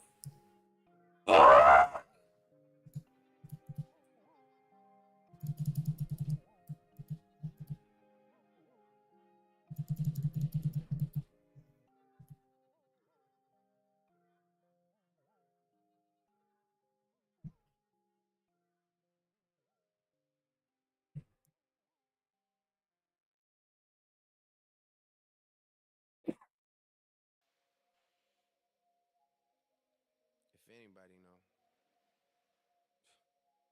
I know. I need two more. Yeah.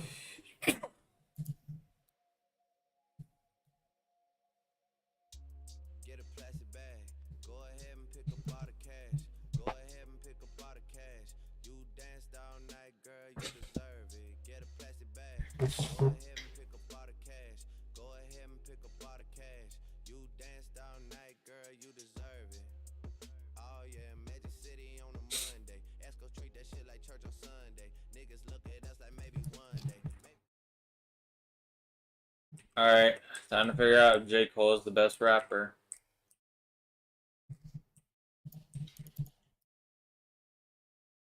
Okay, I was about to tell you kill yourself. maybe one day. But for now, niggas got the ones with me. I be in the club with the bands like I got the keyboard and the drums with me. Maybe one day, you will understand how I get it though. Man, it's everything I ever said it is. Mixing liquor cause with the sedatives. I roll up with the bands on me. This a good night to dance on me. This a good night to dance on me. This a good night to dance on me. Get a plastic bag. Go ahead and pick up all the cash. Go ahead and pick up all the cash. You danced all night, girl, you deserve it. Get a plastic bag. Go ahead and pick up all the cash. The thing was, my team was full rainbow shiny, but you know.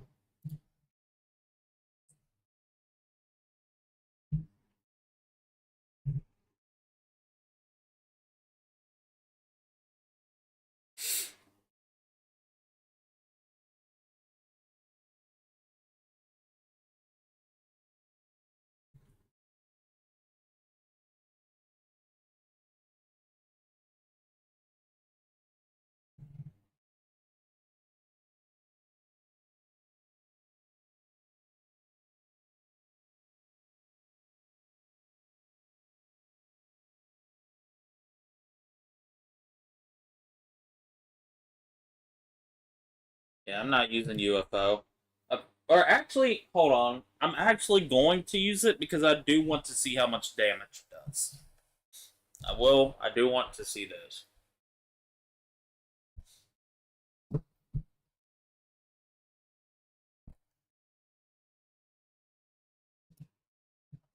Go ahead and pick up all the cash.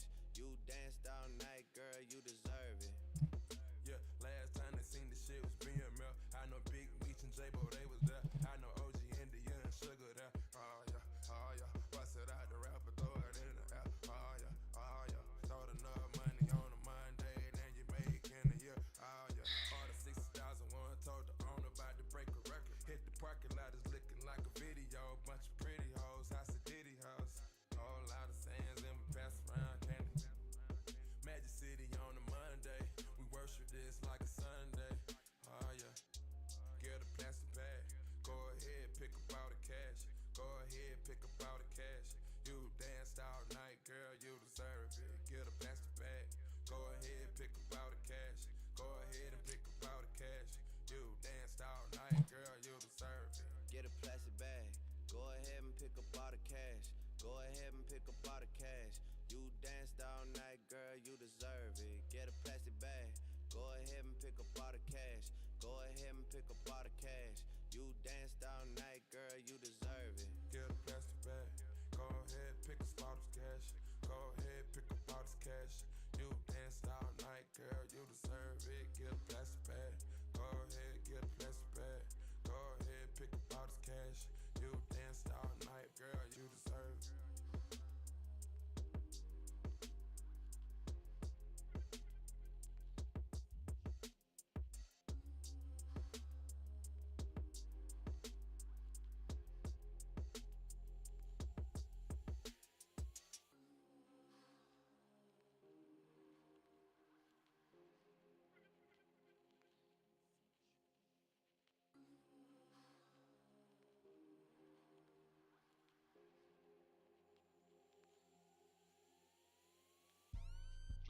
Designer, drinking all designer.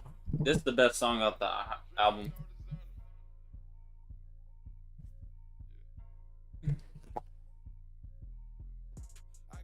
Designer bitches think I'm racist.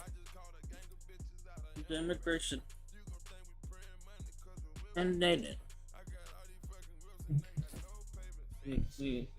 The dashboard went down to drinking.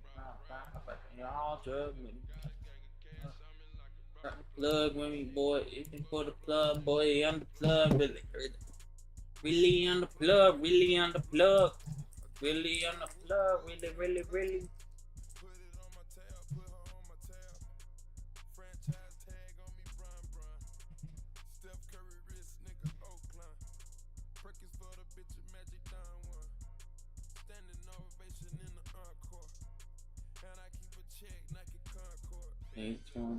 And the dashboard went behind the crank was wild ride, and they all go. Put a plug on the plug, really. All right, what's this one for? Uh, Jack, which one? What's this for? What are we dedicating this one to? Oh, this one's gold. What are we dedicating this one to? We're gonna do it for Drake gets arrested for being a pedophile. Yeah! Woo!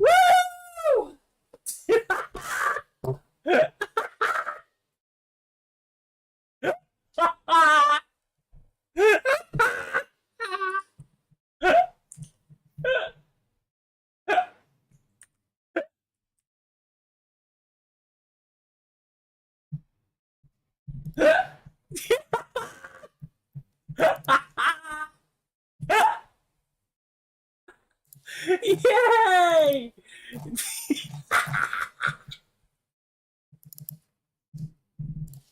So every time I've been what is it? Every time I like the past couple, I've been throwing the Pokeball.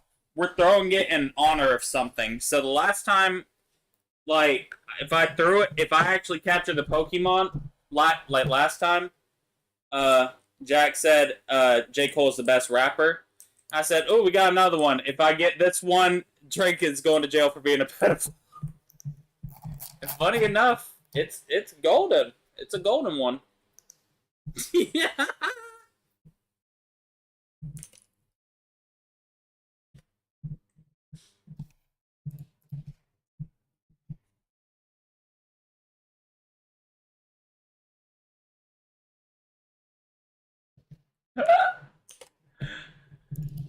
Let me find this and edit this real quick.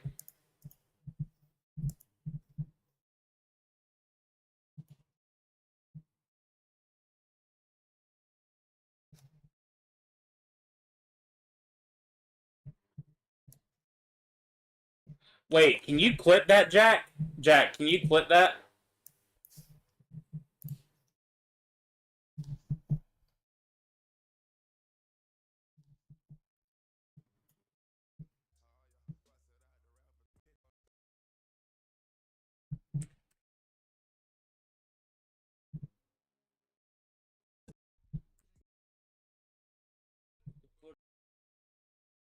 Uh,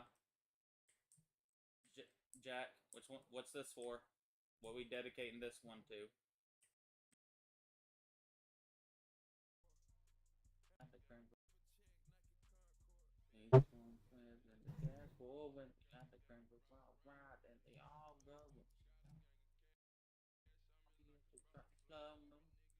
Put a plug on the plug, really. All right, what's this one for? All right.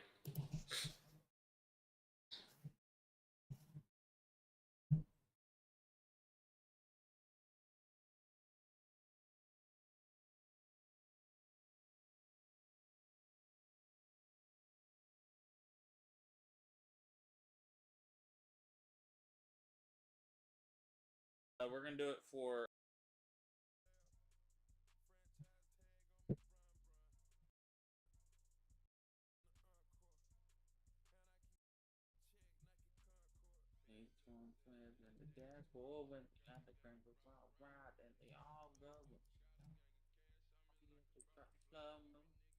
Put a plug on the plug, really.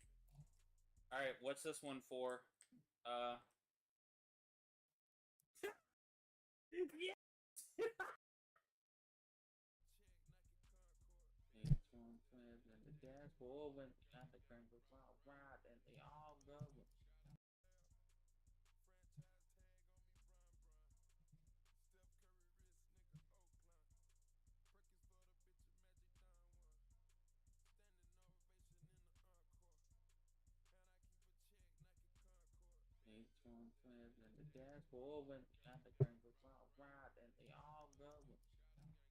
Yeah.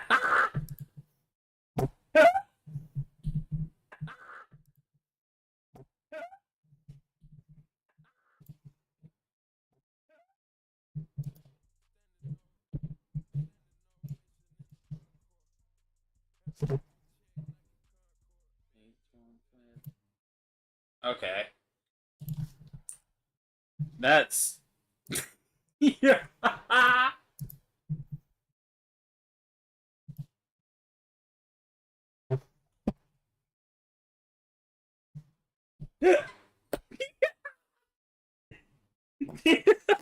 Okay. Yeah.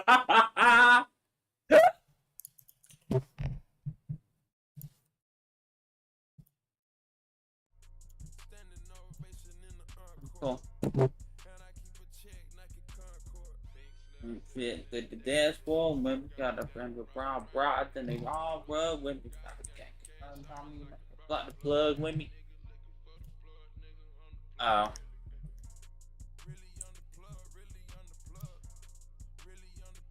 Really on the plug. Really on the plug. Really on the plug.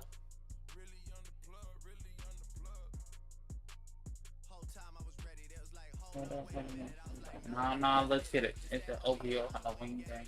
I'm rocking over it.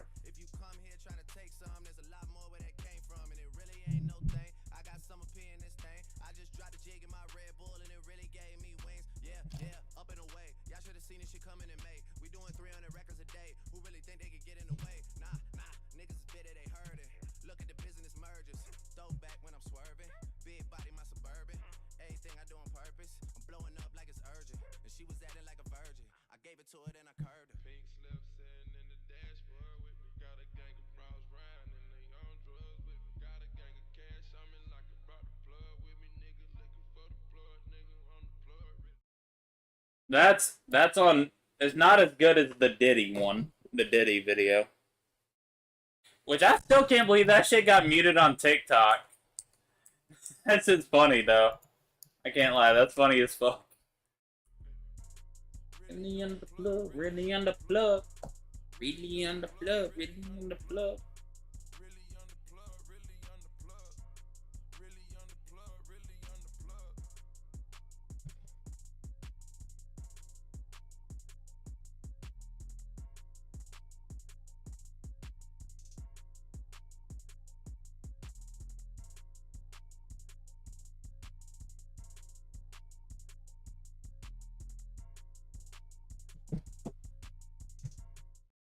I think the Diddy video is one of the funniest videos ever. I don't care. I want to re-upload. Alright, what's this one for? Actually I'll do it. This one's to the Diddy video getting unmuted. That shit ain't never happened.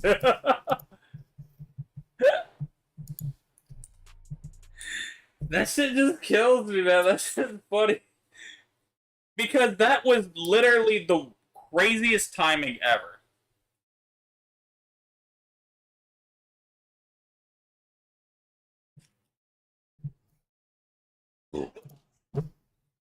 Like I said, legitimately, I got banned for no reason. I still remember that. That was a bullshit, not banned, but mute. I don't care. That's still a bullshit mute. I got muted because somebody did !gay in guild chat, and one of my mods auto responded to it. Fuck that.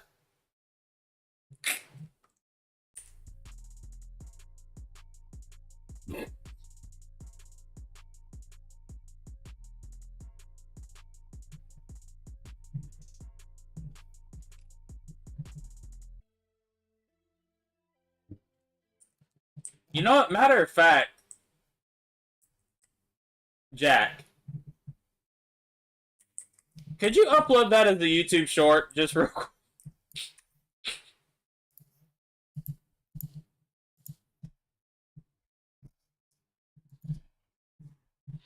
Nah, not making it out. Next one's gonna be from the crackhead unks out there getting higher quality crack for cheaper.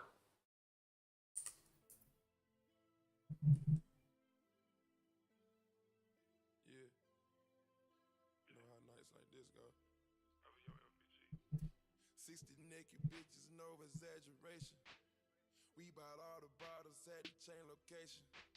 Smashing all the models, now we hit the waitress.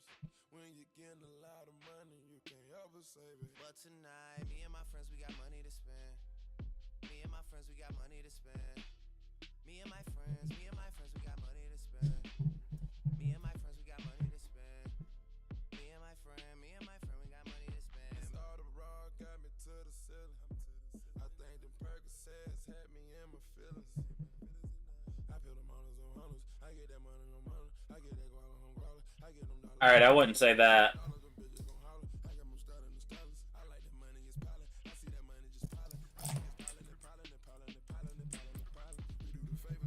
The naked bitches and they all gone. Exaggeration. And the problems that will change location.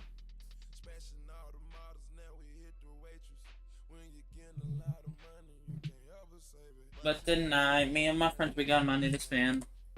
Me and my friends, we got money to spend. Me and my friends, we got money to spend. Me and my friends, we got money to spend. Me and my friend, we got money to spend. 2 in the morning, my mind is on you. 4 in the morning, it still hasn't moved. Hit me to tell me you get off at 10. Come here, I'll make sure you get off again. Rocks got a case, but it get off again. Fuck all the ops and the shots that they send. I let off first and I let off again. You will not hear from them ever again. Me and my friends, we got money to spend. Reps up, you know there's 100 of them. FPG over your 100%. Don't ask me shit when it come to my set. Don't ask me shit when it come to my set. FPG over your 100%. Yeah. 6 of them straight and I run it again. 60 naked Bitches and exaggeration. We have all the bottles had to change location. Smashing all the models, now we hit the waitress. When you getting a lot of money, you can't ever save it. But tonight, me and my friend, we got money to spend. Me and my friend, we got money to spend. Me and my friend, we got money to spend. I do need to eventually, oh, whoops. I didn't even need to do that other shit.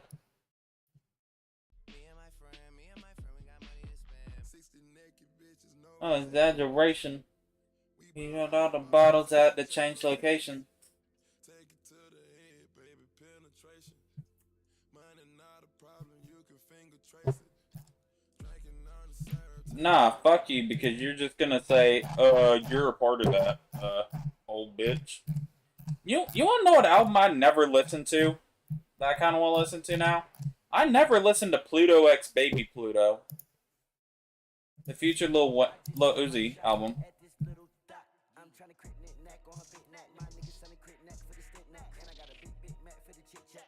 Alright, so this one's for Drake going to jail again.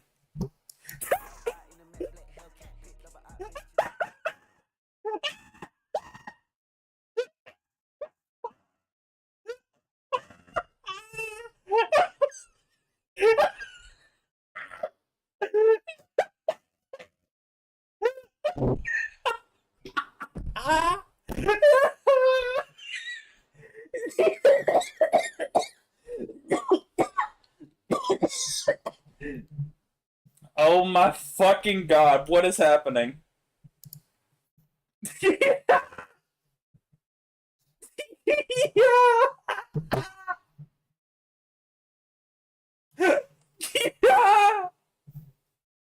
Hold on.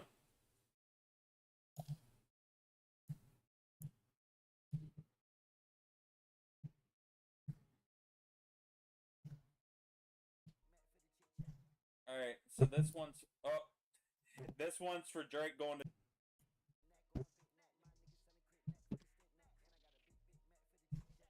Alright, so this...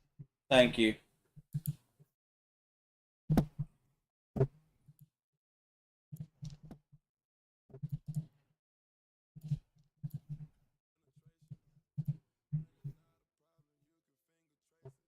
Damn! Nah, fuck you, because you're just gonna say, you're a part of that, old bitch. Nah. Why you do it for a whole minute? This TikTok kid's retarded.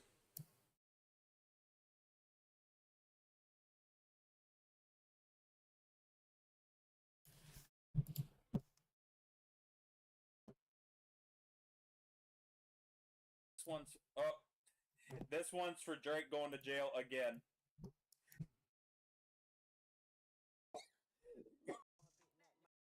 god, what has happened? Alright, so this one's...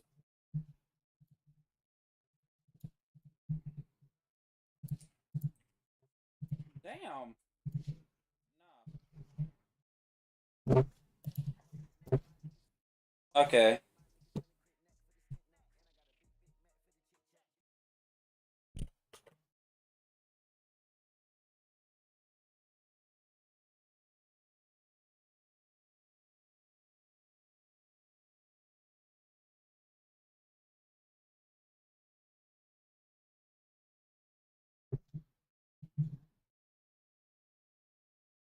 Every time I see a golden, every time we see a golden one, it's just Drake going to jail.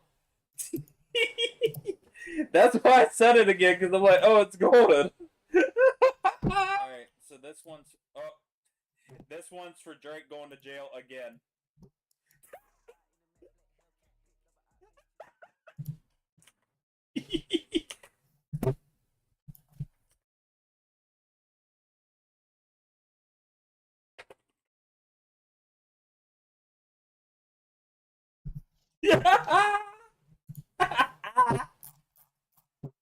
Alright, bitch, damn, who the fuck you sending so many clips to? Oh, I'ma smack you. Dog, was that literally like 5 minutes later? Oh my fucking god, that's probably the greatest thing to have happened in Pet Sim. And I'm getting points for my clan too, so that's cool as well, I suppose. You know, that's just a side thing. I shouldn't say that. There's probably some of them from my clan watching now. I care about the clan war.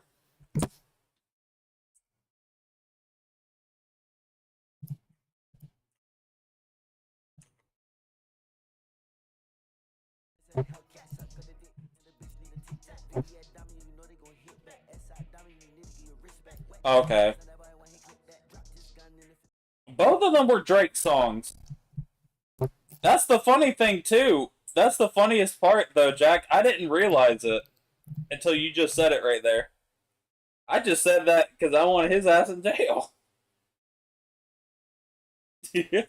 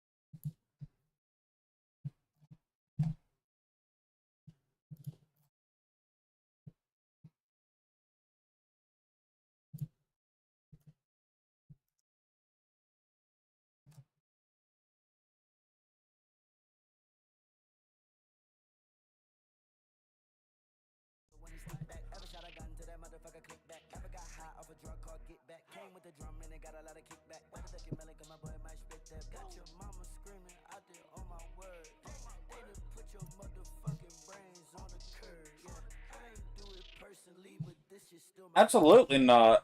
Because the odds for getting the ones I'm getting is like 2%. Or like 10%. The other ones are like 2 or 4 or 2 to 4% chance.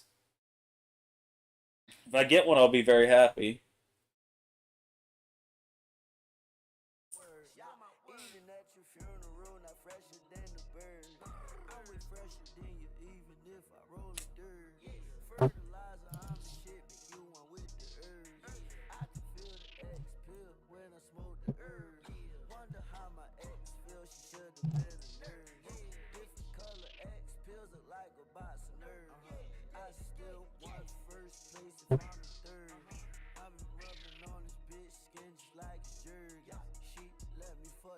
For free like she ain't worried. I just shot my shot at this little dot.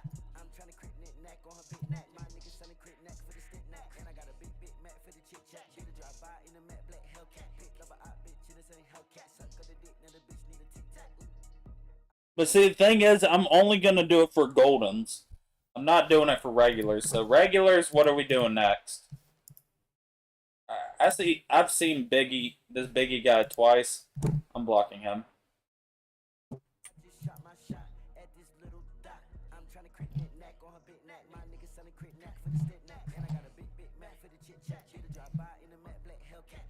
Dog.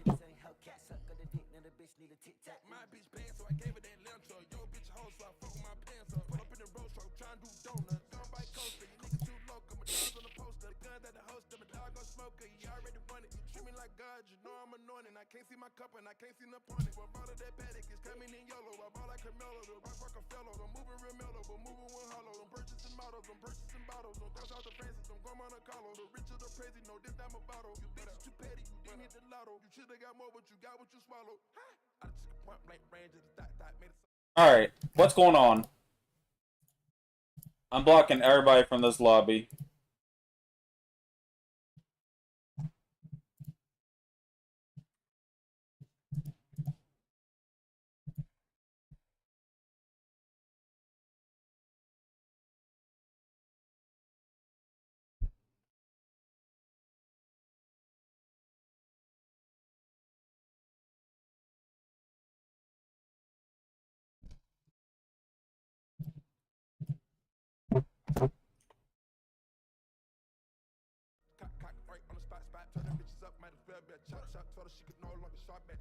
Alright, hold on.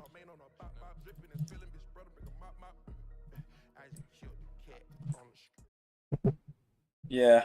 The next one is for counting the amount of time Drake says the N-word.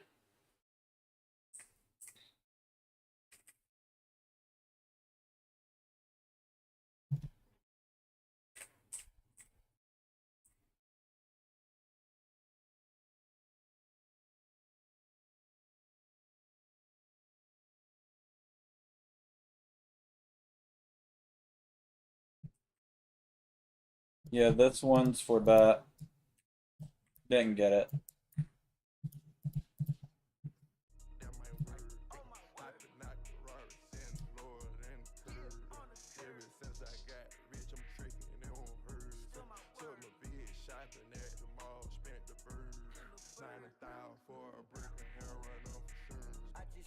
Shot at this little dot. I'm trying to crit neck on her big neck. My niggas selling crit neck for the stick neck. And I got a big Mac for the chit chat. Did a drive by in a matte black Hellcat. Picked up a op bitch, this ain't Hellcat. Suck on the dick, now the bitch need a tic tac. Ooh. I just shot my shot at this little dot. I'm trying to crit neck on her big neck. My niggas selling crit neck for the stick neck. And I got a big Mac for the chit chat. Did a drive by in a matte black Hellcat. Picked up a op bitch, this ain't Hellcat. Suck on the dick, now the bitch need a tic tac. Ooh.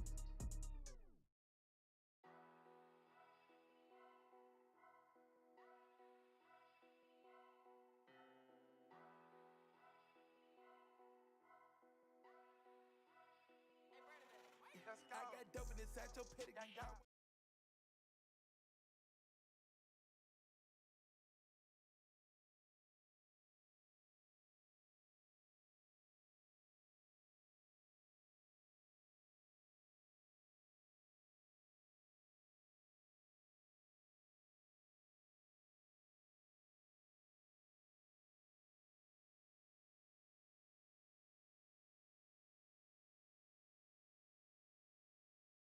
Are they? Holy shit, these kids in my clan are getting mad. So, what the fuck? So, I posted a picture of my, what is it? I posted a picture of my, shit on,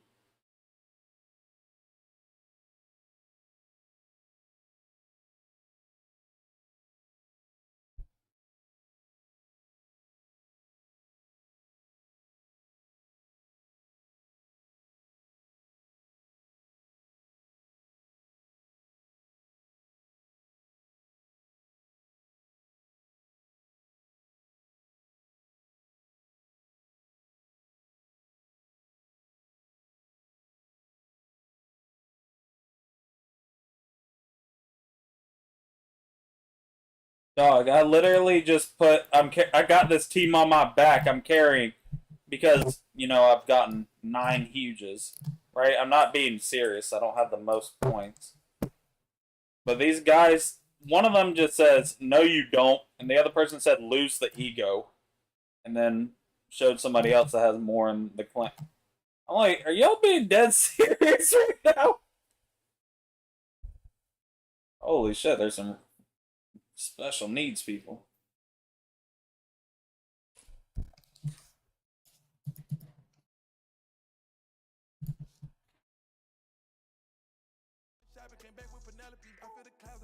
Elegant. I put my thumb in her butt for my legacy. I took the watch and I filled it with sesame. Chopping the top and I'm speeding on X. Diamond, same color Sprite. Solitaire. Rag that hoe got top. Snipers be all on your block. Blood all on your blood. Bitches near to my feet. Serving special. Turn it to a free. Hey, designer bitch my style. Hey, took your beat in my hey. Grinding, serving Penelope. Diamonds boosting my energy. Unload the clip in the enemy. Killers gon' call me if you mention me. I go insane for the Benjamin, I'm on the plane for the game, G6 stay in your lane, Diamonds look like a Sprite, This not a normal life, I make sacrifice, I got that lingo they bite, Let me check something. Pipe on my ice, soul's gone, 4 or 5 lines pouring, codeine pouring. Oh well. Ain't no sleep, I keep going. She a freak, I be knowing. Jet ski, I be flying. When she met me, she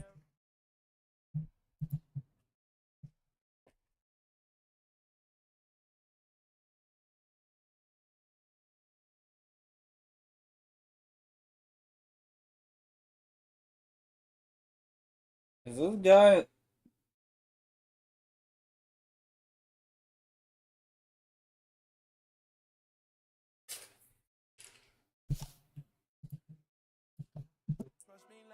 I'm trying to figure out who this guy is that's talking crazy.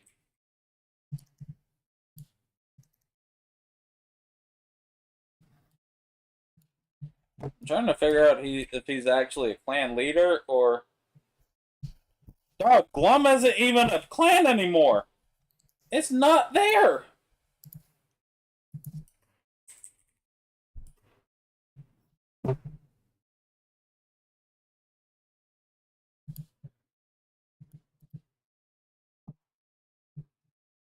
I don't know where the fuck Glum went.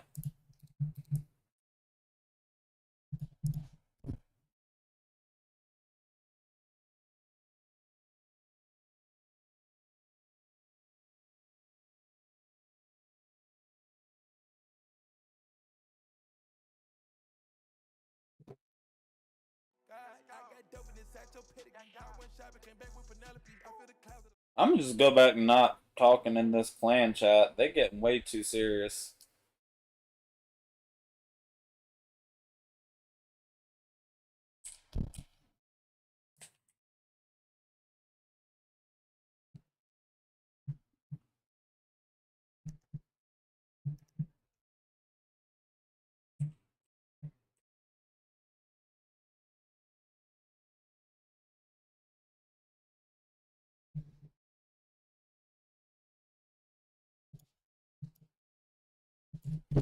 Let me go pee real quick.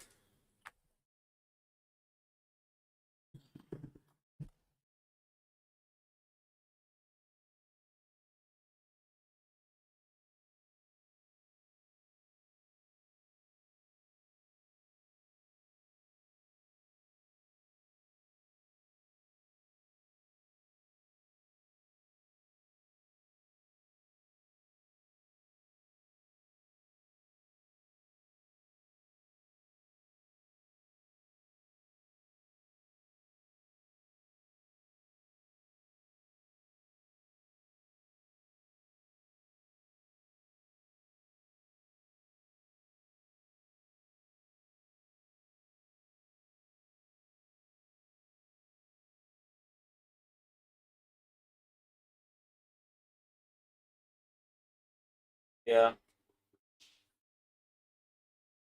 What was that? What was that corny ass line Donald Glover said like a decade ago? Take the G out your waffle. All you got left is your ego. I'm like, I wanted to beat the shit out of him when I heard that. Actually, I didn't. Back then, I thought it was the most fire thing I ever heard. And then I grew up and I'm like, wait, that shit sucks.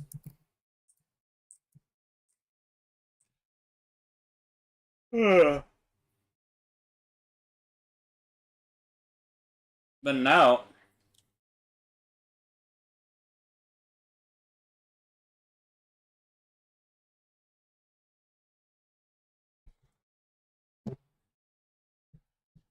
Alright, what's this for now?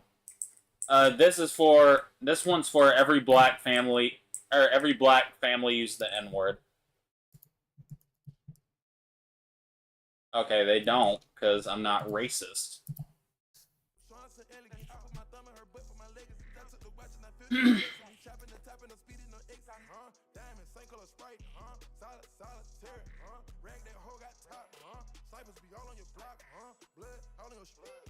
Bitches new to my feet, serving special, turn to a freak, hey, designer bitch my style, hey, suck your beat in my hey, Beat like beat hot, stay with my slime, no slap, hold on, beating up the block, yeah, stay with at least 3 knots, yeah, remember I ain't even have a spot, yeah, not even hot on the cot, yeah, now with the 5 to start, yeah, I'm in Miami on the yacht, yeah, I'm in Miami on the yacht, yeah, chrome heart on my watch, yeah, Rolex, that's big rocks, yeah, none of my guns come stock, yeah, come with a scope and a dot, yeah, give your bitch that chicken pox, yeah, sweeping these niggas up just like a broom, somebody go get the mob, hey, I don't think they smelling me, all my niggas with me got a felony, no I don't ever settle me, fuck your bitch, my name been Bellamy, that act it really ain't selling me, legend on my man cause your ass will be felling me, I mix pocket watches with Chanel so these niggas ain't smelling me, I got dope in inside your pedigree.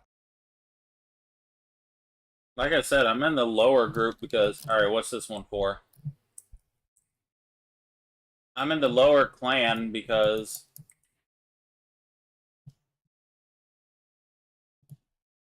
You know, I want to, I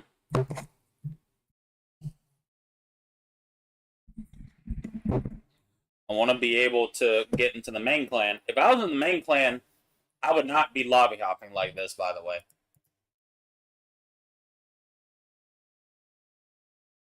I'd be sitting my ass down with an auto clicker. Doing what everybody else is doing.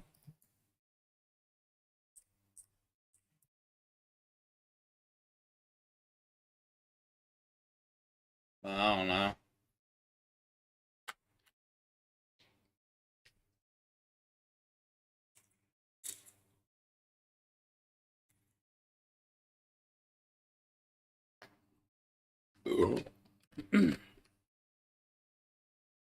But at least from the last 2 clan wars, it's clear that this clan doesn't care as much as other clans. I'm gonna be real. Like I said, when I was in Glum, I was the top point per yo, Jack. Jack.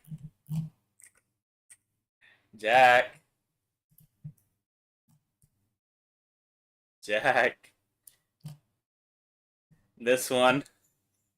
Straight to go to jail. No! No! Damn it! That would have been perfect, but that's fine. I'm still gonna do it every time I get a golden.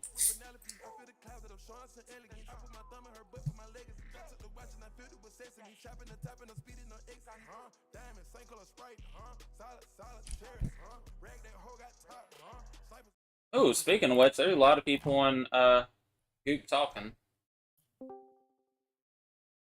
Hello. Hello.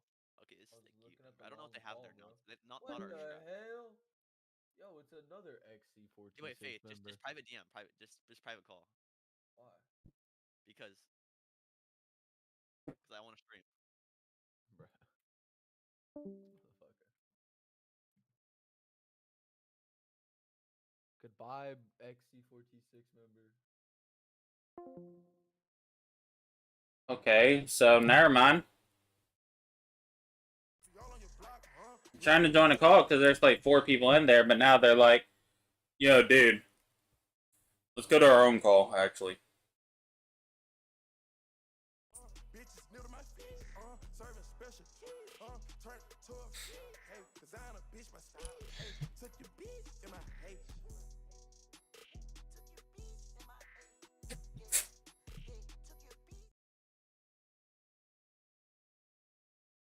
Wait, I just realized something. That person in the call was one of my old clan leaders from the other clan I was in. I was like, I don't remember seeing this guy in here before, but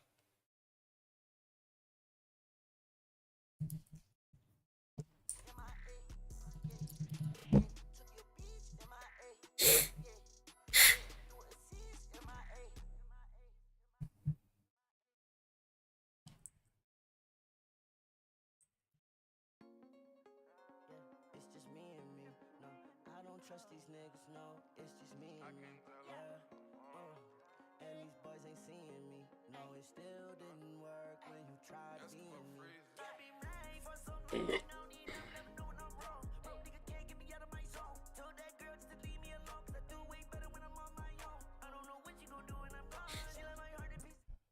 I know why I didn't listen to this album when it came out is because I was an alcoholic. Or, yeah, I was an alcoholic, so I didn't care about new music. Alright, this one is to let the people in my clan tell me to drop the ego for them to drop their ego. There we go. She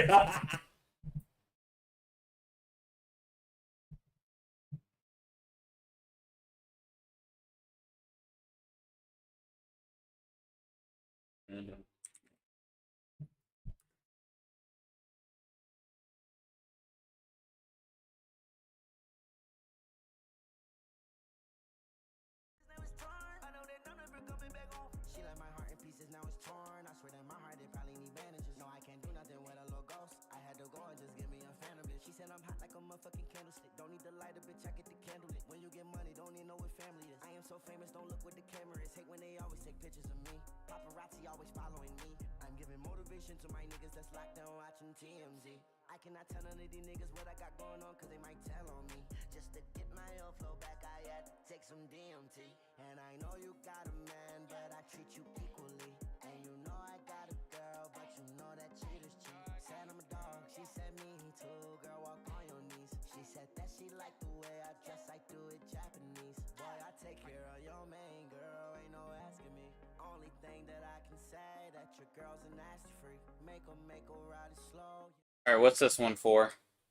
Please be gold. If it's above gold, alright,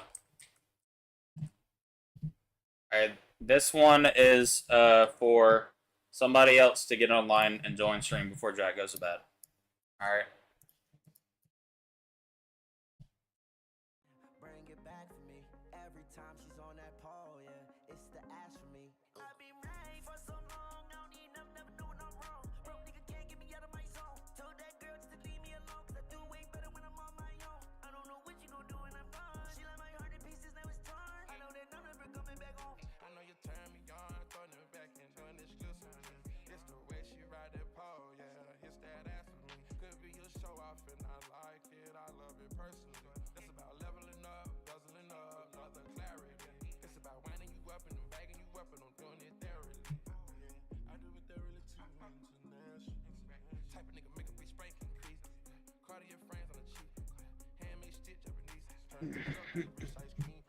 Private party on the daily. Making love in a Mercedes. Conscious started, gotta be fake. Ain't playing with fraud, these bitch too fake. And I water park, I done ran out of space. Time to go to Mars, but I feel I spend. Money get marked, and it could be traced. Time to be real, bitch, can't be traced. Keep shit real, gotta make shit shake. I turn up now, can't make no mistake. Gotta push more weight, get you back in shape. She ain't got no way, so I'ma find her way.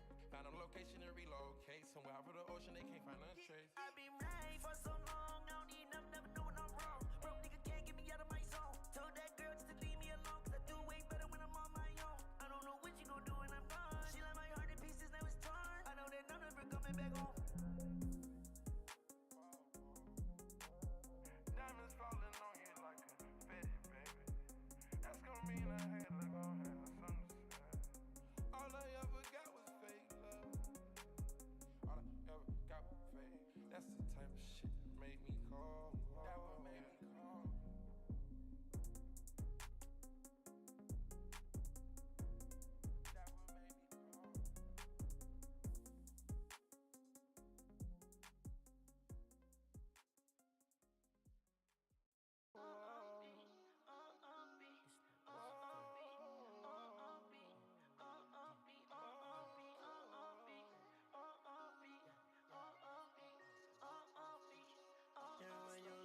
Good shit.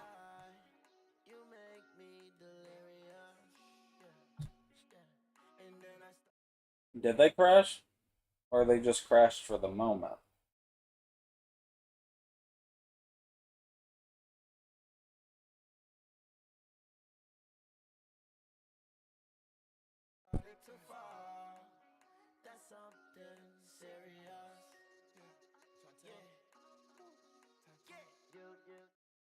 Well, yeah, you gotta realize that's because it happens each hour. It's not guaranteed what's gonna stay. It's just currently what it is because that's what's from recent selling.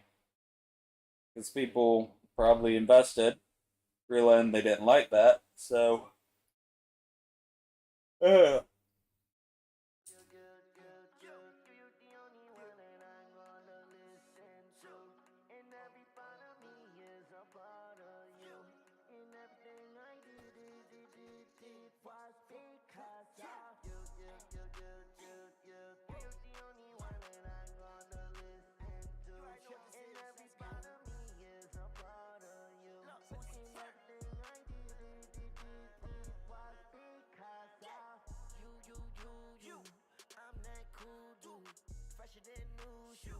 Crazy swag, cool.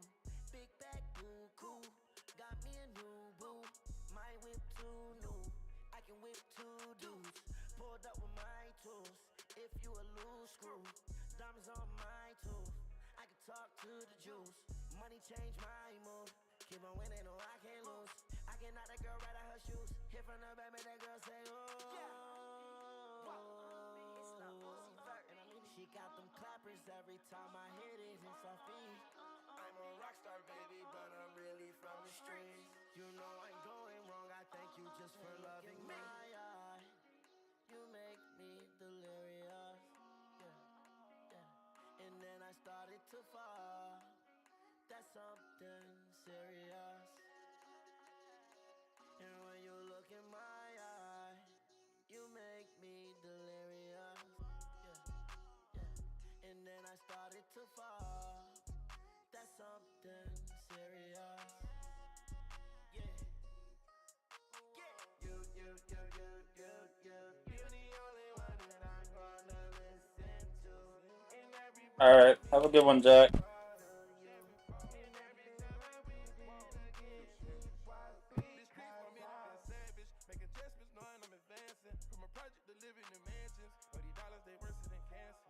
Seen it when taking these chances. Should be second it up and romancing. Trying to please everyone around you. Cause the mayhem, cause the madness. Falling hella deep, but I ain't crashing. You represent passion. Feeling new, everlasting. Live the life I always imagined. Treat me like Christ in the trenches. Treat me like a god, I'm so rebellious. Make lie to me, that's gonna make me so much fucking better. All this cold Chanel. Have a bitch cool. Baby need more. Chains on this $1 million too. Slurping me like noodles. Thanks to the new. Snatching her really cool. And when you look in my eyes, you make me delirious. Yeah. And then I started to fall. That's something serious. Fall. Every time I fall deeper and deeper.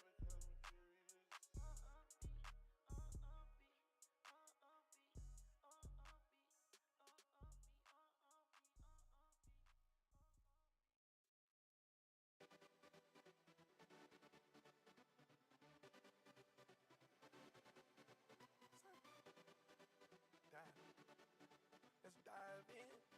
Let's lock it in. Hey, bank accounts gon' shrink up. Yeah, every time we link up. I'm her baby. Yeah.